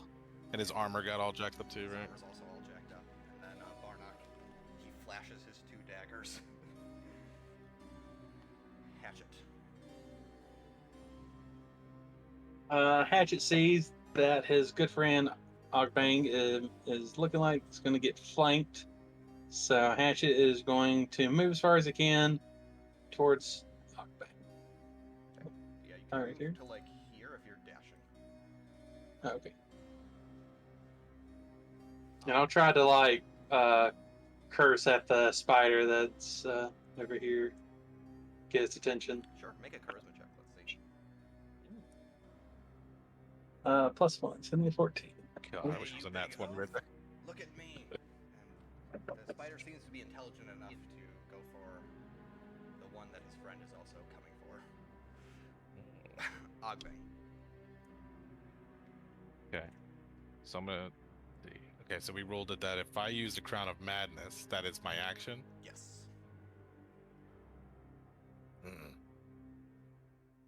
Spooky. And this thing is close enough that I can see it, right? As it's sort of peering over the edge. It's like reaching over the edge. It's close enough to like grab bow. Okay. So I think what I'm gonna do with this one. Yeah, okay. So wherever its arms are, its hands are, I'm gonna pour some more of my flammable slick oil on the banister to the region where it's got purchase. Okay. And I'm going to see if that's going to help me a little bit, and then I'm also going to spark and sort of light that area up. Okay. Yeah, you light it ablaze. You pour it out with your flint or steel, and it starts burning. Okay. It's kind of So we've got- removes the slickness of it, but it is the spider will be on fire. Yeah. Yeah, the slick is what makes it burn, is what it said in the book. So the slickness is gone, but it is burning. It's fire. Okay. So does it react in any way? Does it have Yeah, it like doesn't like that. multifaceted eyes? It's damaging it for sure. It's Dope. So I'll do that, and then I mean, how does Bo now? Because shoot, I did it last time. Bo I was trying to cauterize his wounds or whatever, but yeah, I will say didn't. while you've got the flint out too, you spray the gunpowder that you poured into it, and you see it start to seal up. He like winces in pain from the flame, but it appears like he is quote unquote stabilized. Nice. I'll say Gork wants you, but not today. You still have more to do. All right, Telros. Well, what else to write? I have already burned mutagen. So I'm just gonna try to blood mist. Yeah. That's what I'm gonna do. Okay. Blood mist this spider over here. Cool. And try to grab some HP for myself. Just in case. Oh my. 20s are coming out. Mark. So roll ultimate as well as your. So it's gonna be 8 total. Okay. But I'm at 10 though. Nice. Well, 20% of the way there. And it did 8 damage, you said, right? Yeah. Okay. And at this point, Gus, Roger, and Gob, we heard Telros call out to go for the purple portal, and they see Telros engaging with this one, so they go to swarm it essentially, and they're gonna act as a group. So they're gonna make one roll, but it's gonna be +6, and they're gonna do ultimate if they hit. Hell yeah. And we're gonna call that a +3. So they're gonna do 6 damage, and they, Gus punches this one, Gob hammers it, and Roger stabs, kind of simultaneously, and this one gets splattered into into the dirt. Gob kicks it in the head after it crumples, spitting on it. Not worthy of Mork. I'm eyeballing the goo. Will join Hatchet in his endeavor to help out Ogmang and move in this direction, throwing a dagger at this one on its way. But it misses, and you see it go into the green portal. The dagger just and disappears. I makes a note to take him on a. I gotta teach him how to throw daggers. Yeah, he's not so good at throwing them. All right, so this spider will move towards Gus, who is unfortunately he's been injured quite a bit already. Gus, hold on. Okay, Gus is dodging out of the way, punches that one spider, ducks from the next. This spider is gonna go for Og, trying to kind of keep him away from Bo here. So let's see.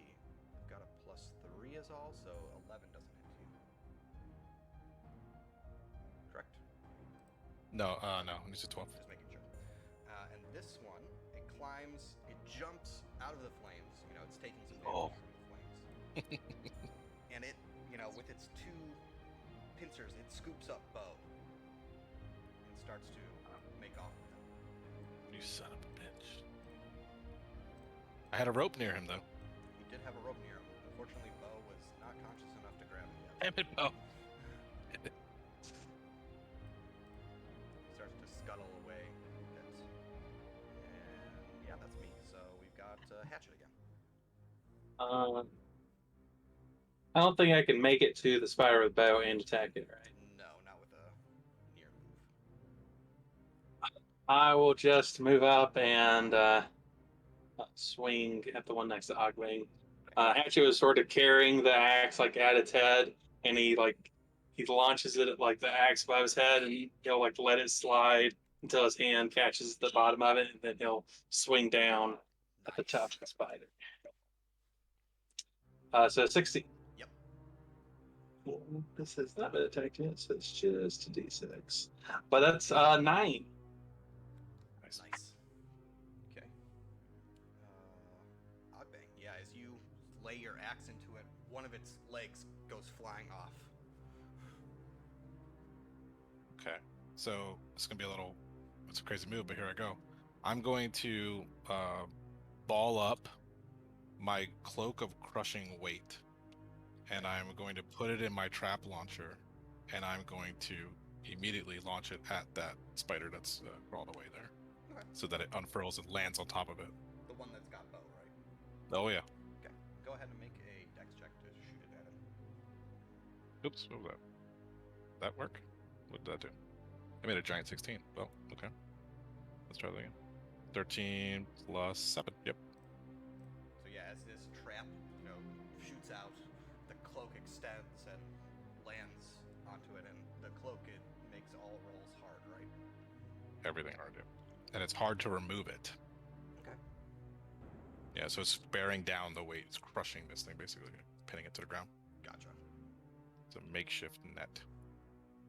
And Telros. I'm going to try to flank this big spider here. And just slash at it. Yeah, I'll let you get easy. It's kind of focused on Gus at the moment. Let's go. No. And I'll yell, "Hey, why I don't you got- give Gus the crowbar? He could use it." I got 2 20s, and that'll be it for the session. And I slide the prying bar to Gus. All right, yeah, Gus takes the pry bar in his hand, and we're going for our same kind of group strike here. Let's see. 6 will hit. Whew. Yes. All right, this. It was that pry bar. Yeah, this Did it. this spider looks mighty injured. It gets clapped in the head a couple times by the pry bar and the hammer, and then Roger slashes at it. It's still standing, but it's hurt. Go for the kneecaps, boys. There's many of them. And the spiders at this point, I think the one that's focused on Gus, it sees that he's a little bit weaker, so it's like, yeah, I want you. I want you. And he's gonna hit. A hard roll. And he chomps onto him, No. which will do some weapon effort. 1 Yes. damage to Gus, so he's still up. Gus. Now, this one, over by Ogbang, it kind of sees that Ogbang is distracted with his trap and launching it, so he goes for the chomp on Ogbang. No. Chippity chomp. He will miss. Ooh. Cork provides. I make the sound of the shroom. Oh. Now, one interesting thing about these creatures is their spit is corrosive, and as the weight of the cloak falls on it, this one just starts to spit onto it, and the cloak melts. Damn it. And as it melts, Well, remove that from my inventory. this dude starts climbing up the wall with bow to get away. Dang it. And he can actually move pretty far, so he's going to be like this way across the wall here. Bow just like dangling. He's injured, trying to get up, but unable to recover. Is there anything left of that cloak, or is it totally It's acid vaporized. burned up? Yeah. Xing it out of my sheet? No problem. And we're to the top of the order now with Hatchet again. Get him. That was a mistake. And Hatchet is going to get low and swing his large axe and try to take out the legs of this spider and then finish it off. That is a 15. Damage. Okay, ultimate Slayer plus is 5 is 10. 10. Yep. With this hit, your axe slashes the legs. I'm gonna say like all of one side of the spider's legs, so like 4 of the legs just come flopping off. It's yellowish green. Blood pours out of the wound and it crumples to the ground, lifeless.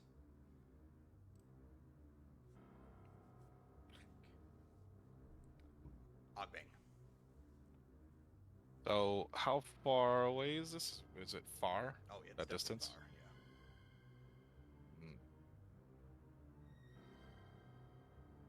And it's holding on to him, but loosely holding on to him, or like really tightly? It's got like How hard 2 do it- legs that are committed to holding him. The rest That's what I'm are afraid of. struggling. Yeah. Kind of cradling And what do I like see? a baby under its. Yeah. What do I see for purchase around that area? Is there anything like? Is it just a smooth wall, or is there? So this what do we one got? is just a smooth wall. Both of these sides here of this are just like a flat surface. I'm wondering. Use a crown of madness and roll the dice, but I don't know. I think that's too spooky for me. It doesn't like fire, though. We know that for sure, right? So, I think probably. I can mobilize it, maybe. I think I'm gonna try to do another tar trap on it and see if I can sort of get it to aim at the feet and sort of stop it in its tracks again and stick it to the wall or something. Maybe that's the way to go. So I'll I'll launch one basically around here. Yeah, this is going to be a hard check because Tie a rope to this. I will tie a rope to this too. The ground, so it's going to be hard to like get it to the land, the sticky side down, and also be effective. So let's see. Okay. We need an 18. Aim for that 11. Yes. So it has the dang it, trap X roller. This one. It says even if it places a trap in line of sight, but it's because it's not on a ground. You're saying? Yeah, not on the ground. Like flat. Okay. 16. Yep. So. And then do I add to it? Yeah. You still add your normal dex bonus to it. Oh, perfect. Yeah, good. So Yep. you shoot it, More and than- the track sticks to the wall, and you see a couple of its legs get stuck into the trap yet again. Yeah, and there should be a rope I had tied onto the edge of that trap as well. Yep. Okay. All right. Telros.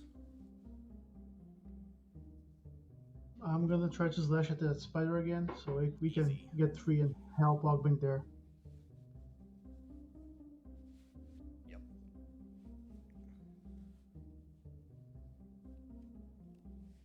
Just 4. Okay, so you slash at this spider. It's pretty bloody, but not completely done yet. And Damn. yeah, it's shrieking in pain, and I think maybe that drew its ire towards you now. It's no longer focusing Okay, on you. I've got full life. All right, and with that ire, he's gonna chomp onto you if he can. Chippity chomp. Yeah, he does. Okay, so the chomp grabs on to you, and he's, his spit is oozing onto your stuff, essentially. Take 7 damage. Okay. And You you were at know full. that if this ooze remains on your stuff, it's going to corrode it, essentially. Define stuff. What's His that gear, mean? whatever it latched onto. If it's biting onto Okay. his shoulder, whatever on his back, it may. Probably my cloak. Yeah. That's a good one. Whatever you would like to identify as the item that it is, kind of grabbed onto. That item Probably is at the risk. cloak that covers my whole body. This creature up here, it looks down at this trap on its leg again, and with its same corrosive spit, just starts lathering it on it. And you see the trap just melt from its sticky saliva. Does the when it goes to to mess with it, the trap should explode as fire too, right? Okay. So yeah, Does that- it'll It does do like some 1 point of damage, but Yeah. or whatever you Deals say some fire is. damage, licks him up with the flames, and at this point he kind of scuttles around the corner, making off with his prize. I would yell at Bo. I would say, "Grab onto the rope!" Bo he's unconscious pretty much. Dang it, Bo. He's alive, but he was stabilized, but he was dying when you saw him. essentially. Okay. Oh, gotcha. Okay. Yeah, I thought you had at least enough wits about him. It's like, come on. Dang it, Bo. And we're to the top. Was alive then. Rip Yeah, just make Bo. the sign of the shroom. What can you do? Ah, Bo. You're my boy, Bo. All right, Hatchet. Can Hatchet move up near and then chuck his axe at this large spider Yes, absolutely. there and give it a mighty hurl?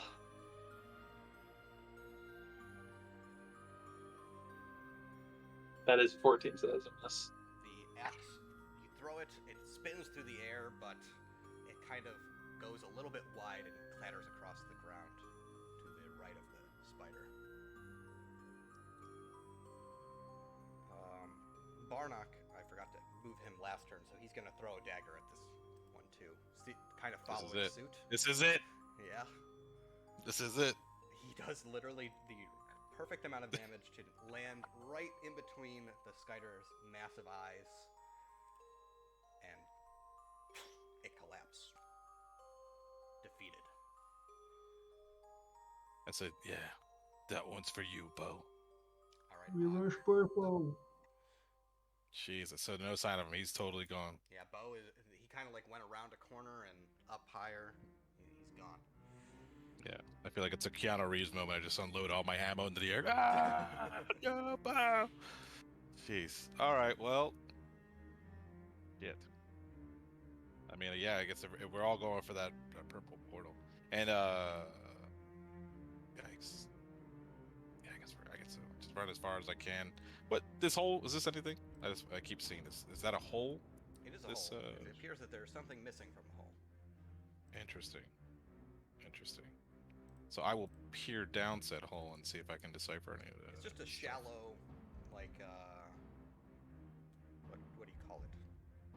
Like a mold, I guess is the word. Okay, but would it look like spherical, divot. like something. Yeah, like something spherical would go inside of it. Okay, but this room is totally barren. Like there's nothing we could see here. Or From what and you then know, okay, and then this we said was just stone glyphs. yeah, this is like a lit stone glyph. Same with this, like Okay. plinth here. Now I do read a little bit of lizard. Do I detect any lizard language here? This is not lizard. Dang it. Okay. Can I kind of use my deft little fingers to sort of feel around here and see if there's anything I can You want to decipher about it, or maybe? Okay. Maybe? Make an intelligence I check. think so. I mean, I want my deft little fingers to touch. Like, do I? It's very sensitively. Oh, what does it keep? What? It popped a 16 and a 2. What's happening? So I don't the know. 16 is from your last roll, Oh, and the 2, yeah. So you start messing with the glyph. Nothing seems to be happening there. and I don't feel anything with like my high dex, like my sensitive fingers. Your sensitive. It's not fingers- humming, glowing, burning, nothing. No It's just glowing. stone. It's glowing. There's no humming. It doesn't hurt Okay. you. You don't. Okay, cool. It's, That's the glow is kind of inset, so you're like reaching into where it's glowing, but Yeah. it doesn't do anything when you're messing with it. okay. So check. All right, Telros.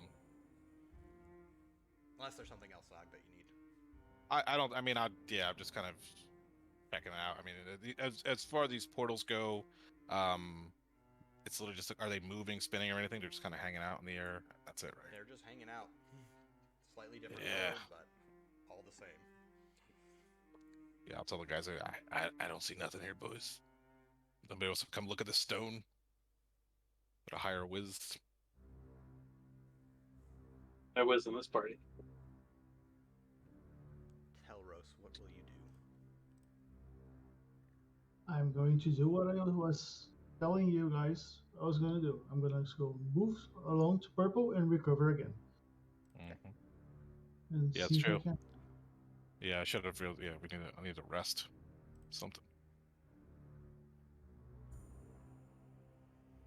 Yeah, nope. Okay. I am recovering, but I'm moving closer to purple. I said we've tried all the other colors. Yeah, it's the only one. There's only this one left. Yep. Why not? The guys Yep. sort of Maybe spread it's. out, looking around the What room. makes sense right now? We were blinded by a flash of light and deposited in a vessel of metal. Now we're here. Let's just follow the colors. Why not? Yeah. Sound reasoning. And Barnock isn't quite convinced. He's like, we're looking for Giblet, aren't we? We need to make sure Yeah. that wherever we go, it was where he was. Giblet is a friend of mine.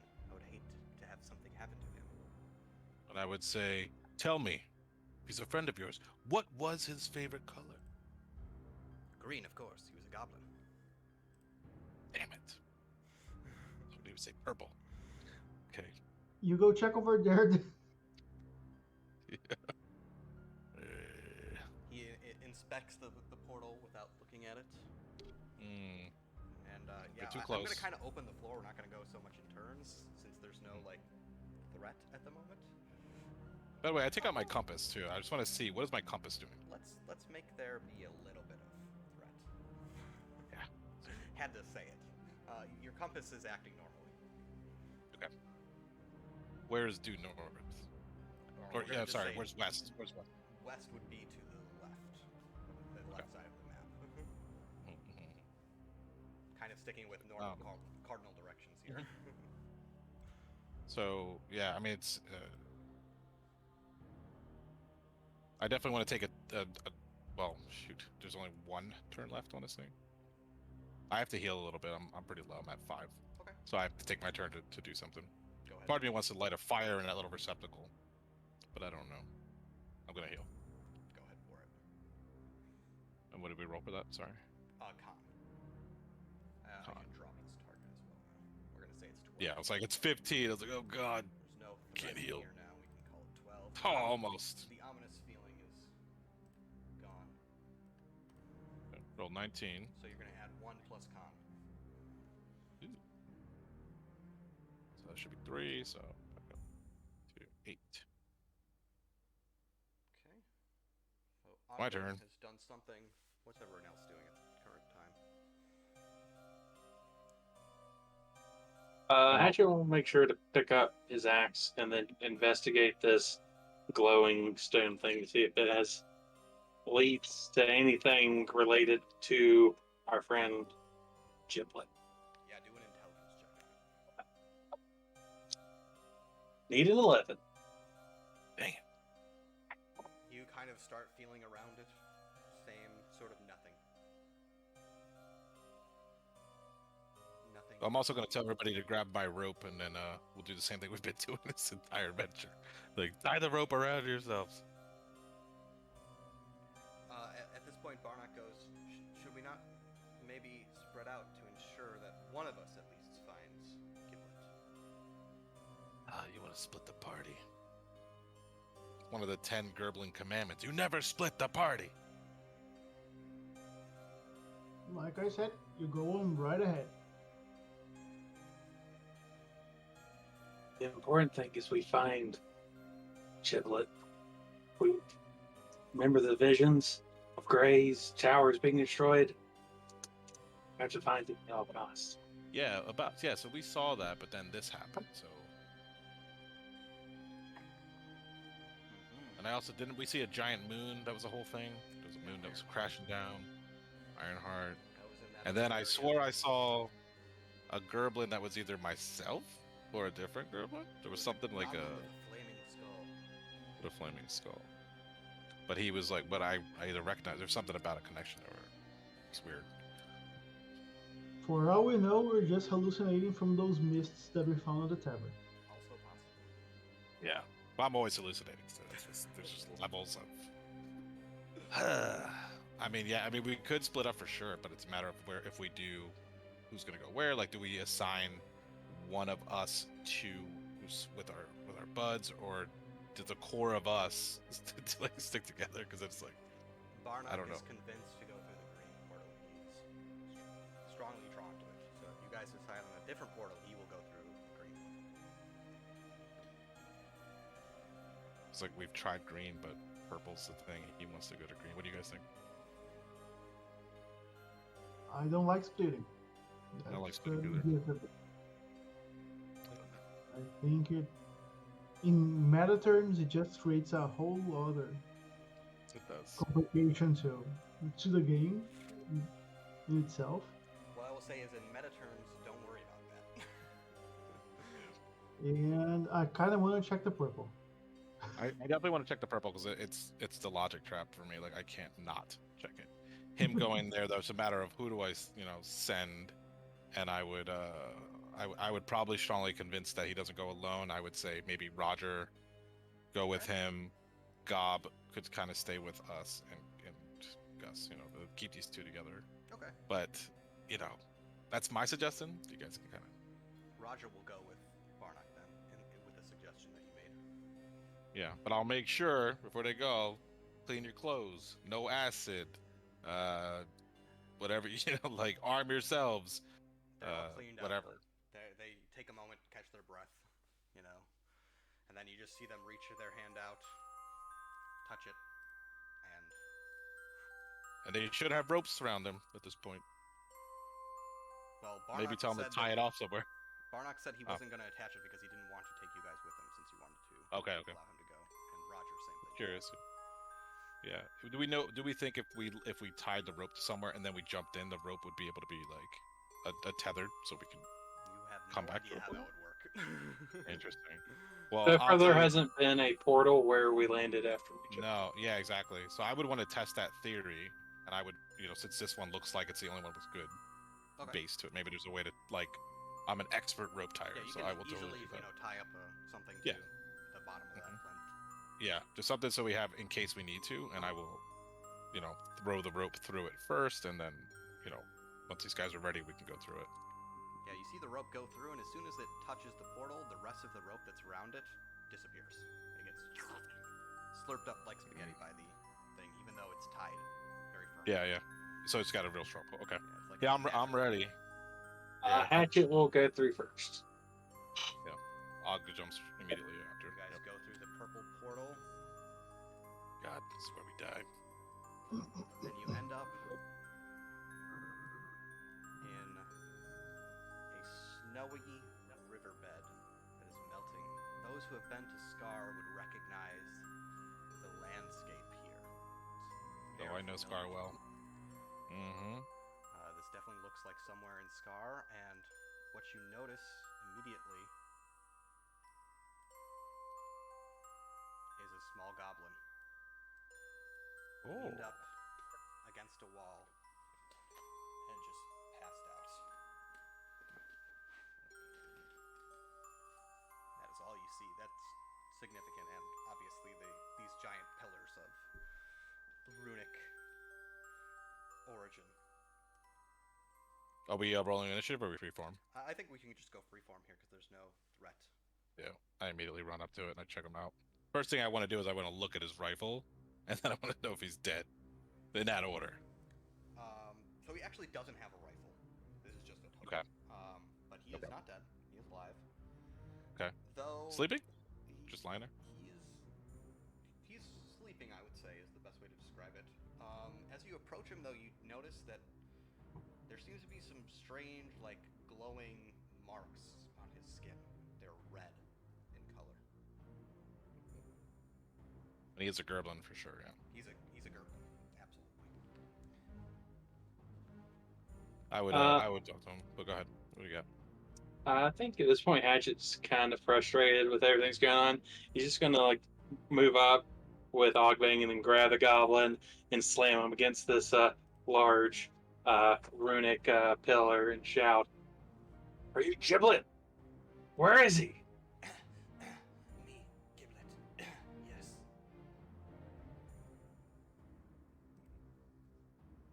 Where's the artifact? They took it.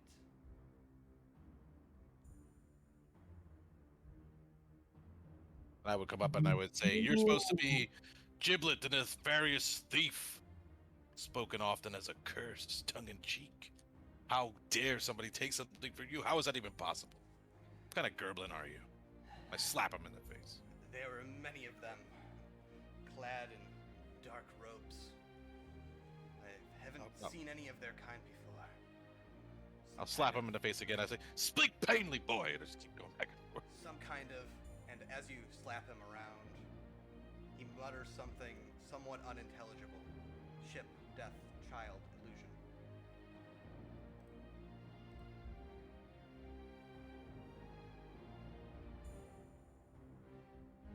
Okay, what? Death, child, illusion. He says ship, death, child, illusion.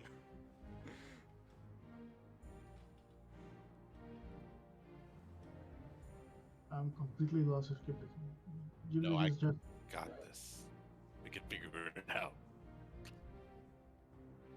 And we'll see. We just see the runes on him, but there's no other signs of body damage, right? No, just runes.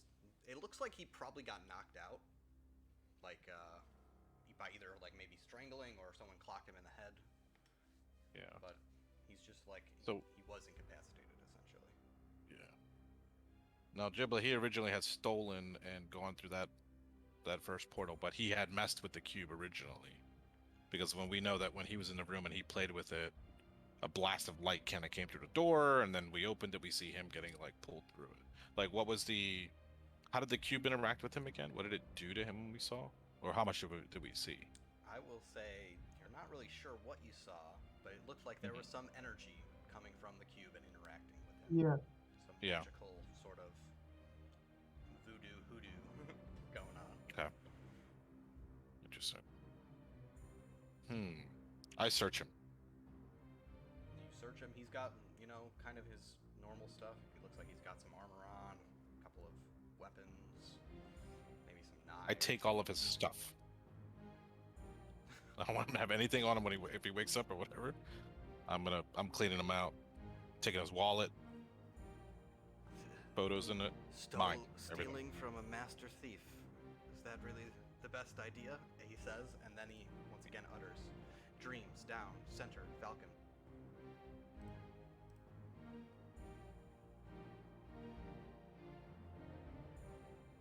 Are you seeing visions like we did earlier? Fire, mind like fire.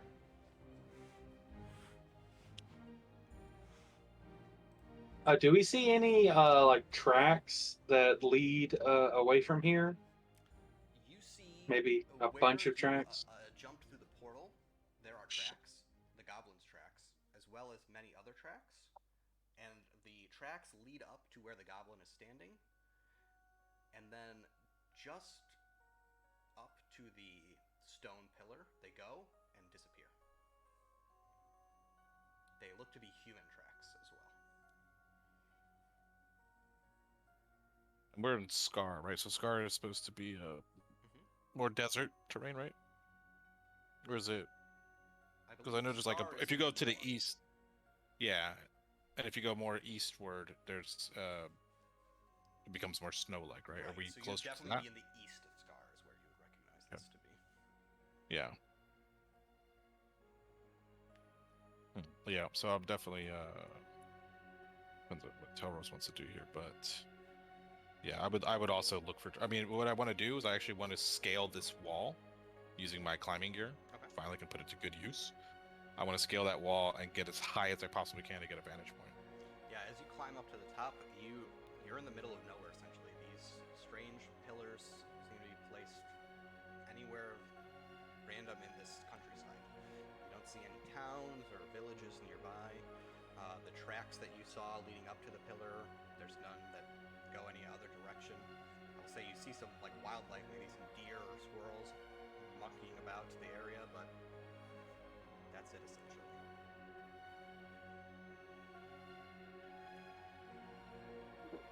And at this point, Giblet, he kind of looks around.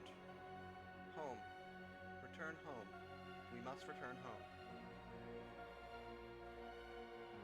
I'll say, are you talking about Thusham? What are you talking about? Gray.